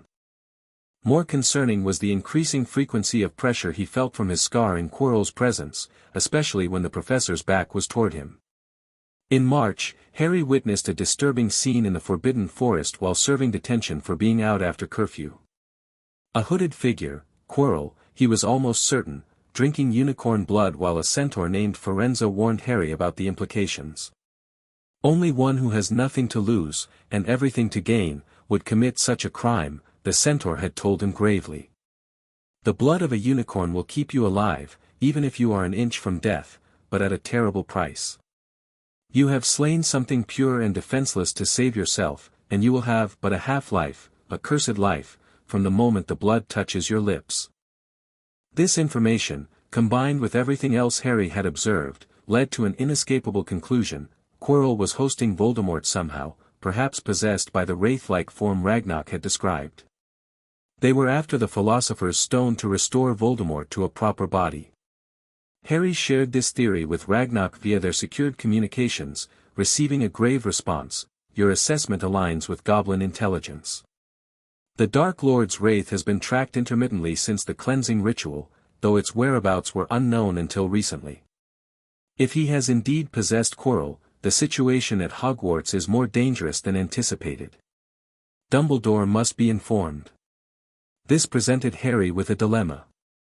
To approach Dumbledore would mean revealing how much he knew about the stone and how closely he had been observing Quirrell, potentially exposing the extent of his capabilities and his ongoing connection to Goblin intelligence. After careful consideration, Harry decided on a middle path. He would share his concerns about Quirrell with Dumbledore, but frame them in terms a perceptive first-year might reasonably observe, without revealing his more sophisticated analysis or the Goblin connection. The opportunity came in early April when Harry attended his regular check-in with the headmaster. After discussing his academic progress and adjustment to Hogwarts, Harry carefully introduced the topic. "Professor, I've noticed something strange about Professor Quirrell," he began. "My scar, it hurts sometimes when I'm near him, especially when his back is to me." Dumbledore's casual demeanor shifted instantly to intense focus. "Your scar hurts in Quirrell's presence?" "Since when, Harry?" "Since the start of the year, but it's getting stronger," Harry replied. "And there's something else. I've seen him near the third-floor corridor multiple times, and once in the Forbidden Forest." He described the unicorn blood incident, presenting it as something he had stumbled upon rather than actively investigated. Dumbledore listened without interruption, his expression growing increasingly grave. When Harry finished, the headmaster remained silent for a long moment, fingers steepled beneath his chin. "You believe Professor Quirrell is somehow connected to Voldemort," he finally said, making it a statement rather than a question. "It seems to fit," Harry said carefully. "My scar was created by Voldemort, so it might react to his presence." And unicorn blood, according to Forenza, sustains a half-life. You have reasoned this out quite thoroughly, Dumbledore observed. Most first-years would not make such connections. Harry offered the explanation he had prepared. Hermione helped, sir. She's brilliant at putting facts together. And I've been reading about magical theory in the library, trying to understand my scar better. This seemed to satisfy Dumbledore, who nodded slowly. I appreciate you bringing this to my attention, Harry. Rest assured, I will investigate these concerns most carefully. In the meantime, I must ask you to stay away from Professor Quirrell as much as possible outside of classes, and to avoid the third-floor corridor entirely. Yes, sir, Harry agreed readily. What about the stone? Is it safe? Dumbledore's eyebrows rose slightly at this direct reference. The item to which you refer is protected by enchantments beyond Professor Quirrell's capacity to breach. Nevertheless, your vigilance is commendable, if perhaps more appropriate for trained wizards than first-year students. The gentle reprimand was clear, but so was Dumbledore's underlying message. He was handling the situation, and Harry should focus on being a student. As Harry left the headmaster's office, he felt simultaneously relieved and frustrated. He had successfully conveyed his concerns without revealing too much about his own capabilities or knowledge, but Dumbledore's response suggested he might not be taking the threat as seriously as the situation warranted. Or perhaps, a more troubling thought occurred, Dumbledore was taking it exactly as seriously as his own plans required. The remainder of the school year accelerated toward its conclusion, with exams approaching and tensions regarding the Philosopher's Stone escalating. Despite Dumbledore's reassurances, Harry continued to observe Quirrell's increasingly erratic behavior and Snape's growing suspicion. Harry maintained his careful balance, excelling in classes without revealing his full capabilities, nurturing friendships across house lines, and continuing his private training in the Room of Requirement. His reports to Ragnarok became more frequent as he tracked Quirrell's activities, developing a detailed record of the professor's movements and Harry's scar reactions. Then, in early June, Dumbledore was called away to the Ministry on urgent business. The same day, Harry observed Quirrell behaving with uncharacteristic decisiveness, his usual stutter entirely absent as he spoke to himself in an empty classroom. Tonight, the defense professor had murmured, unaware of Harry passing by. With the old fool gone, nothing stands in our way. The implications were clear. Quirrell planned to make his move for the stone that very night. Harry immediately reported this to McGonagall, who dismissed his concerns with surprising abruptness. Professor Dumbledore will be back tomorrow, she told him after listening to his carefully edited observations. The stone is perfectly well protected. I suggest you return to Gryffindor Tower and focus on your exams, Mr. Potter. This dismissal left Harry with a difficult choice. He could follow instructions and trust that the stone's protections would hold, a passive approach that went against everything his goblin training had taught him about strategic intervention. Or he could take action himself, potentially exposing capabilities he had carefully concealed all year. After consulting with Ron and Hermione, who had been partially included in his observations of Quirrell, Harry decided on a compromise. They would follow Quirrell to the third-floor corridor and monitor the situation. If he managed to get past the initial protections, they would alert other professors. Only if absolutely necessary would Harry use his more advanced abilities. That night, the three first-years made their way to the forbidden corridor under Harry's invisibility cloak, a family heirloom that had been returned to him at Christmas by Dumbledore. They found the door already ajar, confirming their suspicions. Inside, they discovered a massive three-headed dog, already asleep with a harp playing beside it. Quirrell had preceded them. A trapdoor stood open beneath one of the dog's paws. We need to go after him, Harry said decisively. Hermione, you should go get Professor McGonagall. Tell her Quirrell's already gotten past Fluffy. Fluffy? Ron whispered incredulously. That's its name, according to Hagrid, Harry explained, recalling a conversation where the groundskeeper had accidentally revealed this information. I'm not leaving you two, Hermione insisted. We're in this together.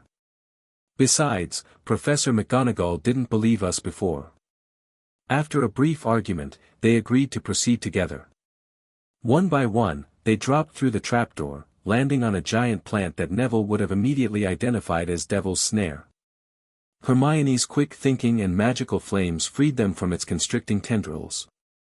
The subsequent chambers tested them with increasingly difficult challenges: flying keys that required Harry's seeker-like reflexes to catch, a giant wizard's chess set that Ron navigated brilliantly at the cost of sacrificing himself in the final move, a logic puzzle with potions that Hermione solved, allowing only Harry to proceed to the final chamber.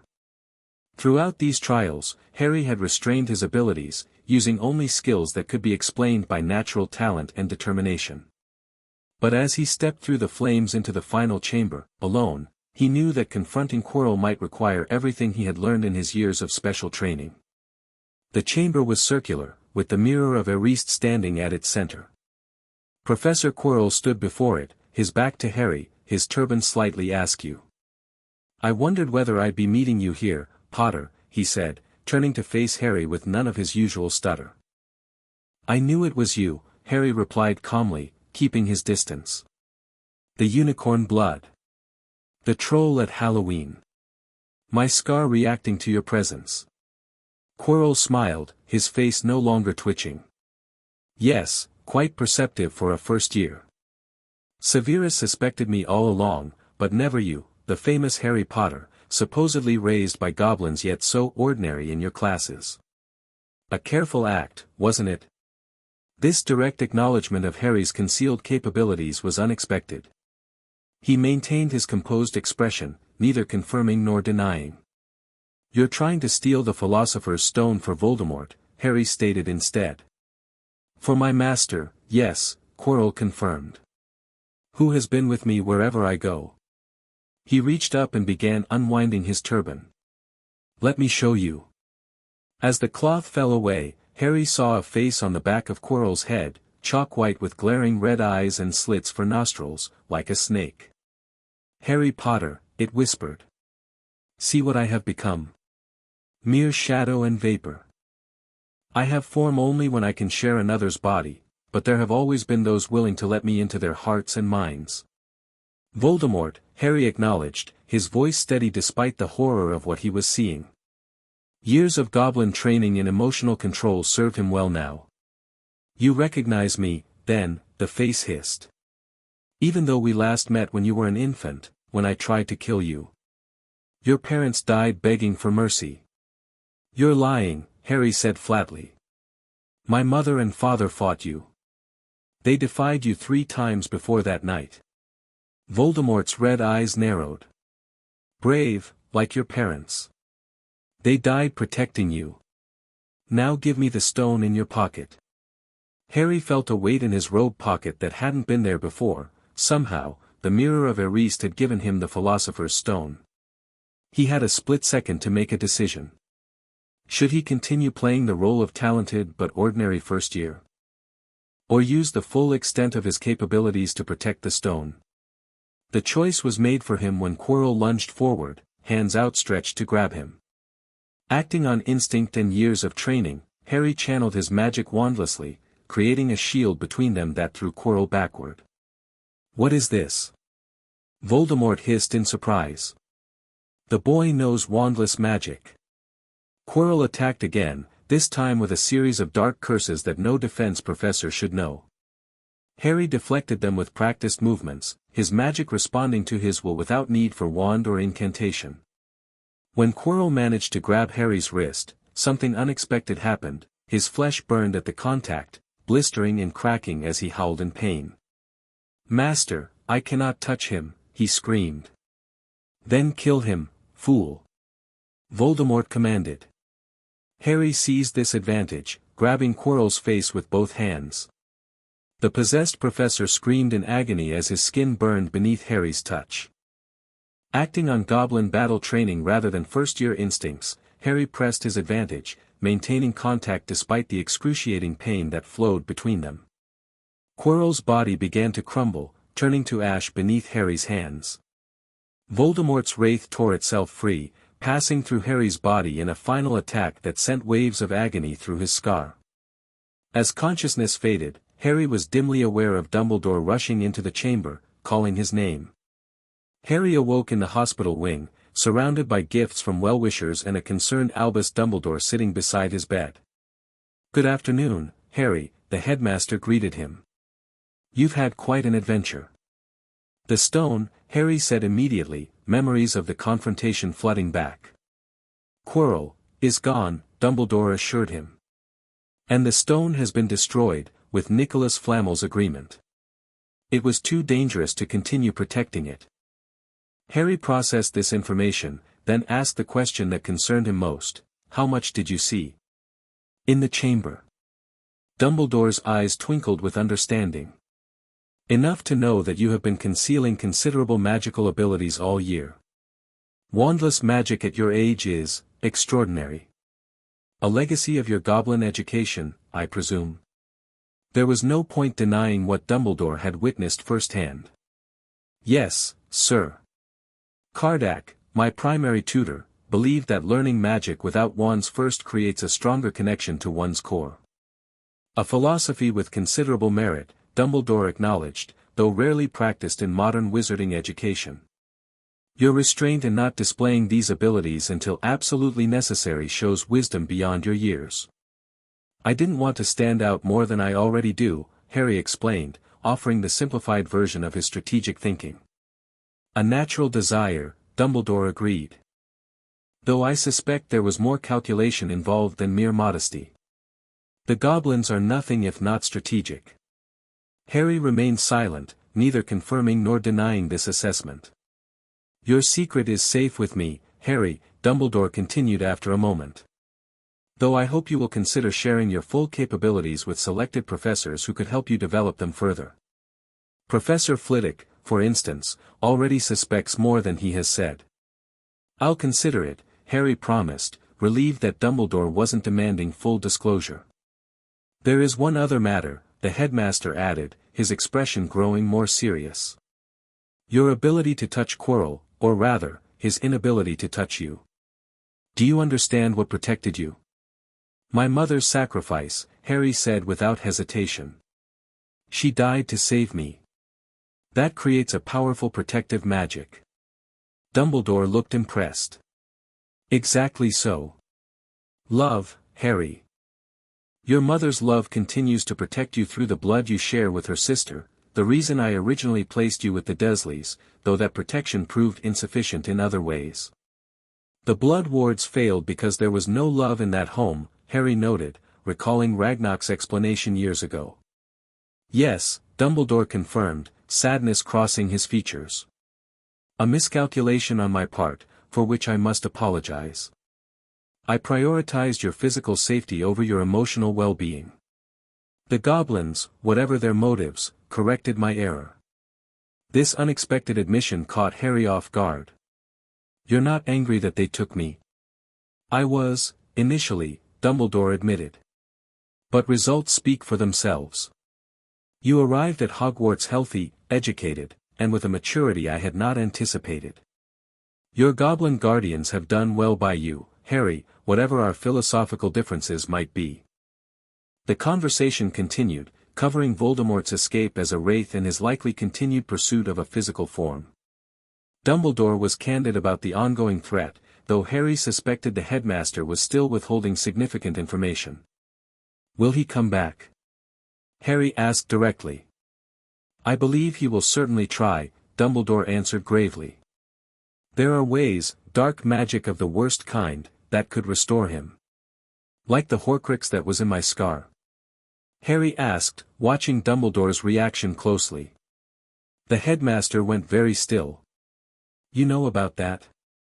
"The goblins explained what they removed during the cleansing ritual," Harry said. "They called it a soul fragment, a Horcrux accidentally created when the killing curse rebounded." Dumbledore closed his eyes briefly, seeming to process this revelation. "The extent of your knowledge continues to surprise me, Harry. Yes, you carried a fragment of Voldemort's soul, though an unintentional one. Its removal was a significant change to circumstances I had long believed fixed. You thought I would have to die to destroy it," Harry stated rather than asked, the pieces finally coming together from hints in Dumbledore's behavior and Ragnar's warnings. The silence that followed confirmed his assessment more clearly than words could have. Finally, Dumbledore sighed heavily. I had found no other solution, he admitted quietly. The goblin ritual that removed it without harming you was beyond my knowledge. I am profoundly grateful that it existed. This moment of raw honesty altered Harry's understanding of Dumbledore. The headmaster had been manipulative, yes, but from genuine belief in necessity rather than callousness. He had made plans for Harry's death because he saw no alternative, not because he valued Harry's life lightly. I think we both have more to learn from each other, Professor, Harry said finally. Dumbledore's eyes twinkled with renewed vigor. Indeed we do, Harry. Indeed we do. The end-of-year feast brought a fitting conclusion to Harry's first year at Hogwarts. Slytherin had been leading the House Cup, but Dumbledore awarded last-minute points to Harry, Ron, Hermione, and Neville for their roles in protecting the stone, tipping the balance to Gryffindor. While his housemates celebrated wildly, Harry found himself watching the Slytherin table with mixed feelings. The strategic part of him, the Slytherin part, perhaps, recognized Dumbledore's action as a political statement disguised as reward. The unity he had worked to build across house lines all year might be undermined by such obvious favoritism. As if reading his thoughts, Dumbledore caught his eye from the high table and gave an almost imperceptible nod. The next moment, the headmaster stood again. Before we conclude our celebrations, he announced, I would like to acknowledge something I have observed throughout this school year. While house competition drives excellence, true strength comes from unity. I have noted with particular approval the study groups that have formed across house lines, especially among our first years. He gestured to where Harry sat with his friends. Mr. Potter, Miss Granger, Mr. Weasley, and Mr. Longbottom have regularly worked with students from Hufflepuff, Ravenclaw, and yes, even Slytherin. This spirit of cooperation represents the best of Hogwarts tradition and bodes well for our future. This unexpected addition drew thoughtful looks from many students and approving nods from several professors. It didn't erase the sting of Slytherin's defeat, but it acknowledged the value of inter-house cooperation in a way that validated Harry's efforts throughout the year. As the feast concluded and students prepared for their journey home the next day, Harry found a moment to speak with Blaise Zabini. Potter, the Slytherin acknowledged with his usual reserve. Quite the dramatic conclusion to the year. Too dramatic, Harry agreed. I would have preferred a quiet end to exams. Instead, you face the Dark Lord and win the House Cup for Gryffindor, Zabini observed dryly. Ever the overachiever. Harry smiled slightly at the unexpected humor. Not by choice. Next year, I'm aiming for boring. Somehow I doubt that, Zabini replied. After a pause, he added, our study group was worthwhile. Will it continue next year? I hope so, Harry said sincerely. There's value in different perspectives. Zabini nodded, understanding the broader meaning behind Harry's words. Indeed there is. Have a productive summer, Potter. Similar conversations with Susan Bones, Hannah Abbott, and other non-Gryffindor friends reinforced Harry's commitment to maintaining these connections. The foundation he had built this year, academic respect, cross-house friendships, careful demonstration of his abilities, would serve as the platform for his continuing mission at Hogwarts. On the Hogwarts Express journey home, Harry shared a compartment with Ron, Hermione, and Neville. As the Scottish countryside gave way to the more cultivated landscapes of England, they discussed summer plans and hopes for second year. You'll write, won't you? Hermione asked anxiously. My parents are taking me to France for a month, but I want to hear about your goblin training. I'll write, Harry promised. And you're all invited to visit Potter Manor again. Maybe for longer this time, we could practice Quidditch. Brilliant. Ron enthused. Dad might be able to get tickets to a professional match too. The Chudley Cannons are playing the Holyhead Harpies in August. As their conversation continued, Harry found himself reflecting on the journey that had brought him here. From the cupboard under the stairs to goblin guardianship, from his spiritual sorting by the founders to his public placement in Gryffindor, from hiding his abilities to using them to face Voldemort, each step had shaped him in ways that would continue to unfold. Ragnarok had been right when he said that cleansing the Horcrux would alter Harry's destiny. The boy who lived was no longer a passive piece on Dumbledore's chessboard, but neither was he simply a weapon being forged by goblin strategy. He was becoming his own person, making his own choices, finding his own balance between the Slytherin core of his magic and the Gryffindor courage of his actions. As the Hogwarts Express pulled into platform 9 3/4, Harry felt a sense of completion. His first year had established his place in the wizarding world on his own terms. The challenges ahead, Voldemort's eventual return, the political complexities of the magical community, the ongoing development of his unusual magical abilities, would be met with the combined wisdom of his goblin education and his growing network of friends and allies. Andromeda and Ted Tonks waited on the platform, along with Ragnarok disguised as an elderly wizard. The sight of his guardians, both goblin and human, brought a smile to Harry's face. "Ready for home?" Andromeda asked as he approached. "Yes," Harry replied simply. "But I'll be ready to return, too." Hogwarts had become his second home, just as the wizarding world had become his second sphere of influence.